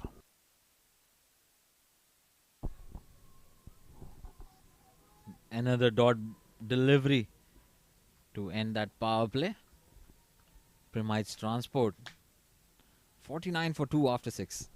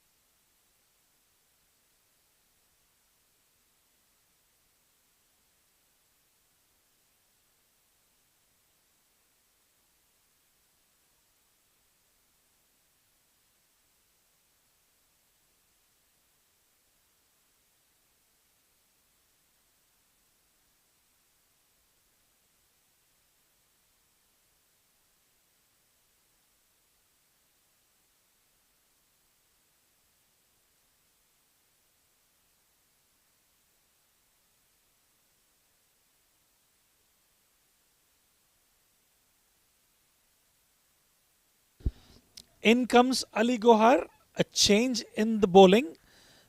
Given Harjinder was expensive up against Saqib Khan, so it will be a test for Saqib Khan up against Ali Gohar. Let's play towards the sweeper cover. There'll be a single to bring back Rafiq Zaman on strike. Now he's got open spaces to rotate the strike, Rafiq Zaman. But he likes to play aggressive cricket. And we'll be seeing a lot of big shots from him. That's very well done there by the wicket keeper. There's a wayward delivery from the bowler. Had some swing on it. Late swing.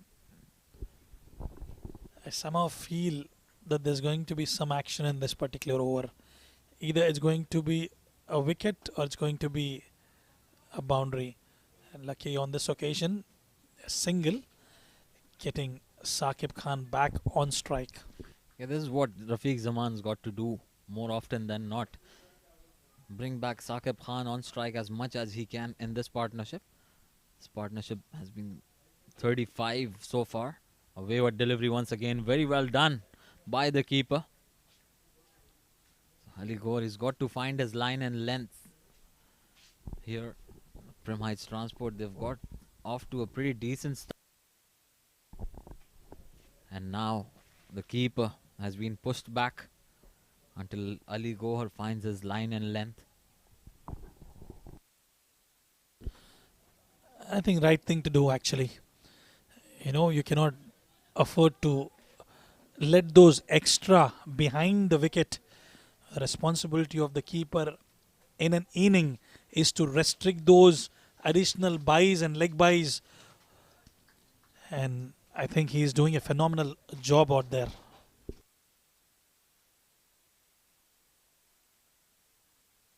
A good delivery from Ali Gohar. Well done by the fielder on that occasion, Mayank. Saving a certain boundary. Though it came off the edge. Well fielded on that occasion. Good ball as well from Ali Gohar. Looks more confident with the keeper standing behind. This time it was in the slot. A beautiful effort there. A wonderful effort there from Harjinder, I think it is. Yes, it is Harjinder. We'll have to wait and watch for the signal from the umpire on that occasion. Did he manage to get it inside the line? It looks like, by the initial looks of it, A wayward delivery once again. Got to see umpire's decision there. Yeah, it's called a wide. So yeah, the valiant effort. Look at that. Once again. In the air. Full stretch. He made sure that the ball stays within that boundary circle. Saved a certain 5 runs for his team. That's played over the covers, going into the hands of the fielder and brilliantly held there by Charit. So wicket of Rafiq Zaman. Probably looked on the cards. He was struggling for his 7 runs of 12 deliveries. This is exactly what I was telling you. There was no need for it. They were going pretty well. On this occasion, straight to the fielder. He was lucky on a couple of occasions in the past. Rafiq Zaman departs after 7. Prim Heights Transport are 57 for 3.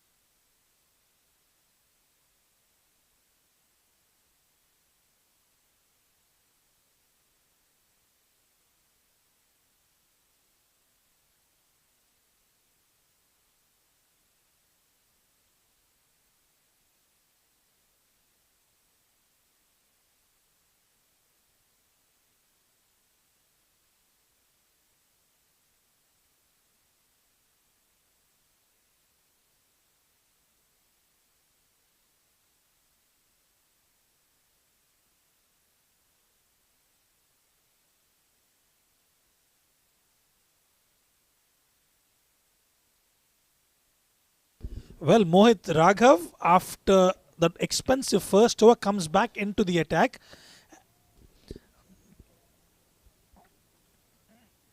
Wide delivery on this occasion, completely going down the leg side. And joining me in the comm box is my dear friend, ever smiling, Atiq Nizam. Welcome back to the comm box. Thank you very much, my dear friend Rizwan. And good evening back to all our viewers. Prim Heights taking on the Daredevils. And well, guess what? The Daredevils have certainly having some new faces. As this has been Sky, there's an opportunity. There's a fielder coming under it. And the catch has been grasped. Another opportunity goes down. And Saqib Khan, who has been batting beautifully up to this stage, has been given an opportunity now. How costly is that going to be? Well, that was high up in the night sky, and fielder could manage to get right under the ball, and in the end, a bit of fumble there by Mayank. Well, Mohit created that opportunity up against Saqib Khan, who was looking absolutely dangerous. Well, what a difference that could have made for the innings. They already got the Prim Heights to 60 for 3. And if only could have they got that wicket, they would have been right into this game. The Daredevils have had a brilliant Arabian Cricket League. They've won every single game in the tournament. And ultimately, in fact, it just came to the knockouts where they had to have their bad game and they had to bow out of the tournament as well. Well, brilliantly led by skipper himself. He's a spectacular leader, Mohit Raghav. And unfortunately, on that occasion, it was Ramesh Shehzad, I reckon. Huge appeal from Mohit Raghav. Maybe going down the leg side on this occasion. We'll have to wait and watch. He was very, very confident, wasn't he, Mohit Raghav? Let's have a look at the replay again. Oh, that did seem very close because he did move across the crease, but it did seem like at that first view, perhaps maybe just missing leg stump. So it was the case of DCC starlets Ramesh Shehzad who spoiled the party up against Dubai Daredevils on that particular occasion. They were actually playing quite well in the tournament. I fully agree to what you said, Atiq. it's another case of having a bad day at the wrong time, isn't it? Just like India did in the 2023 World Cup. Unfortunately, they were unbeatable. They had a flawless record just till they got to the finals where they were overtaken by the mighty Australians. That's going to be a wide. Mohit on that occasion disappointed with himself. Just trying to understand the strategy of Prim Heights here. We've noticed on the previous occasion as well, the skipper Rafiq Zaman, they were getting runs quite comfortably and his role was to stay there and play around. And the same thing with Amjad Gul, he's trying to go big.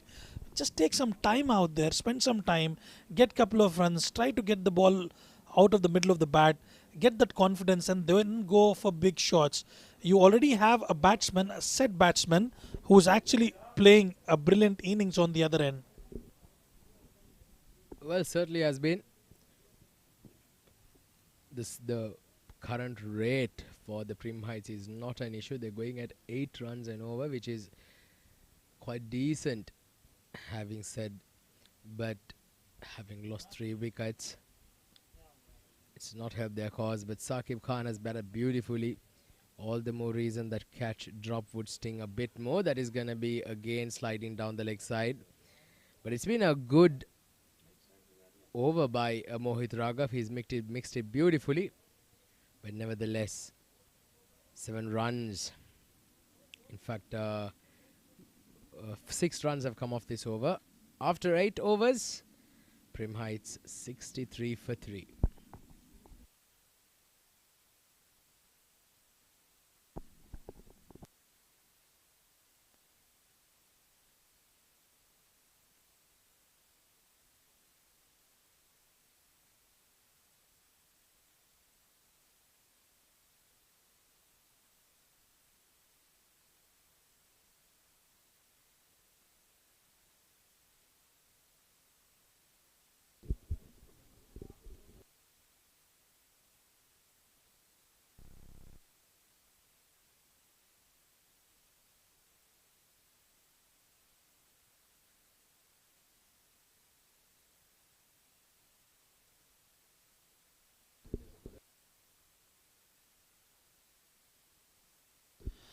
Alright, Ali Gohar went for 8 runs, but he picked up that wicket, which was required for the team. Short run up, wayward delivery on this occasion, completely away from that warning line. So he's able to create that angle, but on this occasion he was completely wayward. Short run up, quick. Sometimes he comes with those variations, slow ones, knuckle ball, and he's known for his batting skills as well.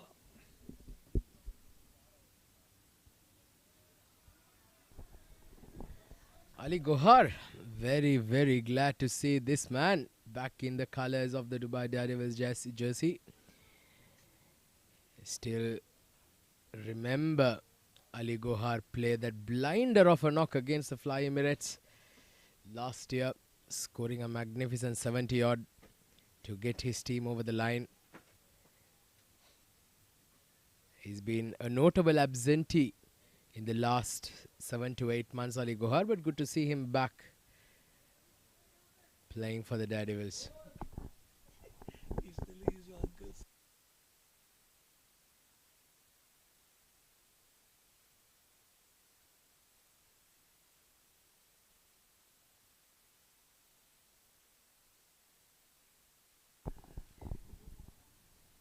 Oh, good delivery once again.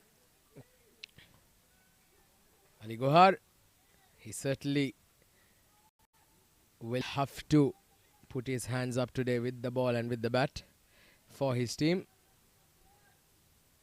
Good to see Charit Nirmal, another very good batter in the playing 11 of the Daredevils, who's also not been featuring in the last few games for the Daredevils in the Arabian Cricket League. Just a small turnover, hasn't it been, Rizwan? Just 4 days break since the finals. And here we are at the start of the Ramadan T20 tournament of the ICC Academy. A long tournament coming our way, the T20 followed by the T10. Well, this was in the slot and Saqib Khan deposits that over to the oval number 2. What a brilliant shot that is from Saqib Khan. He's reached his 50 there. Goodness gracious. Well, he's actually hit that to the opposite end of the over, number 2. And honestly, to say Rizwan, I'm more in fear because my car is parked right there. You got to speak to your insurers. Well, I tell you what, Saqib Khan is creating those fireworks for Prim Heights here. And all Amjad Gul needs to there stay along with him till those 15-20 overs. Well, he's brought the 50 up, Saqib Khan. What a knock this has turned out to be. 52 of 26. And he's gone at a rate of close of exactly 200 strike rate. So this has been a fantastic performance. Scoring 75% of the runs for the Prim Heights so far. And that drop catch by Mayank previously, how costly is that going to be here? That's a wide delivery. Well, spot on with your observations, Atiq.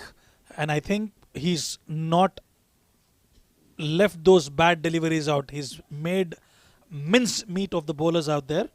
And he has played some wonderful shots where he's actually fabricated those shots, which are a tough deliveries to play.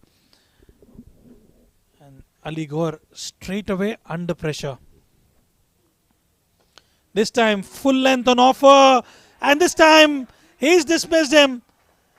Ali Gaur has the last laugh. Huge wicket under the circumstances. Saqib Khan, who was batting beautifully up to this point, had a life a couple of overs prior to this. But this time he hit it flat, he hit it hard, but he found the fielder in the deep, straight down the throat of the long on. And unfortunately for Saqib Khan, a brilliant knock finally comes to an end. He's gone for 52 of 27 balls. But what a knock it has been. Brilliant stuff. Saqib Khan departs for 52. Great catch there by Aryan Sharma in the deep. 2 boundaries and 5 sixers in that innings. 73 for 4. Brilliant knock. Brilliant knock from Saqib on that occasion, laying the foundation for Prim Heights.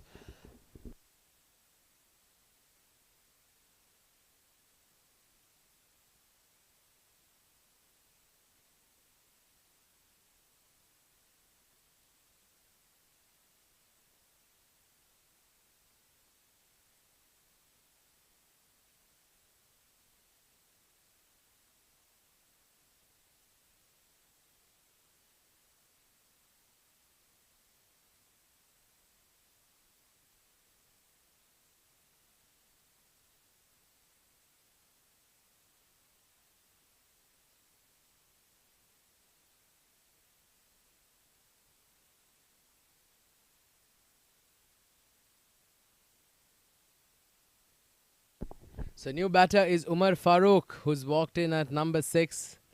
Prim Heights are in a spot of bother, having 2 new batters now out there in the crease. And this has certainly dented their progress. 9 overs done, it's 73 for 4.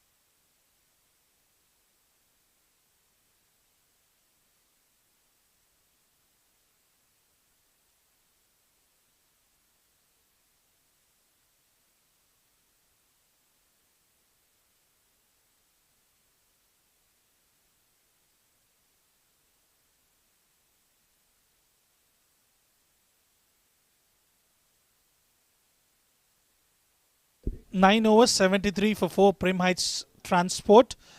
We've just seen the departure of Saqib Khan, who was looking dangerous. Oh, that's a good looking shot. Very beautiful. Absolute class there by Amjad Gul. Getting down on one foot and lifting it over the covers for a magnificent shot over covers. Well, look at that. Look at that for a shot over the extra cover region. Well, Amjad Gul has taken the baton from Saqib Khan, and it will be his responsibility to get his team to a modest total. And Aziz Ansari under pressure straight away. That would give him a world of confidence, Amjad Gul. Once again goes through the covers. Once again finds the fielder, this time in the deep. I appreciate your excitement out there, but unfortunate on this occasion, it's gone straight out to the fielder, Atiq. And Aziz Ansari this time played and missed just inside that warning line. Yeah, what happened previously in that over after that boundary, there was the fielder at sweeper cover was brought in slightly straighter. A bit of adjustment was made after that beautiful inside out lofted cover drive by Amjad Gul. Mohit Raghav been very proactive out there with his field placements and bowling changes. Another quick single towards point this time. Umar Farooq now gets off the mark. 9.5, 79 for 4. Last delivery of the halfway stage. This time played on the back foot, a comfortable single. 10 overs gone, 80 for loss of 4, Prim Heights Transport.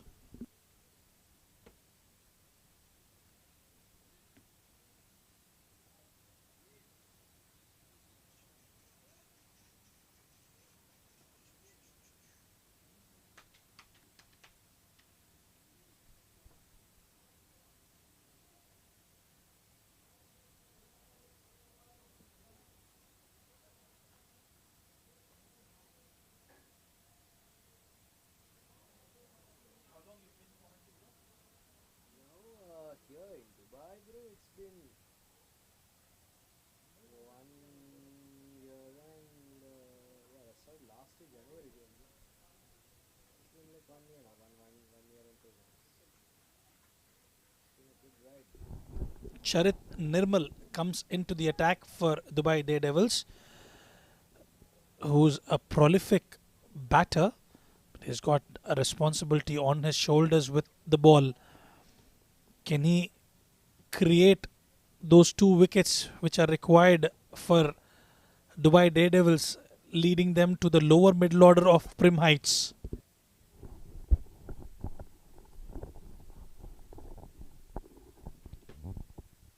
Oh, got an outside edge there. Very streaky indeed. But Amjad Gul will certainly take it. That was a regulation outside edge. If there was a slip there, he would have certainly swallowed it on the whole. Cut short. Well, rightly said. Straight to the slip cordon for a boundary.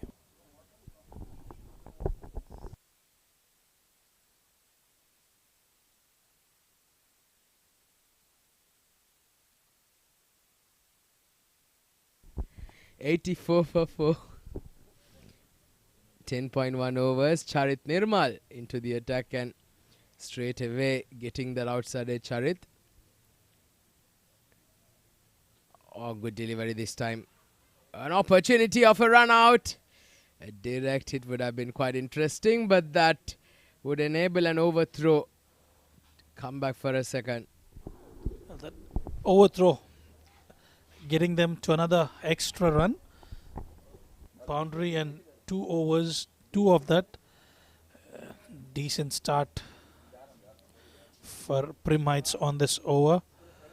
Well, looking at the conditions, if they can manage to get around 165, 170, it will be a decent total on board, Atiq. Oh, this is not timed. Amjad Gul this time advancing down the pitch. trying to bludgeon it over mid-on, but he was lucky that he did not time that on that occasion. Amjad, 15 of 12 for him now. Well, I was failing to understand what Umar Farooq was doing on that occasion. He was taking a walk in the park. Had it been a direct hit, he was gone.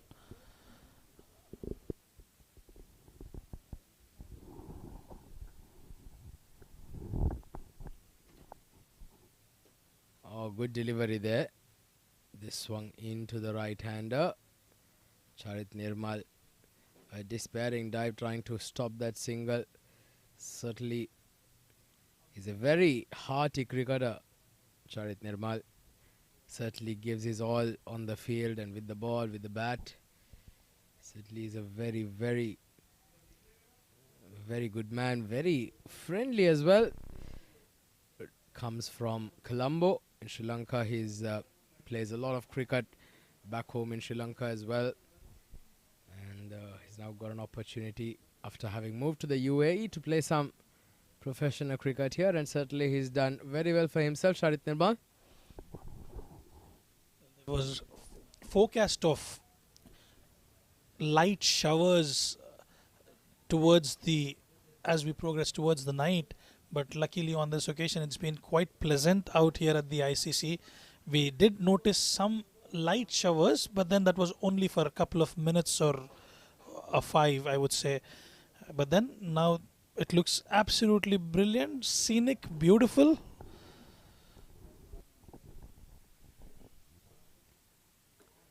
And it certainly is a little cold as well.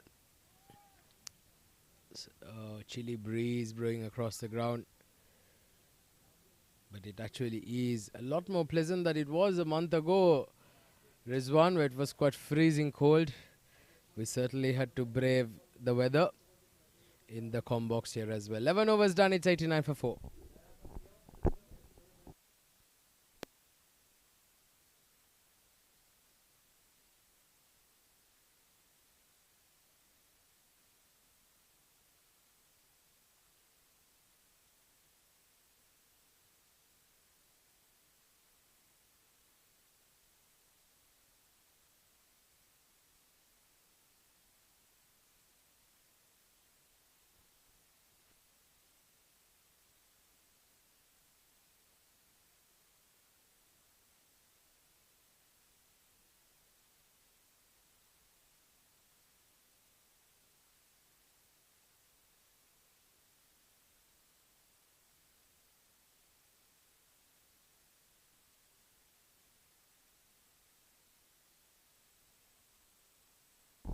So Aziz Ansari into the attack, and straight away he's been greeted by a glorious shot down the ground by Umar Farooq.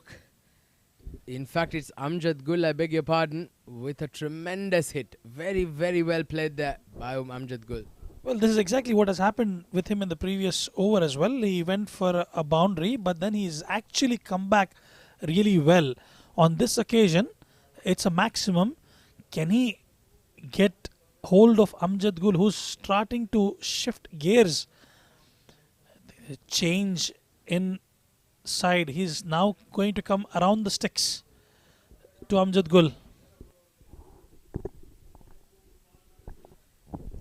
Flight at this time, a good delivery, very nearly bowling him round the legs.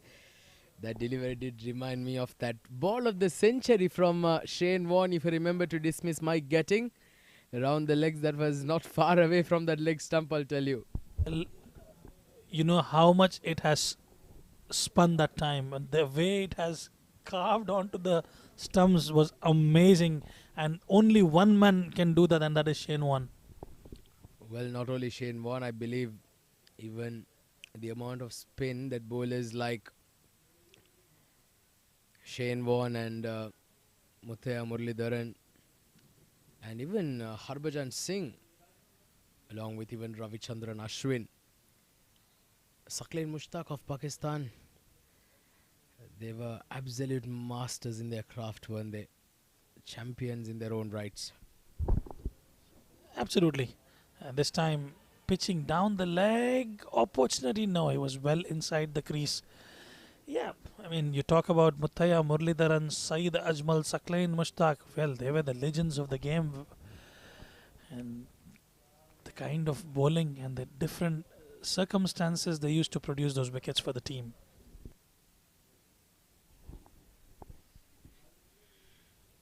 You know what, Rizwan? I've had the honor, the true absolute honor to actually face Muthaiya Muralidharan once in my life, which was an absolute dream come true.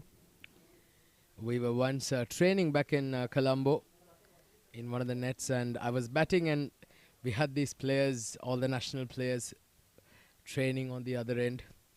And I just basically pleaded to Murali, just bowl one ball to me. And he certainly obliged. And I was actually very surprised, and goodness gracious, I don't know how the ball just sneaked through my pads and it hit the leg stump. This time, lucky on the occasion. We'll have to wait for the umpire's call if that was an edge of the bat. Yes, it was. And a boundary to finish the over. A bit expensive on that occasion. 12 overs gone. 102 for 4.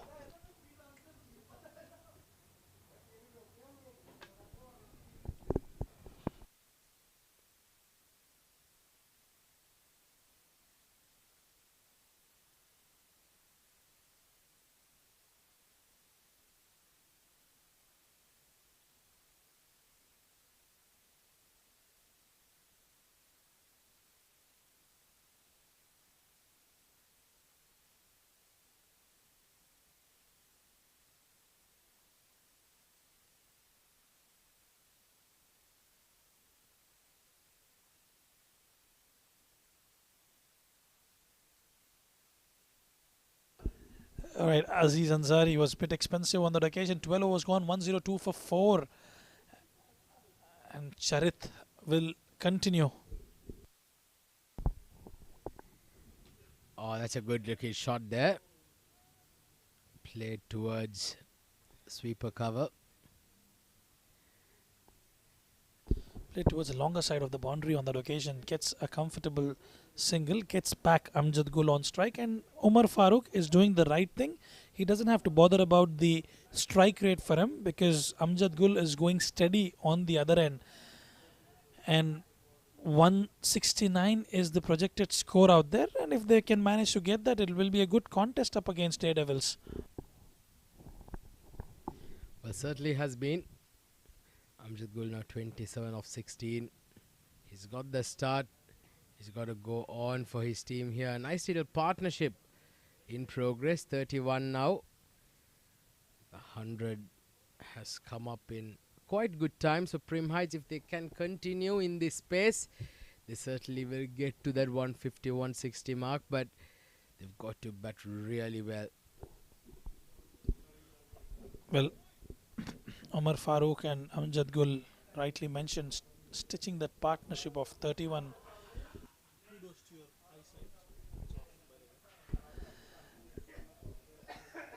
This time coming inside that right hander straight back to Charit Nirmal.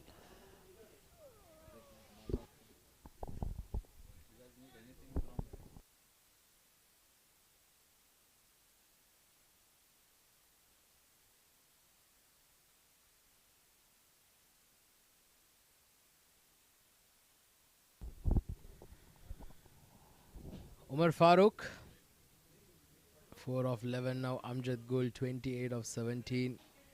Charit Nirmal would like to get a breakthrough here for his team.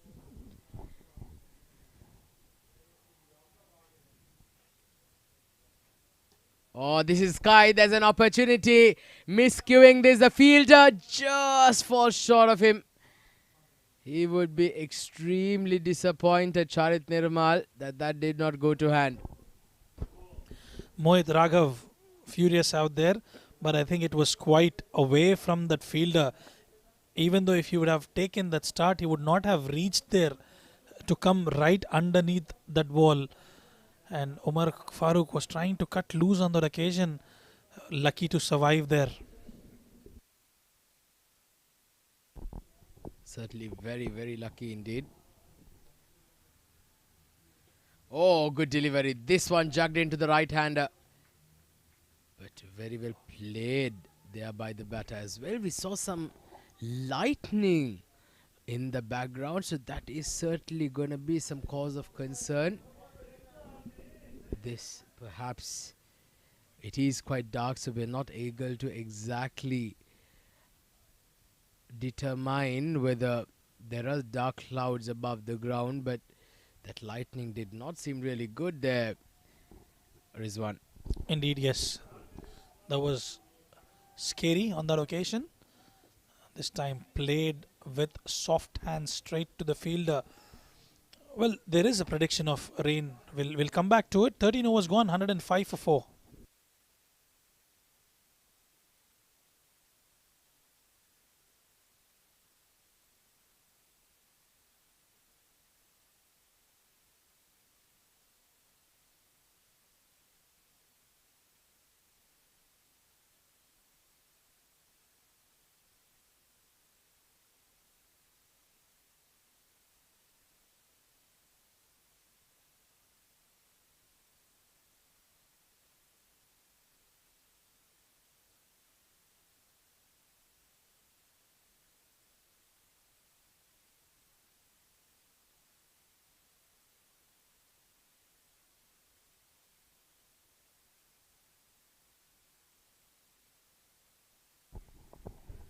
So quick single towards the mid-wicket region. 14th over now in progress as my good friend Rizwan takes a much-deserved break. We go towards the last 7 overs of the innings. 106 for 4 for Prim Heights. They certainly want to try and continue this progress. A quick single on that occasion. Projected score for 161. If they can get there, they would have done extremely well. At this rate, going at 8 runs and over, it certainly would be a pass score on this surface. The Daredevils boasting a very strong team. Quick single again.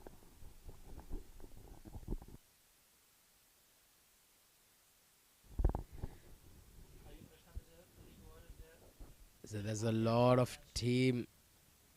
The Daredevils have strengthened themselves quite a lot in this game today. The likes of Hadi Prashant and Rahul Soni right at the top of the order, who's been in red hot form. Charit Nirmal coming into the attack, into the lineup as well. Ali Gohar, like we've mentioned, back in the playing 11. So certainly this is going to be a very interesting phase. Let's just hope for God's sake that the rain does keep away, as this certainly promises to be a very good contest coming up here in this game number 2. Oh, just playing with a paddle sweep on that occasion. Dot ball to end the over. Good over there by Mayank Chowdhury. Just 4 runs coming off his over. 14 overs done, 109 for 4.